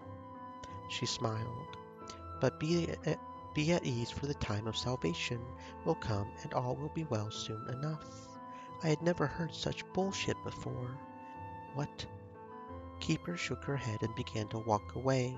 She turned back to us and gestured politely with a bow.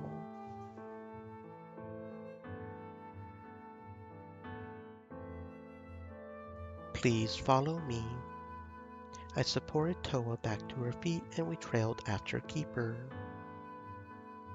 She walked away from the stage area, leading us up a familiar flight of stairs. Keeper took us to the shrine and brought us inside. There lay Shiki on the ground. Her hands were placed crossed upon her chest. If I hadn't known to look for her breathing, I would have thought that she was sleeping, albeit in an unusually stiff position. She wasn't breathing. Shiki was dead.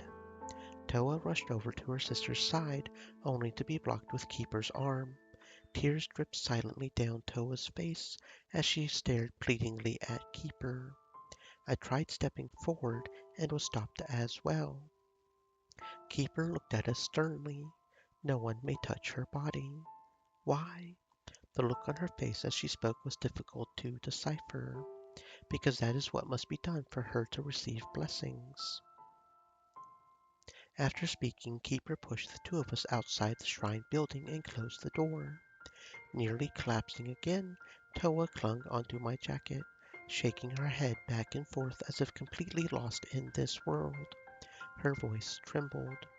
Tears were still streaming down her face. She pleaded, "Don't leave. I don't want to be alone."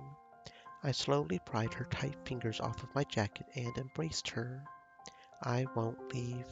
Do you want to stay with me tonight?" I imagined her alone in that large house without her sister. It would be too painful, too cruel to leave her there. She nodded into my chest, wetting my shirt with her silent tears. We walked to the inn together. Luckily, the innkeeper was absent from the front, so we slipped by without showing anyone Toa's reddened eyes. I had Toa take a seat in my inn room. She was still teary-eyed, but wasn't actively sobbing. Pouring her a cup of warm water, I gently rubbed her back, hoping to calm her down. There wasn't much I could do, given that she had just learned of her sister's death. "I'll help you investigate what happened to your sister. I promise." Toa became angry. "My fault. No. A dam broke. Her tears were back in full force. She shouted in grief, "It's my fault. Why? Why? No, Toa, it's not your fault." Toa slowly started to lose her burst of grief-filled, angry energy. "But Shiki's the dead. My sister. She's never, she's never going, she's never going to do anything again." "I'm sorry." Loud sobs eventually returned to soft sniffles. Nothing I could say or do would console Toa that Shiki's death couldn't be her fault. She rubbed her eyes raw. Neither of us could sleep well. Returning to the shrine the next morning, we heard a commotion even from the bottom step of the stairs. Toa still wasn't doing well, her eyes threatening to fill up with tears at any moment. A crowd had gathered. Keeper stood at the front to make an announcement, and beside Keeper stood a woman. That woman had black hair, pale skin, a white dress, and red, unusual eyes. An earring with a crystal was attached to her right ear. Toa was shocked, confused. No, Mikami Itoa stood next to Keeper. She breathed and blinked and did otherwise the activities of a living human being. She was a dead woman, yet she was alive. The photo in my pocket burned. From the distance, Mikami Itoha glanced toward me. Her eyes met mine, filling my throat with a burning, freezing fear. I looked away. Toa weaved through the crowd to reach the front. I followed, still avoiding Mikami Itoha's eyes. Keeper beamed with passionate reverence. "The time for salvation is here. Our holy woman has returned to us, brought back from the dead. The stringless god's blessing upon us all. We will have freedom and light." Her mad eyes widened. "We will all be saved from the false strings that puppet humanity. And finally, we will reach the shining world. Each and every one of us will have that which we most yearned for, our deliverance from suffering." Mikami Itoha approached me and lightly tapped above my right eye. I recoiled in surprise, and my right eye warped in pain. The crowd gasped as Keeper suddenly took my shoulders in her hands and turned me to face the townspeople. "She is blessed. Her eyes have become golden." Toa was worried. Keeper grinned. "Shirasagi Mana has been given the glory of priestesshood for the final ritual that will make all right in this world. Today will be salvation." Infinite colors crossed over my vision. There were many, many, many strings, not just my familiar black strings of hate. The townspeople cheered and fell into prayer. "Please be on with your daily activities. We must complete the final ritual in Privet. The next time you wake up, the world will already be saved. So please rejoice and enjoy." After dispersing the crowd, Keeper brought Toa and me to a hidden door behind the shrine. She opened it to a deep stairway. As she did so, she appeared very calculating. Mikami Itoha descended first, her back disappearing into the darkness. Toa and I entered next. Keeper closed the door behind us, cutting off the sunlight, leaving us with only dim lights and stony walls. We walked down and down and down. "Keeper, will salvation bring Shiki back?" "Yes." In this darkness I saw few strings. Neither Keeper nor Mikami Itoha had a single string of any color connected to their bodies. A lingering headache from sensory overflow made time seem to fly by. Walking, walking, walking, we eventually reached the end of the steps. Keeper led us through a doorway, a different place than the crypt where Mikami Itoha once slept. It was a strange room, a holy room. The walls were made of brick and stone. Light fixtures ran along them and lit the room. The ground was carved out with a pit too deep to see the bottom. I didn't want to see the bottom. Feeling my heart beat erratically, Not from the exercise I just had, but from whatever was hidden in that pitch-black abyss. It was something cold. It was looking at the light. Demons stood in the many corners of the room, accompanied by Keeper and Mikami Itoha, who had already moved into their places. I saw one other human figure. Toa was shocked. Shiki? That human figure, that person, was expressionless like a doll. Toa dashed over to that person, the girl who looked just like her. Shiki manufactured a smile. Toa. Shiki had died yesterday, but she was now alive once, standing before us and talking, even making an expression like helplessness as Toa hugged her. Had I hallucinated her dead body yesterday? Then I found something terribly wrong about the girl before me. Whatever she was, it wasn't Shiki. It was the same as Mikami Itoha, the same as the pit. It wasn't Shiki. It couldn't be Shiki, because Shiki wasn't so cold and emotionless. Toa's expression filled with worry. You're so cold. Toa held her sister's hands, rubbing them slightly to warm them up. When I approached the two, I felt the air temperature drop and shuddered. Looking up, I didn't see any sort of air conditioning vents around. How? Keeper grinned like she was about to laugh. This is the stringless god's blessing. Toa broke into a wide smile. Keeper looked at Toa like she pitied her. I understand. The stringless god didn't abandon us even though she was punished. The stringless god is merciful and kind. I'm so grateful. Keeper smiled gently. Now then, before we can truly celebrate, we must complete the final ritual to salvation. Won't you join us? Keeper handed Toa the ceremony sword and I lit a candle. Let there be light. Led into place, we started the ritual. Toa performed the gestures as Keeper directed as I held the candle, watching in trepidation as the wax melted and the light danced far too wildly. Toa appeared determined. No wind reached this place, and even my unsteady hands could not make a candle flame distort as it did before me. The wax that touched my fingers was cold. The air congealed and warped. The darkness in the pit overflowed, brushing past my legs with chill. It felt like gas, yet my skin screamed that black sludge was burning through my shoes. I hastily looked down, squinting to see that nothing was wrong with my legs. It was only darkness, the color that did not reflect light. This was a stringless thing. Toa frowned. I don't think this will work out the way I wanted it to. Toa smiled at me sadly. I'm sorry. Can I tell you something selfish? I nodded.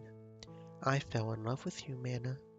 If I could see the strings connected to my own body, then I'm sure there would be a red string of fate between us. That's the one thing normal people have gotten right.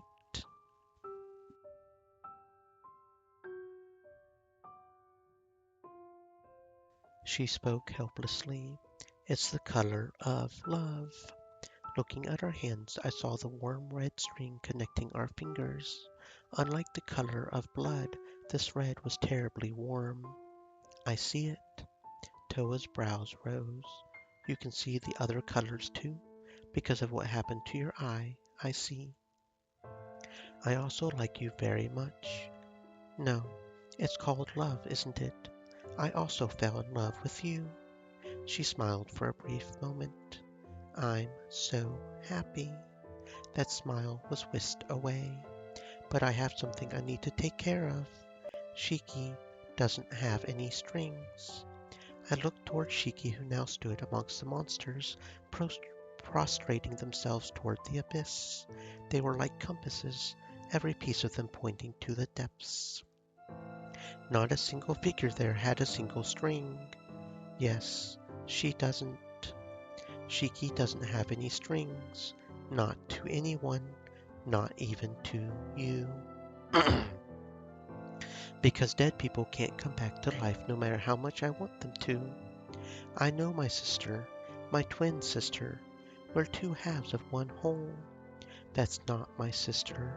I wanted to believe, but I can't. Toa looked resolute. I'm going to do something you might not approve of. You can report me to the police if you want.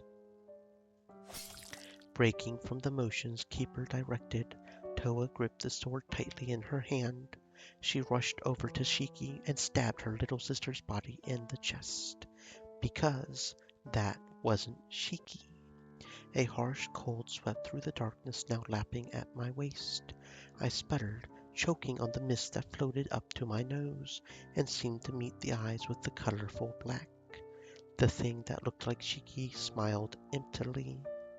Why do you want to kill me? Toa glared. You're not my little sister. However, this flesh and blood is the same as yours. I am Mikami Shiki. Tears welled up in Toa's incensed eyes. Don't use my little sister's body. Toa ripped the blade out of Shiki's body, and it collapsed like a puppet without strings. Blood pooled out onto the ground beneath the girl who should have been sleeping.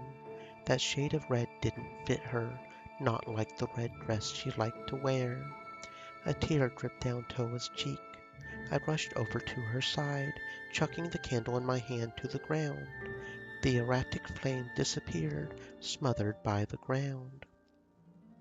All of her rage was gone, and all that was left was sadness. Toa, I'm sorry I couldn't protect you.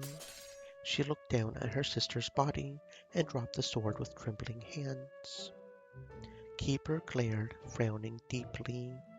You shouldn't do that. The ritual seemed to fail, the black haze disappearing. Monsters shifted to surround us. Mikami Itoha stopped them by doing nothing more than approaching us. Her bare feet slid along the ground without a single sound. I placed myself in front of Toa. She smirked emptily. Do you truly prefer to take the more difficult path? Then I will grant you your wishes. Even the pitiful little creatures should be given a choice, a reward for all that they have done. This is a shining world. She touched both of our foreheads. Cut. Then Mikami Itoha and the monsters turned to dust. Their infinitesimally small fragments blew away, disappearing into the void. When I looked for their last companion, Keeper, she was nowhere to be found. Even the depths of the pit had disappeared. At that time, we hadn't realized what had gone wrong. A low rumbling filled the walls, followed by a sharp creak. The world began to shake around us, sending me tumbling into Toa. The floor and ceiling crumbled as they shook, thin cracks growing larger each second. We have to go. Toa only silently looked on with teary eyes. I grabbed her hand and tugged, but Toa would not budge. I don't want you to die too. Let's go. Toa was defiant. Shiki's body is here. What about me? What am I? Do you understand how much I want you to be happy? To live and smile? Her resolve dissipated at my outburst. We would be buried alive if we stayed. I didn't want her to be crushed by rock and darkness, never to feel the warmth of sunlight again. She hadn't had the chance to live life yet, the chance to be carefree and happy for many, many years, and grow old surrounded by good things. I was selfish. I wanted to see her happiness. Mana? Rocks tumbled from the ceiling, bouncing next to us. The ground around the pit fell to pieces, deep cracks running through the stone. Shiki's body slowly slipped into the void. Toa watched silently as her sister vanished forever. She held my hand back and took a step forward closer to me. Stream Elements said, stay moist, my friends. Hydrate. Her pretty golden eyes, covered with a film of tears, met mine as if seeking reassurance. I nodded. Then we fled, Turning my head one last time, I saw the stringless god. It was evening. The sun was disappearing behind the horizon. The low hum of the engine and the clickety-clack of the wheels along the rail filled the train compartment. My tickets in our pockets had the destination written as a station in Tato. My luggage was stored in the overhead compartment, along with a single bag of her personal items. My right eye had returned to normal. However, I could no longer see the black strings of hate. Regardless of which human I gazed at, not a single person had strings of any color. I'm sorry. I couldn't fulfill my promise to you. I'm sorry. I held her hand and closed my eyes. Can you become my anchor, Mana? I shook my head slowly, feeling her tremble against my shoulder. I couldn't find the right words to say. Her voice lowered to an even quieter whisper. Such an ugly world. I don't know why Shiki loved it. That's Rending. Toa End 1.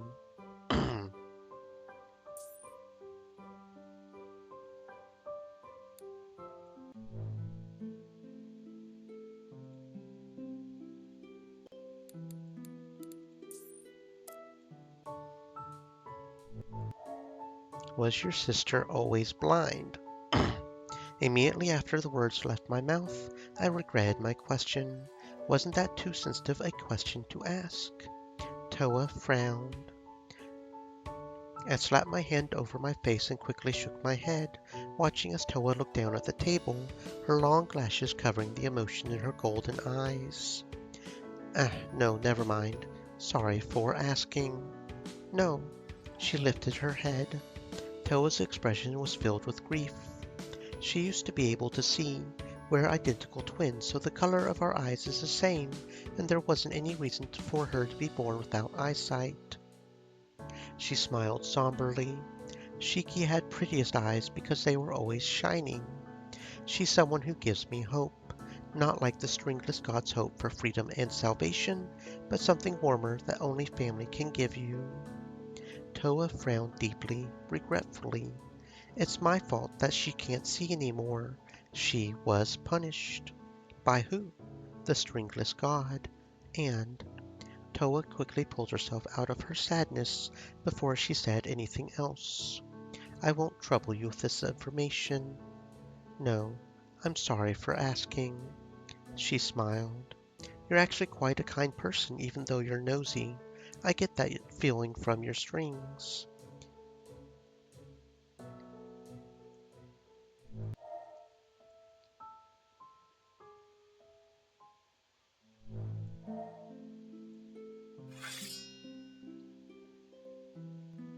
So I guess the main difference between ending 1 and ending 2 is maybe just what we ask about. What do you feel about her performance? Shiki's voice interrupted my unease at the monsters. Noticing my body move as I turned to look at her, she quickly tugged on my jacket, pointing to her sister on stage.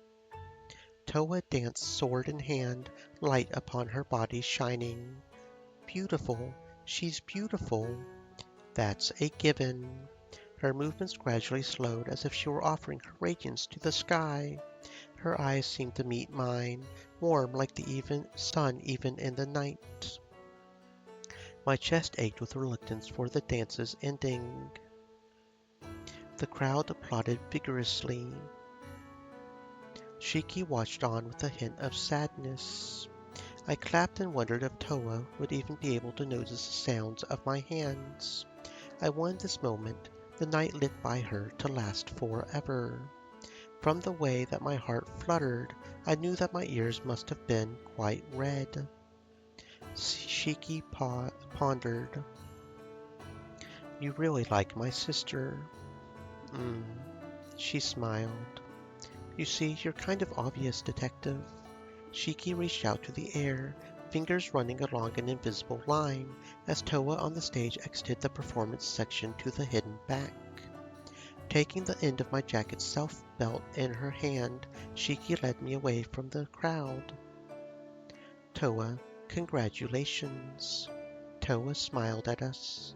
Shiki, Mana, it was a wonderful performance. You were really pretty. Toa blushed. Thank you. So you came to watch. Let's go together. At her cue, we headed to the shrine. Entering the building, we arrived at a familiar room with an altar. Toa struck the match, lit the candle, and prayed. Perhaps even the flames were excited for her wondrous performance as they flickered more than usual tonight, bringing about a haze in the room. My right eye stung for a moment. Bringing a hand to rub it, I wondered if the candle's vapor had penetrated into the blue. What type of candle is this? A sense of deja vu washed over me. Just as soon as the haze appeared, it disappeared, leaving but a whiff of sweetness on my nose. Toa responded plainly. The candle is just a symbol of light. It's not a special candle. Shiki grinned. A symbol of light means that it's any random wax candle that can be lit. The matches are also normal matches. Sorry to disappoint, Detective. No, I was just curious. I blinked away the last of the fog in my eyes, and then I saw strings. The myriad of colors burned themselves onto the world, connecting people just like the black strings of hate, thin and thick. They gave me a slight headache even as I noticed a special string between me and Toa. After a casual conversation, I parted with the sisters. I returned to my inn and passed through an empty entranceway, for the innkeeper was also out enjoying the festivities that had come with the thread-cutting sword dance. I soaked in the hot springs and went through a mundane nighttime habit before rolling into my futon. As usual, I fell asleep immediately. The night was dreamless. I woke to daytime in my room. Considering that my booking for the inn was soon to be up, I contemplated extending this trip as I woke up the next morning. My wallet couldn't handle much of an extended vacation. Shoko, I had completed her task to the extent that I could. Now it was time to return back to work, the office I inherited and helped build up. Toa's face floated to my mind. I decided to make a last visit to the shrine, only to hear a commotion the moment I stepped onto the stairs. Trudging up the steps, lamenting the existence of stairs, I noticed a crowd gathered. They chattered loudly, shorter people in the back pushing to get forward. I looked to the front and saw Keeper along with three very similar people. There was Shiki, Toa, both frowning, and as for the third, she had pale skin, black hair, and red eyes that looked a little off. She was dressed in a long white dress with a single crystal earring in her right ear. Mikami Itoha, stringless. The dead woman was standing, breathing, alive beside Toa and Shiki. From the distance, her unnatural eyes met mine, filling my lungs with cold. Keeper's voice leaked through my ears as she made a grand proclamation to the gathered townspeople. Keeper beamed with passionate reverence. The time for salvation is here. Her mad eyes widened. Our holy woman has returned to us, brought back from the dead. The stringless God's blessing upon us all. We will have freedom and light. We will be saved from the false strings that puppet humanity. And finally, we will reach the shining world. Each and every one of us will have that which we most yearn for, our deliverance from suffering. Dismissing the crowd, Keeper led the twins away to follow after Mikami Itoha. I kept my eyes on them and walked behind them stealthily.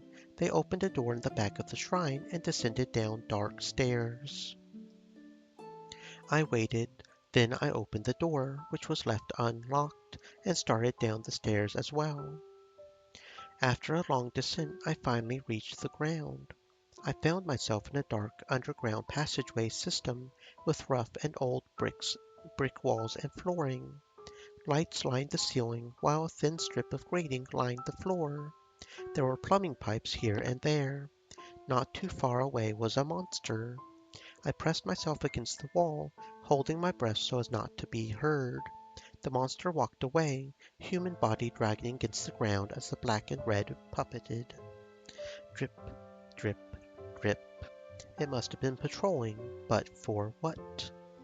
Clutching at my racing heart, I shifted my eyes from left to right and ascertained no monster was in sight. I was safe to check my most important hit at the moment. Attached to my finger was a red string, that surely of affection, a special emotion. This was connected to Toba. I had to admit that I liked women, beautiful women, but this feeling of like that grew to love was more than just a matter of her outside appearance. She was kind, filled with a softness hidden behind a blunt exterior. She worried too much, but I wanted her to be happy. That was probably love. Even the strings said so. Keeping an eye out for the monsters, I followed along the string.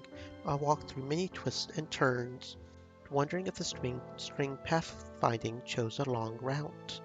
The red string led me to a door. Placing my hand on the handle, I found it unlocked and entered. I instantly knew that I had entered through the wrong door. An eye looked out from the abyss. I stumbled into darkness. When light finally entered my eyes again, I found myself in a part of the town that I had passed by, but not lingered in at any since. Afternoon bathed it. A station. Someone was already waiting there. As my shadow, the shape not quite like my own, with a luggage-shaped shadow companion, approached her, she turned, showing a familiar face. Itoha looked at me. "You're late." Itoha frowned. "If you truly intend to leave for the city, then you should arrive earlier for the bus." "No." The person she was speaking to responded with words that I was not privy to.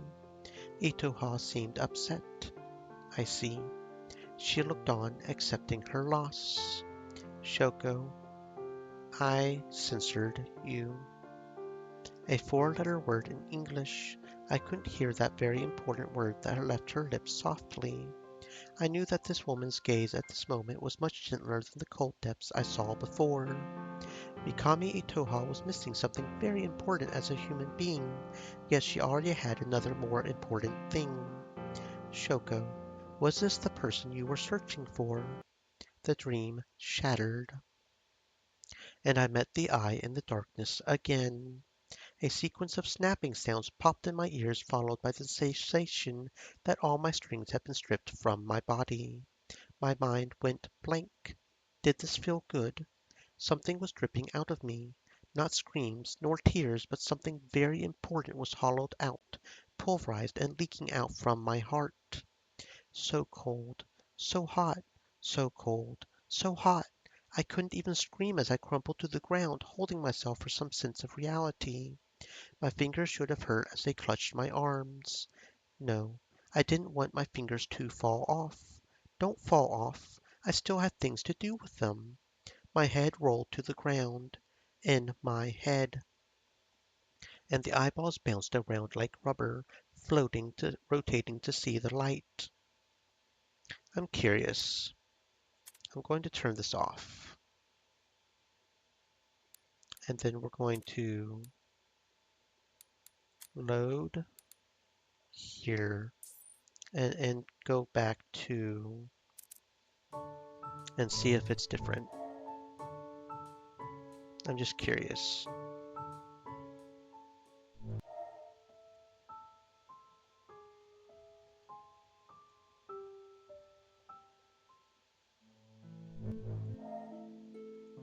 It won't take long to get back there, so because I'm not sure what that does, but I'm almost paranoid that it's removing scenes somehow.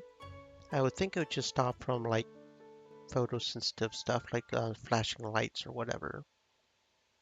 Yeah, no, it doesn't look like it's changed. It just feels weird that it's a black scene instead of actually showing us. And the eyeballs bounced like rubber, rotating to see the light. Oh, there's the scene. I saw an angel. It was golden. It had so many eyes. 6 white wings sprouted forth from its back. The light it emitted was bright. It was a beautiful thing. It was a terrifying thing. It looked at me as if identifying a virus meant to be quarantined and then promptly eradicated. The angel warped, shining yet terrible, to begin an execution. A countdown. A countdown from a number over 1,000 began, ticking with an unseen clock. The light distorted. I tasted sour running up my throat and tried not to puke, gagging on nothing by air. Why? Why? Why did I see this thing? The darkness was terrifying. The light was terrifying. No matter if I opened my eyes or closed them, everything was terrifying, so I couldn't even gouge them out. The numbers reduced one by one each second, causing my chest to tighten and my scars to burn. I forcibly tore my gaze away from that which stood in the corner of my vision. Before me was a strange room, a holy room. In it was a pit of darkness with no end, surrounded by monsters and 4 human figures. 2 of the figures were Keeper and Itoha. The walls were made of brick and stone. Light fixtures ran along them and lit the room. Shiki and Toa held swords, performing some sort of ritual. They appeared focused, their thoughts unreadable. Black mist flowed out from the abyss. It lapped at my feet, burning and freezing, yet so much like an illusion that my clothes and skin were completely untouched. This was bad. This was very, very bad. I wanted even to ask the angel why it did not see these demons and this great evil. I found my voice. Stop. Both Shiki and Toa were surprised by my voice. I rushed toward the twins, running along the edge of the wall. At that moment, the world began to distort with the entity in the depth rising in a realm not like that of humanity. It was rising. It was not rising. I saw. I did not see. As if the strings had been cut from a puppet, the body of Mikami Itoha collapsed. The monsters all prostrated themselves to the depths. Keeper also bowed deeply, her stringless form humanoid and distinct among the corpses worn by creatures of black and red. The stringless god will be upon the world. Keeper smirked. Here is to the end of a cruel world and the start of one of shining freedom. Rejoice, for salvation has come. Toa's eyes narrowed. What? Toa stiffened as she looked at Keeper and the monsters as if finally seeing their true forms reflected in her pretty eyes. This is not good. They're monsters. What happened? Keeper glared. Be obedient, dear priestesses. Your roles have come to completion, and all you should do now is watch and be blessed. Toa was perplexed. Blessing? Toa stumbled backward into my arms. Gasping twice, she pushed herself back to her feet unsteadily.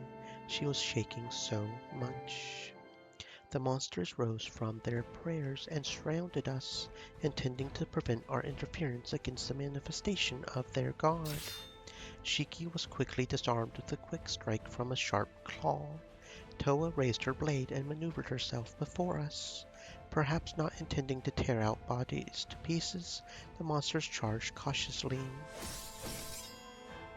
The sound of claws, teeth, and darkness hitting against the blade echoed in the ritual space. With smooth swordsmanship, Toa parried the monsters and sliced through their darkness as if it were butter. Human limbs dropped to the ground from the hosts. Her eyes found the weak spots, and she cut through them. However, the monsters landed not just one, but many hits that sent her tumbling back. We were outnumbered.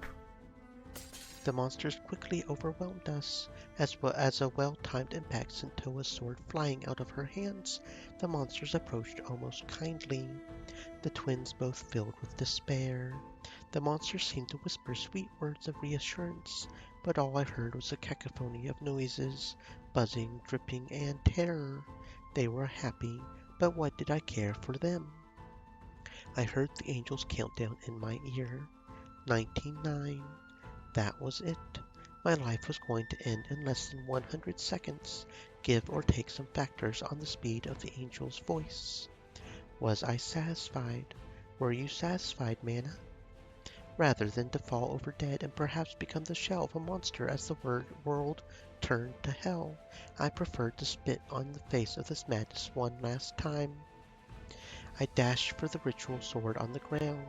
Ignoring the dripping tongue that grabbed at me, I stumbled and scraped my hand against the ground to take the sharp sword into my hand.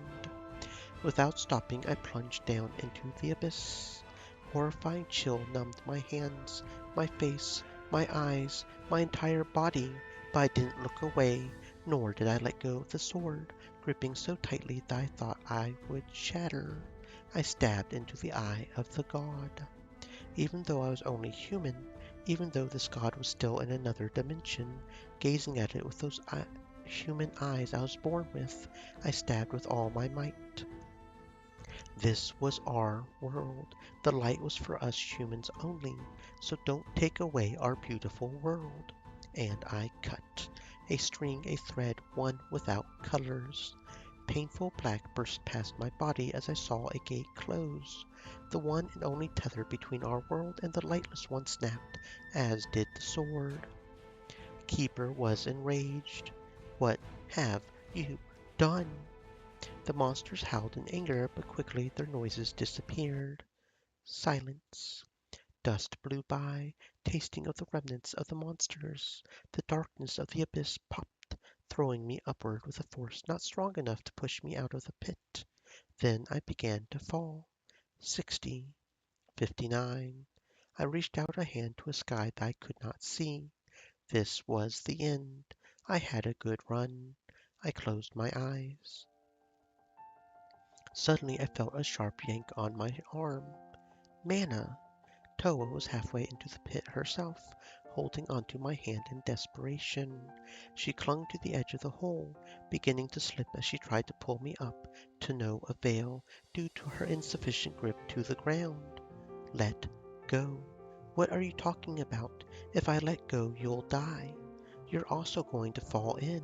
I don't care. I'm not letting go of your hand, Mana. Toa, I love you, so let go, all right? I still loved her.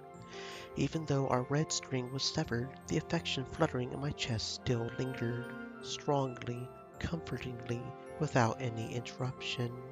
I love you too, the type of love where I want to spend a long, long time with you, and be happy together, do lots and lots of interesting things together.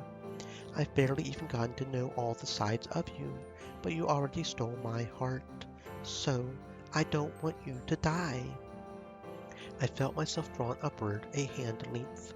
Looking toward Toa, I noticed Shiki had also grabbed onto her sister's waist, pulling as to not let her fall. She has no strings. They're gone now. Probably because of that, I'll die soon anyways. The world doesn't accept people without strings, and maybe I'll even become a monster. That's why you should just let go. No. Shiki, my sister doesn't want to let go, so I'm not letting go either. I think I killed your god. No. I don't need the stringless god. I don't need to be a priestess. I just want to be surrounded by people I love and to be happy. No more arguments. We're pulling you up. Then before my eyes a string of life formed, attached to my body. Shimmering motes of light gathered and became a line, a thread, a string strong and tangible. Toa's warmth flowed into my body, making me realize how cold I had just been. 3. The countdown stopped and the angel vanished. With a strong tug, Toa and Shiki pulled me up from the cavity in the ground. We all flopped down to the ground in exhaustion for a minute. After catching our breaths, we rose to our feet. Toa looked down. I looked toward Toa. You really did it. She smiled. Love. The string. What did it come from? It must have been born from the strong emotions formed from my attachment to the world, even as the darkness tried to strip all away from me. I traced the intangible magic thread that floated in the air before me. Toa blushed. It makes miracles. Miracles. We were alive and the darkness was gone. Realization suddenly hit that we had confessed our affections for each other. Heat rose to my cheeks. Toa resolutely declared to me, I love you. I love you too. Toa embraced her arms around my waist, bringing me into a tight embrace. Really? Her pretty golden eyes filled with affection met mine. My heart skipped a beat as I looked at her, noticing her lips were mere centimeters away. Yes, I love you. I loved her so much that I couldn't believe myself. Shiki grinned as she spoke up. The in-laws are right here, you know? Shiki. I love you, Toa. Can I kiss you? I closed my eyes and kissed her. Her lips were warm, soft, and sweet. Joy overflowed from my heart with strong, undeniable love. I was the luckiest person in the world at this moment, and thus we reached a happy ending. A few months passed since the events of the Mikami Itoha incident. I had returned to Taito without extending my stay in Shoko's hometown. After all that excitement, I was plenty happy to return to much more mundane cases. Luck smiled upon me with a sequence of not-so-violent investigations these past few months. Everything in the tiny office was crowded together, from the desk to client seating to storage. The daytime city skyline was visible through the window. Sorting through papers in the office together with Toa, I glanced toward Shiki, who had made herself comfortable on the couch.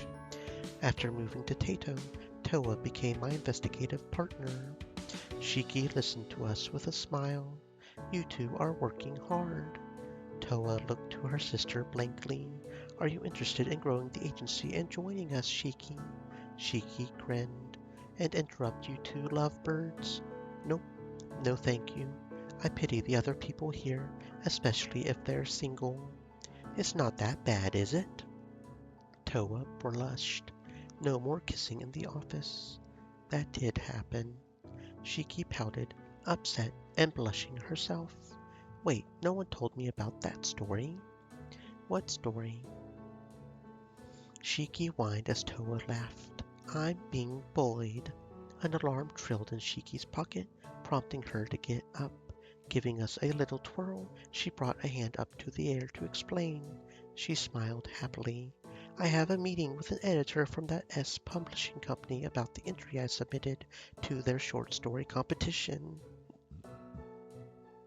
I'll be heading off, but I'll get that story out of you two later. Toa looked on with concern. Will you be all right alone? No need to worry so much about me.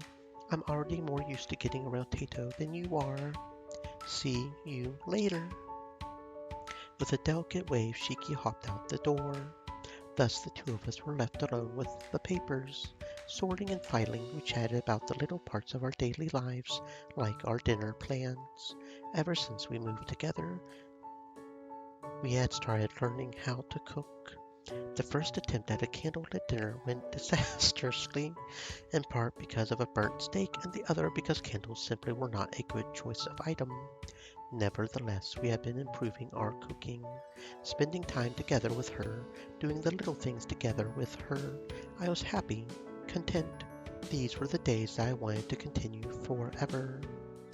We would slowly change and grow, but I wanted to walk with her for a long lifetime. We're going to the aquarium next weekend. She nodded. Toa smiled. I'm looking forward to seeing the penguins with you. Me too. Let's go to lots and lots of places together and see lots and lots of wonderful things. Toa gazed at me fondly. Knock knock. A client had phoned in for an appointment yesterday regarding a case. By the hands of the clock, it looked like they were just on time. Come in. What would tomorrow look like? I glanced at Toa, my partner in many precious ways. Although I trained my face for the client, I couldn't help but smile in my heart. Surely something kind with her. Clotho, Toa ending 2.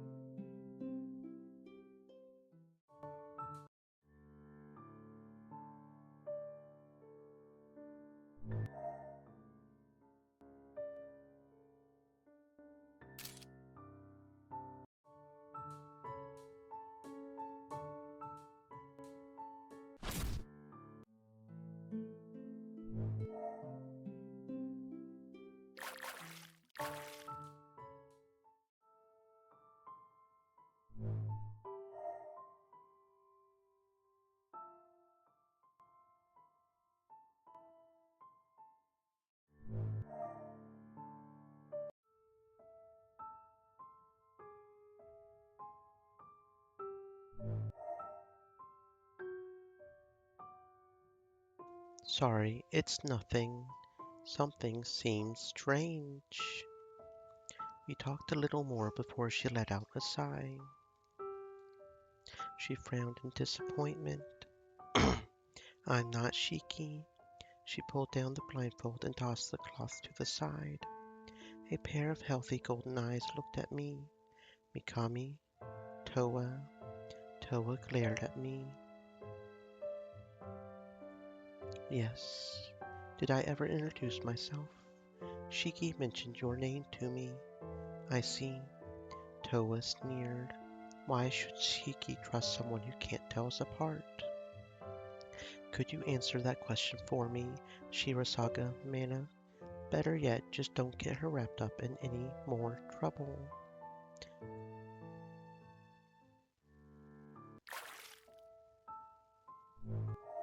Do you know how much Shoko longed for you? I pushed myself to my feet, palms scraping against the stone wall. Shoko was dead now, but Mikami Itoha was right here before me. Even though Shoko was dead, this woman had been revived to the land of the living. I bit down on my lower lip. Shoko yearned for this person who my heart screamed was a monster. Cold, stringless, my left eye screamed that there was darkness, darkness, blacker than the darkest string of hate, lingering beyond her body, beyond her as if her body was a mere tether to this world. Shoko. My body shook unconsciously from the numbing chill. Shoko. A light entered Mikami Itoha's eyes as Shoko's name left her lips. The cold reduced around us. Itoha looked at me curiously, or at least as much as her stiff face could. How is Shoko? Shoko is dead. The light began to leave her expression. I see. She died. The cold returned. You investigate for her sake, yet she is already dead. It's because she's dead that she couldn't come and confront you herself. She couldn't come and find out what happened to you. That's why my tongue stopped moving, turning to ice in my mouth. Itoha smirked. Your search means nothing. She stared at me icily. Mikami Itoha was born for the sake of being a holy maiden. A vessel born from a stagnant Mikami bloodline, and a carefully chosen woman whose sole role was to birth this flesh and blood that will never carry a string. She smiled emptily. That is all. Even the empty smile disappeared. Nothing is needed. Nothing is desired. For a brief moment, Itoha frowned. Not even Shoko. I am simply a body to fulfill a role. She made another empty smile.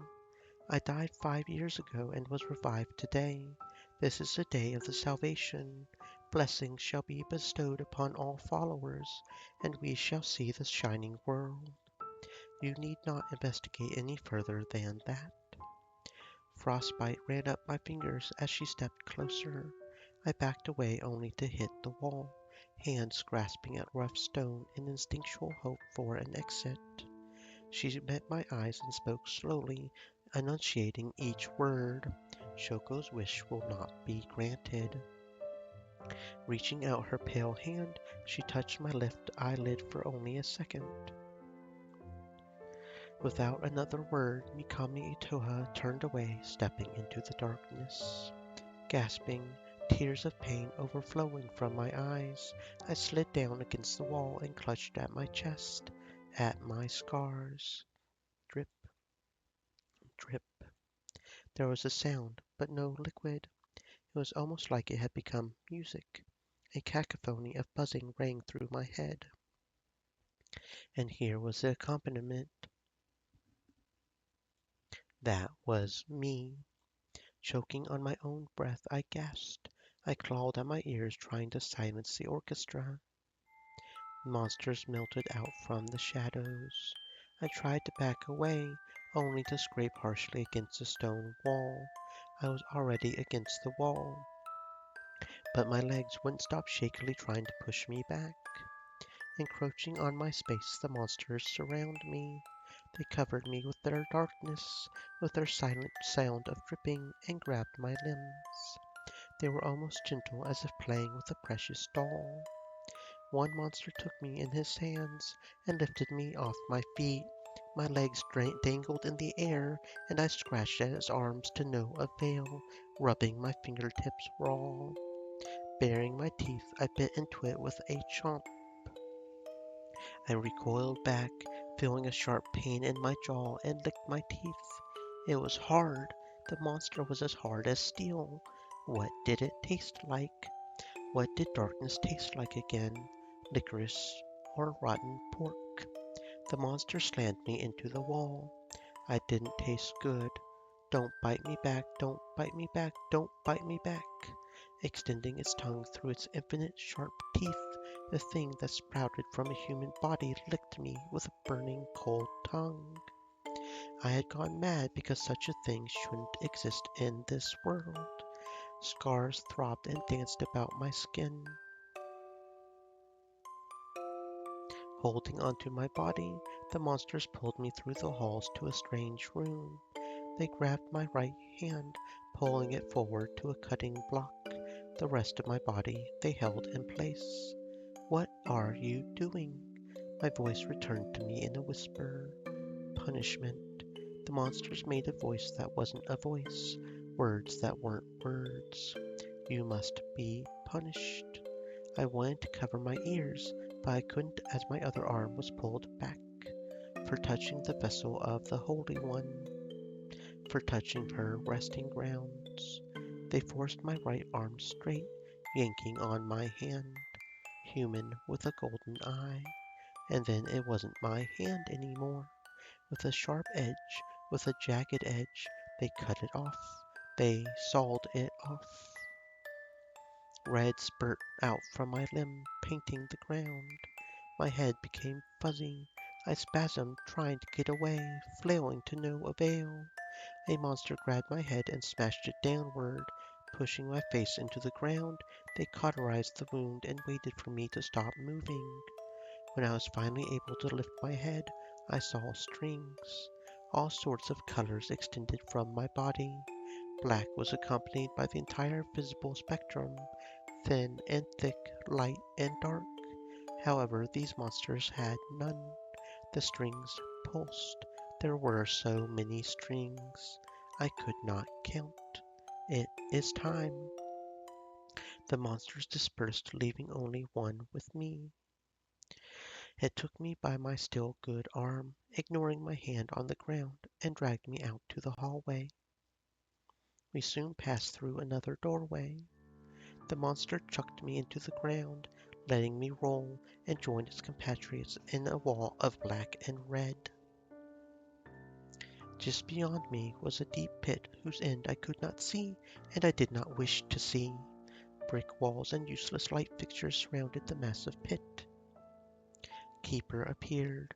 "Welcome to our cradle. I'm glad you decided to join us." In Keeper's hand was a sword covered in red, dripping red. My eyes were drawn down the line it drew.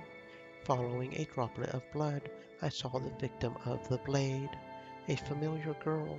Her golden eyes were dull without the spark of life, and her head was detached from her body. No, that wasn't right. Her body was detached from her head.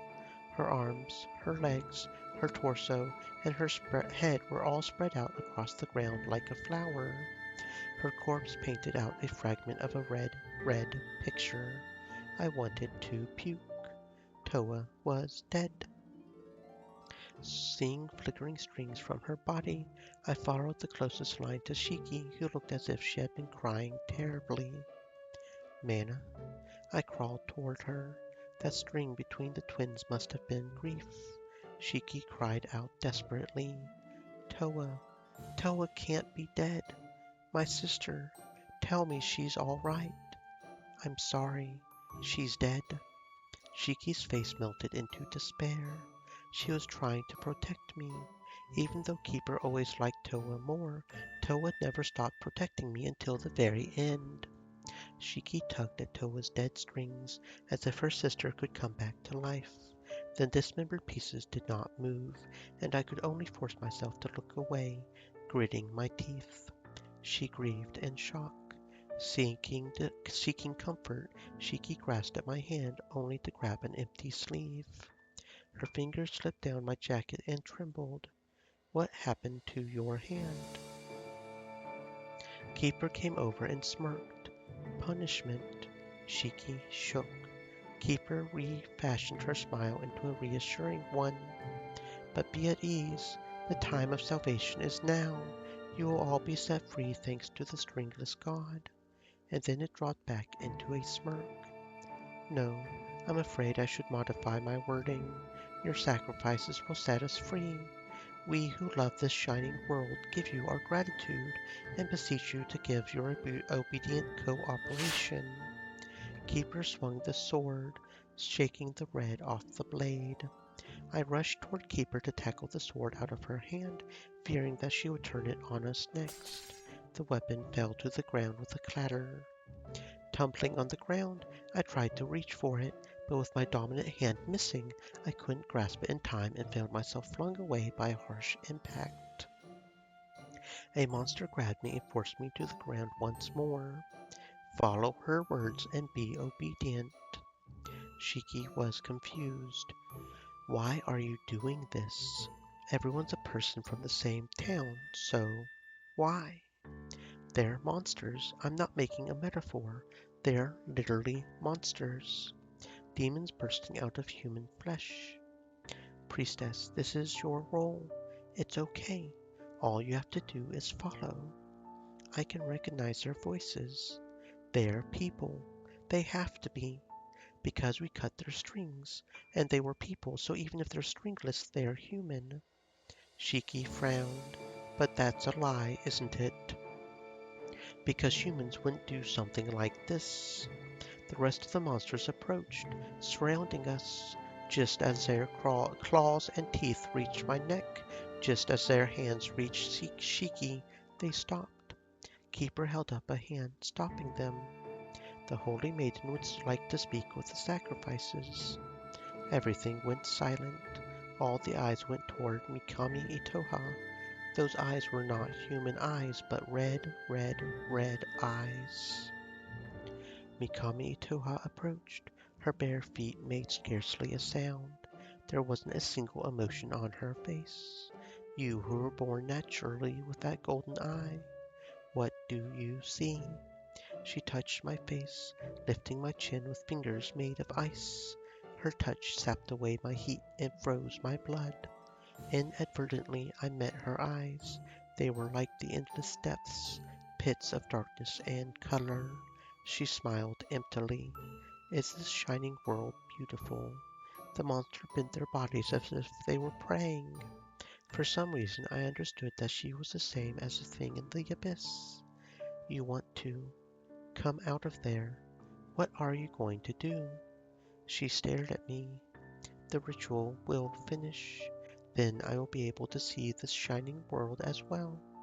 What about the strings? Irrelevant. Tell me, is it beautiful to you? To your blue eye, to your golden eye? If you treasure it, remember its light before darkness envelops it. Surely you would see something. She squinted at my eyes as if seeking for something bright. I was going to die. Then red splashed over my face. A blade burst through Mikami Itoha's chest, stopping right before me. Behind her was Shiki, who had taken the sword off the floor, and everyone's distraction. Shiki was shaking, but she had pierced through this woman's heart. Tears streamed down her angry face. So, this is your choice, Shiki. Itoha smiled. Was Shoko happy when she died? She wanted to find you. No, she wanted to find Mikami Itoha. Up until the very end, she was yearning for Mikami Itoha because she wanted to meet her again. She frowned and narrowed her eyes, as if expecting that response. I see. She was always foolish. Shoko. Ripping the sword out of Mikami Itoha, Shiki slashed blindly at Mikami Itoha's neck. Mikami Itoha fell to the ground lifelessly, and Shiki dropped the sword to the ground. Shiki listlessly kicked the once again dead woman's body. I always hated you. The monsters all collapsed and screamed. Covering my left ear with my good hand, I writhed underneath the monster that fell onto me. Shiki pulled me out, helping me to my feet. The room started shaking. The entire underground rumbled, pieces of the ground crumbling into the darkness. Even as I found wobbly equilibrium, I didn't think I could go any further. Shiki walked toward Toa's body. Kneeling on the ground, she gently pieced her sister together on the ground and closed those golden eyes. It was as if Toa was sleeping, lying in a bed of red flowers. Run away. Shiki smiled painfully. No, I don't want to. Have I ever told you how obnoxious you can be? You might be the first person to say that to my face. If you stay here, you'll die. Go, hurry and run away. A deep sadness washed over Shiki. You also aren't going, are you? I can't. And I won't either. After all, Toa is here, and you're here. Mana is here too. Shiki smiled. Between us was a red string. It wasn't that dribbling with blood that puppeted the monsters bursting from human bodies. It was a warm red string like a soft piece of yarn that could connect our pinkies. I reached my hand out toward the string, fingers passing through it as always. However, my disturbance sent a slight vibration down the string. Shiki appeared surprised and touched the string as well. Is this red the color of love? Yes. It seems like I had fallen in love with you. Shiki was a beautiful girl, a kind girl, a warm girl. Of course, she made my heart race, and her tears made my chest hurt. I wanted her to be happy. I wanted her to live well. I wanted to spend time with her because it was comfortable by her side, even with the little bit we spent together. Love, you could call it that. The suspension bridge effect is when your fear response is mistaken for romantic arousal. The strings don't lie. My heart doesn't lie. I love you not because I'm scared, but because I was happy. Shiki smiles wryly for a moment. We were always just going for our own goals, my sister and that woman. She frowned regretfully. I think we could have really gotten along if we had more time together. Yes, I think we could have had something wonderful. You're a beautiful person. I could tell from the moment I met you. You have a beautiful heart. Your strings were singing, shining, the kind detective. I also came to love you. Shiki stood and stepped closer to me, fingers grasping onto my now empty sleeve. I wish we had been able to fall in love properly. I also wish that. If we had been born into a more fortunate world, if we had walked a more fortunate path, what do you think would happen? Would we still meet and fall in love? Maybe not, but we can't change our current world. I don't hate it entirely, because we were able to meet and find this bond. Me too. Kiss me? I leaned forward, pressing my lips against hers, and closed my eyes. Her lips were soft, her hair tickled my cheeks. She was so warm. That moment seemed to last forever. That moment seemed to last only a fraction of a second. I wished I could kiss her forever, my heart beating to tell me how comfortable it would be. Yet we had to part. Tears streamed down her face from underneath her blindfold. I love you. The underground continued to shake, stones coming loose from the walls and ceiling.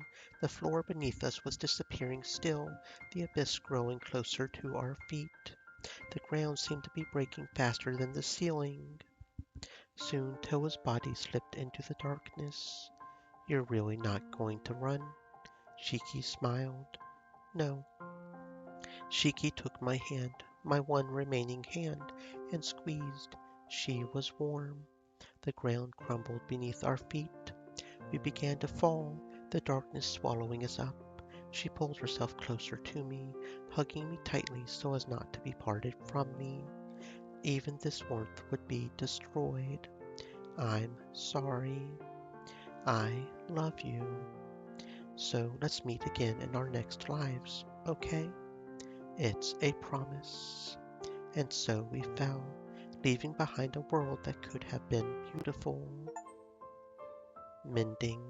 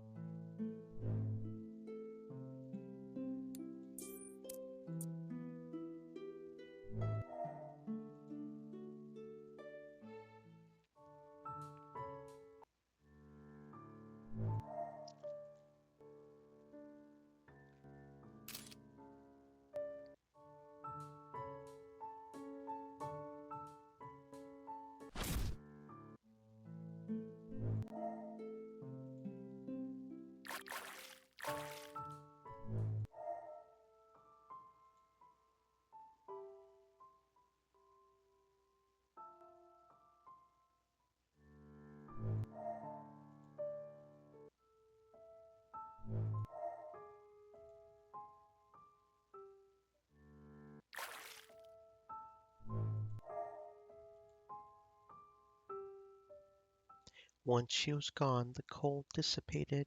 Counting my breaths, I slowly calmed the pain. I wiped away my tears. Red. Looking at my now wet hand, I saw red all over the black. I wobbled to my feet again, forcing myself off of the wall. Feeling something hard bump in my pocket, I remembered my phone. I should call someone for help. I retrieved it from my pocket, the small rectangular box still intact with only a thin crack across the glass. Turning it on, I found no signal bars available. I fiddled with the settings and lifted the phone above my head to no avail. The battery icon also glowed red, showing me a low 10% charge. With no portable battery on hand, I couldn't carelessly use the phone. Clicking it off, I put the device back into my pocket. Step, step, step, footsteps. I was ready to bolt. Toa appeared with sword in hand. In my surprise, I bumped my head against the wall while trying to run. Her presence was a relief compared to any of the other options I imagined. You're here. She stared me down. You don't look very good right now. Holding the back of my head, I eyed the blade in Toa's hand. Why are you holding a sword?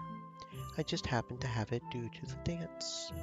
Given that her hands were free the last time I saw her, I couldn't help but doubt her words. However, seeing a light glint off of this sharp metal, I didn't comment. A weapon was good to have. Let's go. Toa grabbed my arm and tugged me to start walking.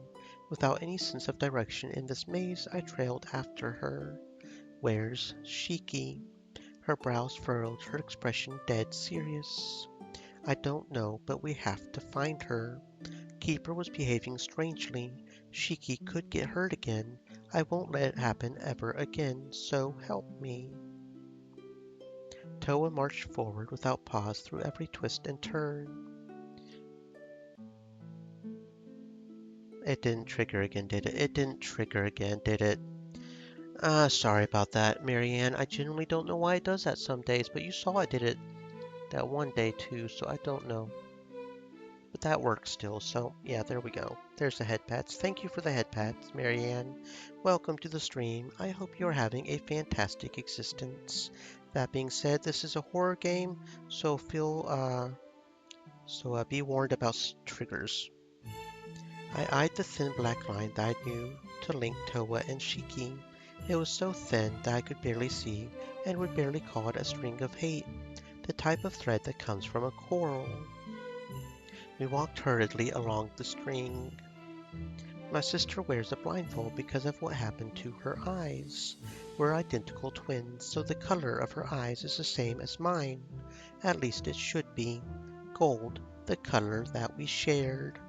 Toa Stream frowned, elements said, "Stay thirsty, my friends. Hydrate." but she was punished for drifting away from the stringless god. I blinded her.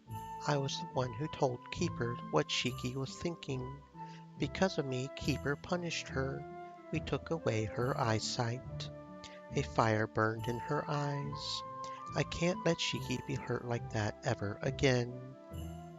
Following the thin black, I sped up the pace of my legs. Stream elements said, "Stay moist, my friends. Hydrate." We rushed through the underground path, running. You people are goddamn insane. Toa frowned. I know. We ran, our footsteps echoing in the darkness. You're weak. The sickly detective.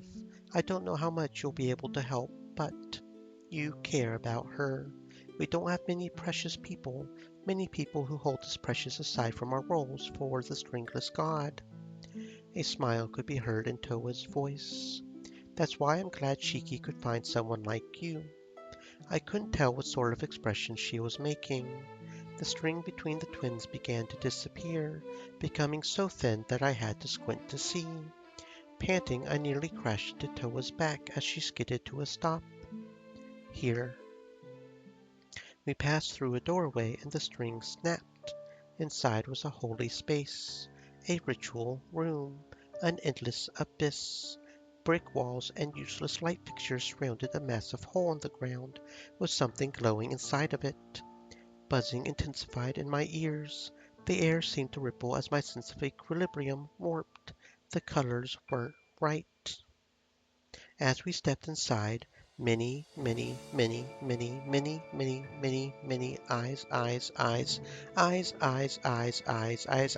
eyes turned to look at us. Monsters were there. I stumbled into Toa. Shiki was surrounded by monsters. Her usual smile was nowhere to be seen. Putting aside the gazes piercing into my body, ignoring my suddenly throbbing scars, I dashed to Shiki's side with Toa. No one stopped us. Shiki. Shiki was alerted. Mana? Toa? We're here. I took her hand to give it a squeeze, and she pulled me into a hug. Shoulders trembling, she took a shaky breath and buried her face into my chest for just a moment.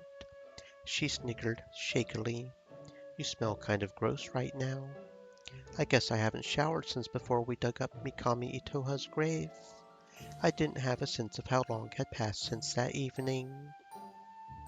Welcome to the cradle of the stringless god. Keeper's voice pierced through our reunion and made Shiki freeze up in my arms. Beside Keeper stood Mikami Itoha, cold and silent. Keeper smiled. The time of salvation is now. Her smile twisted into a sadistic grin. Although humans do not know what that means, the stringless god will soon manifest into the shining world. She dropped the smile and glared at us. Please become part of the ritual obediently. Ritual was an ominous word at this moment. I glanced around, trying to get a sense of what Keeper meant. For example, it could be another string cutting. The thought made my head hurt. For example, it could be an act of murder. Behind us was a deep pit, fathomless, filled with profound darkness, yet color. If we fell, we would surely die.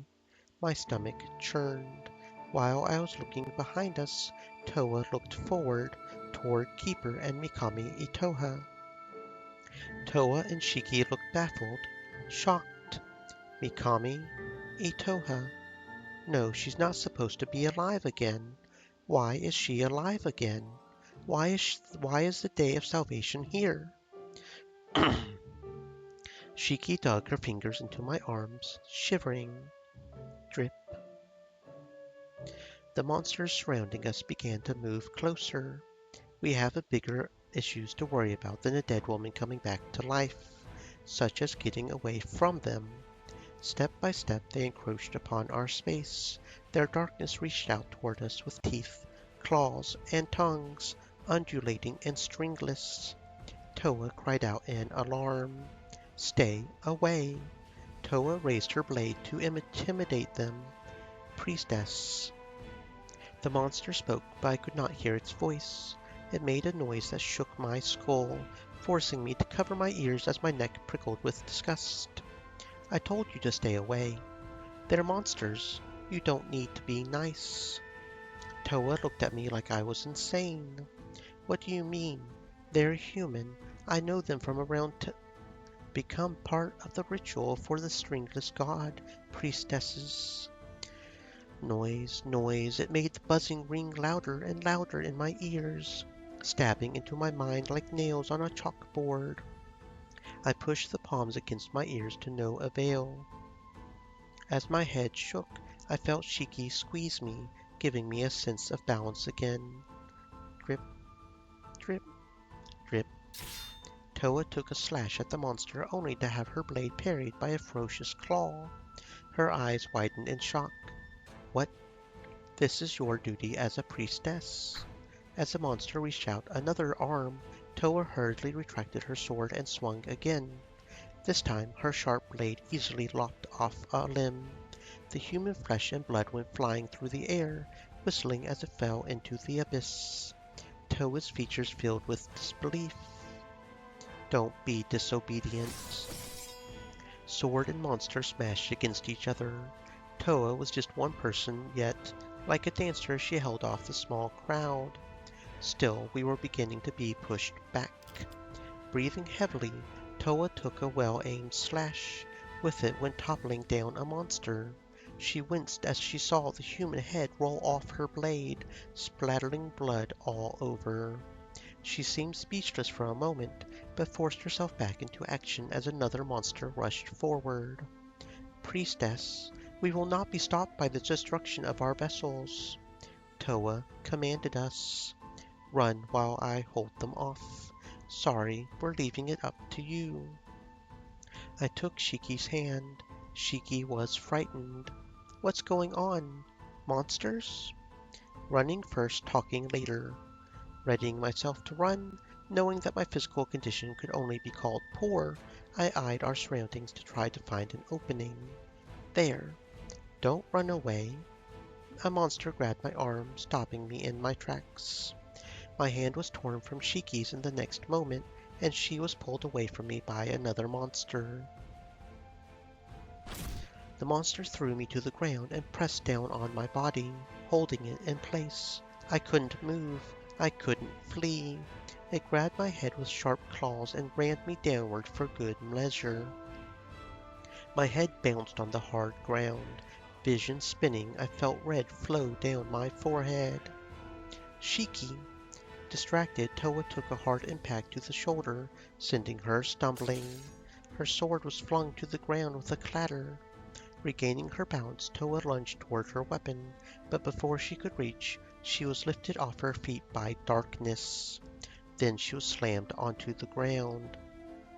Coughing to catch a breath, Toa tried to raise to her feet only to be kicked down. The monster stomped on her dominant hand, making a noise almost like laughter at the sound of bones cracking. She shrieked in pain. We lost. Monsters pressing down on all of us. We looked like a grotesque pile of human, and darkness. We had no way to get free. The sword was so close to me. Keeper stared down at us with pity in her eyes. I politely requested of you three to become part of the ritual, but I suppose politeness isn't enough. The end result is all the same. She smiled. Have you enjoyed your struggle? Are you going to throw us down there? She looked at me like a mother reassuring her child. Of course not. Her smile became twisted. We'll just kill you for the ritual. It isn't the best option, but I can tell none of you will cooperate. Not even my favorite obedient girl, Toa. Keeper dropped the smile. It's a shame. Keeper, are you really doing this? Keeper smirked. Yes, it's all for our god, so please fulfill your role as our beloved priestess until the very end. I can't. You will. Filled with shock and betrayal, Toa lowered her head. All three of us All three of us fell silent. Drip. I'm sorry. Shiki's voice cracked, lowering to a whisper as if holding back tears. Her expression was filled with regret and guilt. I'm sorry to both of you. Mana, I'm sorry I got you involved. You had nothing to do with all this. I just wanted to protect Toa, to figure out how to get her away from this cult. No, what I wanted to do was more selfish. I just wanted to stop my big sister from one day cutting our bonds with the stringless god's hands. If I didn't have her, I wouldn't have anything. She smiled painfully for a moment. To think it would come to this. Shiki's face twisted into rage. We also had dreams. We also had things we wanted to do with our lives.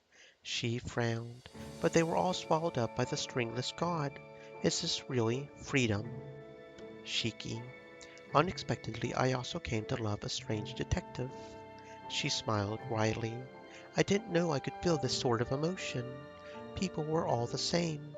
No one mattered aside from Toa, but to think that even I could. I thought the same. To think that even I could fall in love. I'm sorry. It didn't work out. I got you involved in something terrible.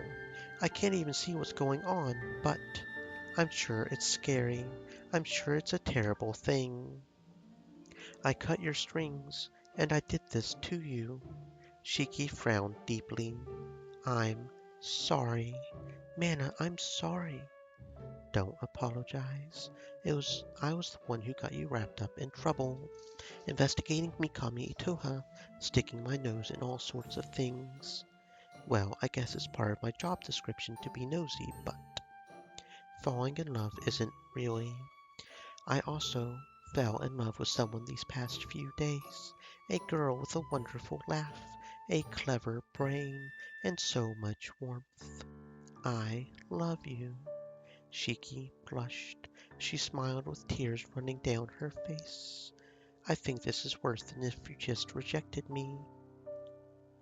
A bit of a crybaby, aren't you? It's okay. I also like that you're kind, but I wish I could stop your tears and take away all these bad things. I couldn't even reach out my hand to wipe her wet cheeks. With soft footsteps, Mikami Itoha approached. She frowned. Are these my children? I'm somehow disappointed. Let their blood flow. She circled around the three of us before stepping toward the pit, tracing her bare feet along the edge and looking downward in the madness. Itoha smiled. We will manifest. At her words, the monsters all rose and bowed deeply to Mikami Itoha's body. They bowed toward the abyss. I felt the hold on me loosen.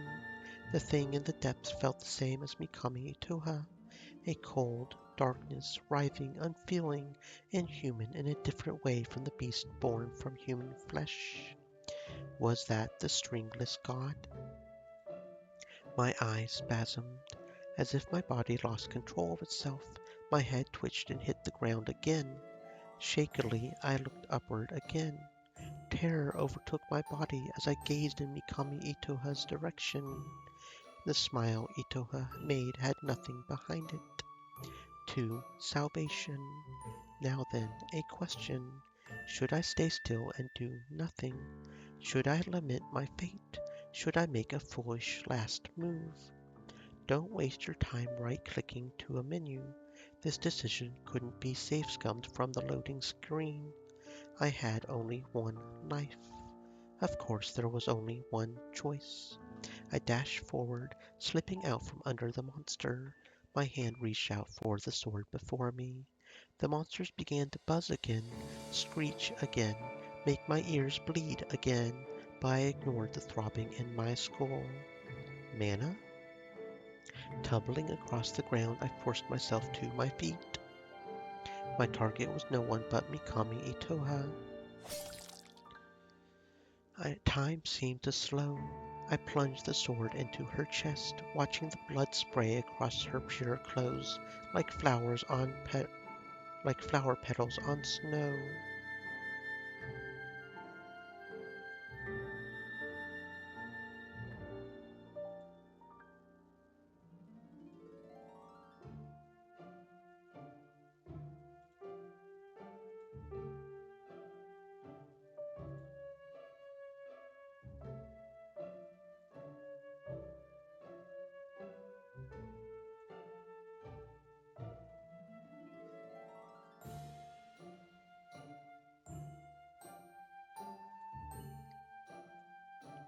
Don't mind me, just screenshotting this real quick.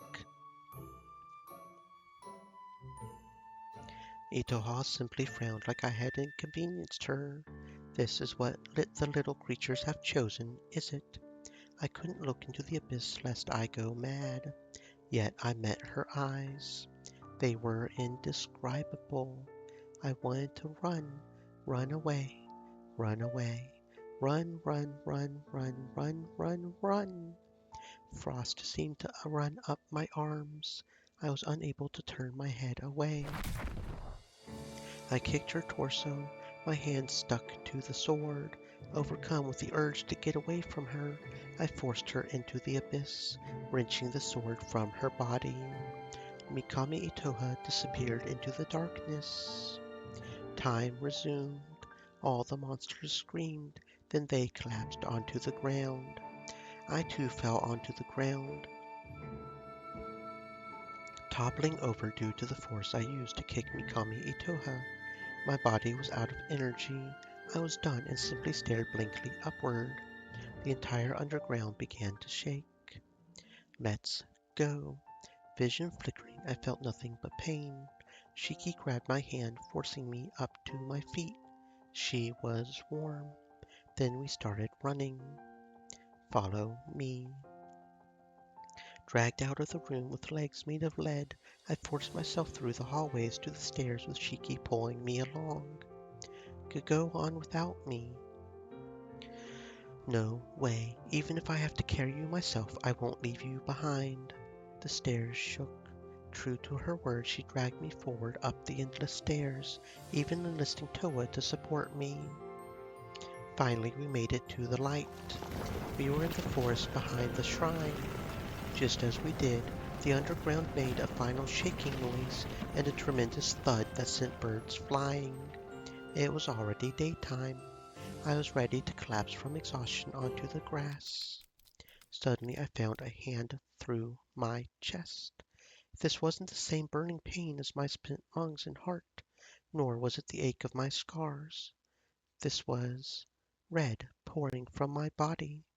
I couldn't even scream. It hurt. This is no good. I dropped the sword in my hand. My vision became hazy as I toppled over, Keeper's hand retracting out my back. Shiki grabbed the blade I dropped on the grass. She acted in a rage. I won't let you take anything else away from me. The sound of someone being cut down. Mana. I stopped. Mana stopped. If I were to write a letter to Shoko, how would I structure it? Dear Shoko, Mikami Itoha died of heart disease 5 years ago. Due to powers I don't quite understand myself, she came back to life. I may have killed her again myself, though. It's a long story that I'm not sure how to explain. Remembering you, Mana. Thinking about such a topic, I opened my eyes to white. The sterile smell of hospitals filled my nose, matching with the plain room. It was an ordinary hospital room with white sheets, 2 chairs by the bedside for visitation, and a little TV set atop a drawer. I wasn't much of a fan, but here I was again. I had spent months before in this exact hospital in Tato, the top hospital in the country for trauma wounds and surgery. By the looks of it, I would be here for another while. Knock knock. Come in. Excuse my intrusion. Toa entered the room with a basket full of fruits, which she placed on the small table next to my hospital bed. She had her usual neutral expression. After the Mikami Itoha incident, the two of them moved to the city. The corners of her lips tugged up with a little smile. I recently bought a phone. Same model as yours since it seems so sturdy. It really did go through a lot. Miss Smartwatch user. She frowned. At least it was charged. Your phone was so low on battery that we thought it would die before we figured out how to unlock it. I'm glad I set up my fingerprint access. I looked toward the door for a second, waiting for an important person. Her meeting with the editor ends soon, right? No, I think it might have ended early today. We glanced toward the door again. Footsteps from the distance caught my attention. Toa smiled. There she is. Sliding into the hospital room, Shiki skidded to a stop right before me. I heard a nurse shout after her from the hallway. She had a huge grin on her face, her cheeks dusted red with the blush. Mana! Why so out of breath? I wanted to see you. I'm so happy right now. Did the meeting with the editor go well? She grinned. Yep, and since it ended early, I could come see you sooner. She made a delicate twirl, skirt flaring in the air, and hopped closer to me, taking my hands in her warm palms. Her sweet shampoo tickled my nose. The sun filtered through the window, shining on her. No, she was the one who was shining, brighter than the blue sky. She pressed her soft lips into my hand, making my heart skip a beat. Pink rushed to my cheeks even though this was normal. I love you. Me too. I love you, Shiki. Warm. She was warm. The world was beautiful. I thought about my answer to a question she asked me so long ago. Yes, this world was beautiful. A warm and beautiful world.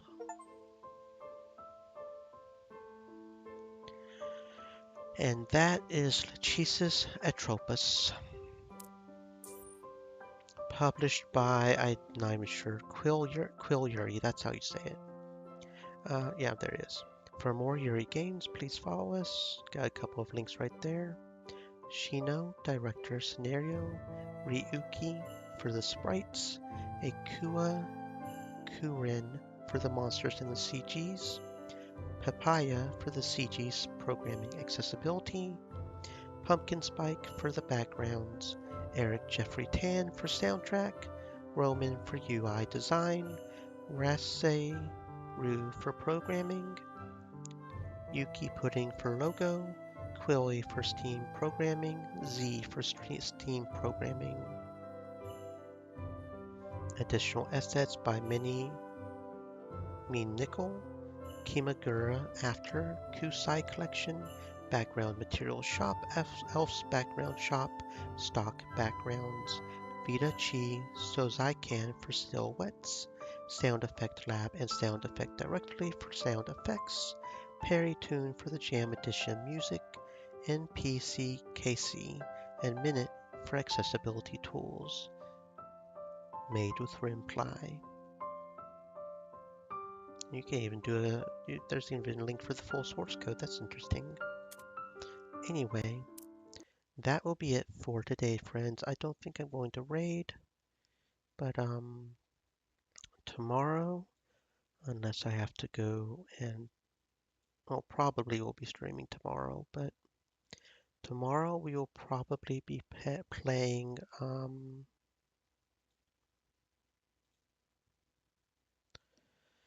Synesthesia. Yeah, Synesthesia. We'll probably be playing that tomorrow. We'll probably be doing a bit of a long stream then. How Long to Beat says it's about 9 hours. So I might as well maybe just do Synesthesia tomorrow and beat it all at once because you know I'm crazy and I do these stupid long streams. So stay safe, friends. Maybe I'll see you tomorrow.